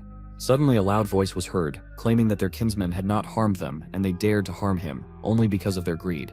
Landon held his sword in front of him and exclaimed, "How dare pathetic monsters attack people? They are under Seer's protection." But at that moment several warriors in front of him seemed to explode and his face was distorted with horror. One of the warriors shouted, "It's Tusk, that same demonic troll." Landon looked ahead and said in confusion, "Tusk." The troll standing in front of them, beating his drums, was casting a spell. The captain, gripping his sword tighter, said a demon that wiped out a famous squad of monster hunters and almost 20 branches of the Alchemist Guild. He thought it was just rumors. They say he even managed to defeat the Lord of the Aura. The troll's eyes flashed with rage as he looked at his kin. The captain, looking at him, said gold. Approaching him, the troll said, "Greed eclipses even fear. I expected no less from humans." Then a splash of blood stained the ground. 7 days after meeting Tessalon, Reifenhardt and his crew returned to Antares through the Daiman portal. After that, significant changes occurred in the country. The Blue Bear tribe settled in the Gloten Mountains, which created a potential threat of conflict with the people already living there. However, the Antares flags were supposed to be their protection. The planting of Geruntin in the Elven Forest was also a success. Some of the Danheim elves expressed a desire to care for the new tree. The Great Forge no longer needed to hunt monsters, as they received food from the Tauban Trade Union. Thanks to this, many warriors of the Great Forge were able to afford to move to Antares. They began to rebuild a settlement near the mines together with the dwarves who had previously been enslaved. The construction will take a long time, but this will not be a problem because the dwarves are masters of architecture and construction. 20 days after the heroes returned, the castle of the Antares County came to life again. The protagonist, looking out the window, thought that everything was going smoothly so far. However, there was one big problem: what to do with the people. Soon he came to the square where several warriors had gathered. They were shouting that it was an honor to meet him, the martial arts king Reifenhardt. One of the warriors, Gardvon, said that he had come to swear allegiance to him. He had already achieved some success in the northern region of the Kingdom of Vassal, and having a spear, considered himself invulnerable. Another warrior, clenching his fist and frowning, shouted that he had killed a wolf with his bare hands. Reifenhardt, looking at them, thought that among them there were a couple of experienced mercenaries, but they were unlikely to share their broad views. Cyrus, folding his hands behind his back, shouted silence. The protagonist remembered that in his past life, none of the people wanted to join him because they did not want to become subordinates of the Demon King. And now they suddenly flocked to him like gnats to a fire, folding his arms over his chest. He said, "Warriors, this is a blessed path," but he is ready to recognize only those who prove themselves in action. Then, turning to his comrades, he whispered that they should give them a good kicking, and they would select only the most useful. After a while, the warrior shouted out, holding his sword in front of him, that he was Peter Bloodstorm. It would be an honor to fight him. Reifenhardt, watching them, was surprised at how many there were. Azrael von Katter, captain of the Antares Knight Corps who stood next to him, replied about 20 knights and 100 ordinary soldiers, not counting the representatives of other species. He thought that although all of them together could not compare to 10 dwarven warriors, one should not underestimate humans, especially those who do not have prejudices against other intelligent races. Soon one of the warriors, looking at Tahid, exclaimed in bewilderment, "Would he really be evaluated by an orc?" His colleagues said that he would not pass the selection. Did he really take Sir Tahid for an ordinary orc? Then Tahid, drawing a sword from behind his back, released his aura and asked, "Is that so?" The warriors exclaimed in surprise. "The aura of the blade. He has an aura. So those rumors aren't lying." The warrior trembled with fear and exclaimed, "But how could that be an orc?" Tahid, looking down at him, told him to bite. Reifenhardt, looking at his assistant, asked how they were. Were there any worthy guys? He replied that Sir Cyrus and Sir Tahid could be trusted to select capable candidates. However, it is not only skills that make a man worthy of the knighthood. "Milord," the protagonist asked. "And orcs?" The assistant asked him not to start. Sir Tahid, according to him, is undoubtedly a worthy knight. Reifenhardt said that he would like everyone to think so. Azrael noted that more than half of the Antares knights used to be mercenaries. They can certainly be taught manners, but the very concept of a knight seems vague against the backdrop of so many mercenaries. The protagonist, waving his hand, said that personally he did not see much difference between them, although he believes that disciplined knights are still better than unpredictable mercenaries. From now on, he trusts him with the selection of knights, which he will definitely inform Tahad and Cyrus about. Soon he entered the room, and turning to Flora, apologized to her and asked, "Is there a lot of work accumulated, huh?" She showed him the amount of papers on his desk and answered, "Yes, my lord. He needs to study all these documents." He wondered where all this came from. Just a couple of months ago, he was dying of boredom. Flora handed him a quill and said that bygones are bygones. He should take the quill. He thought that there were already 1,000 settlers who came to them because of the crop failure in Provence. He sighed heavily and thought that most likely he would not get up from his chair anytime soon. At that moment, Cyrus came up to him with a tray and said that she brought him tea. He said that because of all these papers, he would not be able to leave the castle for a long time, and they have to clear a couple of dungeons and find 4 relic symbols. She asked who in his past life was in charge of the empire. He replied that he had no reason to leave the palace then. Besides, Mashalin was helping him. She poured him some tea and asked why he didn't ask for help again. He looked at her and replied that the current situation was very different from the previous one. If he handed over his management duties to non-humans, the humans might take it with hostility. She thoughtfully put her finger to her chin and said that they had a couple of people with management talent. He sighed and admitted that he would be happy to hire someone he could trust to free up his time for expeditions. This person should be good at paperwork and at the same time be able to protect the castle. She asked if Sir Azrael would be suitable. He said that he was a nice guy, but not enough to trust him with his domain. Then he grinned and added that he had someone in mind, so competent that he couldn't kill him. At this time, Karas and Scintilla were walking around the castle grounds. The knights watching him said that he was still hanging around here, doing nothing. Who was he? Had he been here before? He had asked the servants, but they themselves did not know. He did not seem to be doing anything here. But did he not seem to have some kind of nobility about him? Even Captain Azrael did not know him. So who was he? Tilla looked at Karsus and asked if he wanted to practice fencing. After all, he was a knight to his fingertips. He said that he was not. He was just looking around, out of curiosity. She smirked and told him not to deny it. After all, no one had forbidden him to take a sword. Right? She poked her finger into his chest several times and he asked if it was right to give a weapon to his prisoner. Karsus was dead. Now he was a nameless man. In fact, he even felt relieved. She asked what he was thinking about. He said that Jewel was an excellent candidate for king after all. She looked at him in surprise and asked what? Why? He closed his eyes and said that thanks to him he had discovered their versatility. She asked what it meant. He said the wisdom, beauty, and resourcefulness of other species. At least the woman standing next to him had those qualities. She put her hand to her chest and said that it sounded saccharine. Did all knights talk like that? He held out his hand to her and she said that he too was wise and resourceful. But she wasn't sure about the beauty. She held out her hand to him, and he said, "How cruel." She said she thought he would look better with a beard. He said that then he would start growing it. Miss Tilla, their people, she claimed, were able to hear the voice of truth. They took each other's hands and he said that then she would know perfectly well whether he was lying or not. And if he said he was in love with her, would she recognize the truth? Her face flushed with embarrassment, and he said, or because he was a man and not a dwarf. She interrupted him, and shouted no. She didn't care whether he was a man or a dwarf. He asked then, he could love her. She breathed heavily. He asked would she stop looking after him. He was completely her prisoner. She laughed and he, taking her hand and walking forward, said that now he understood that he had no right to judge Yuval. So, that's it for now. Until then, watch those exciting manhwas. I assure you, you will be going to love those stories, and your comment needed to continue this journey, and also subscribe to our YouTube channel.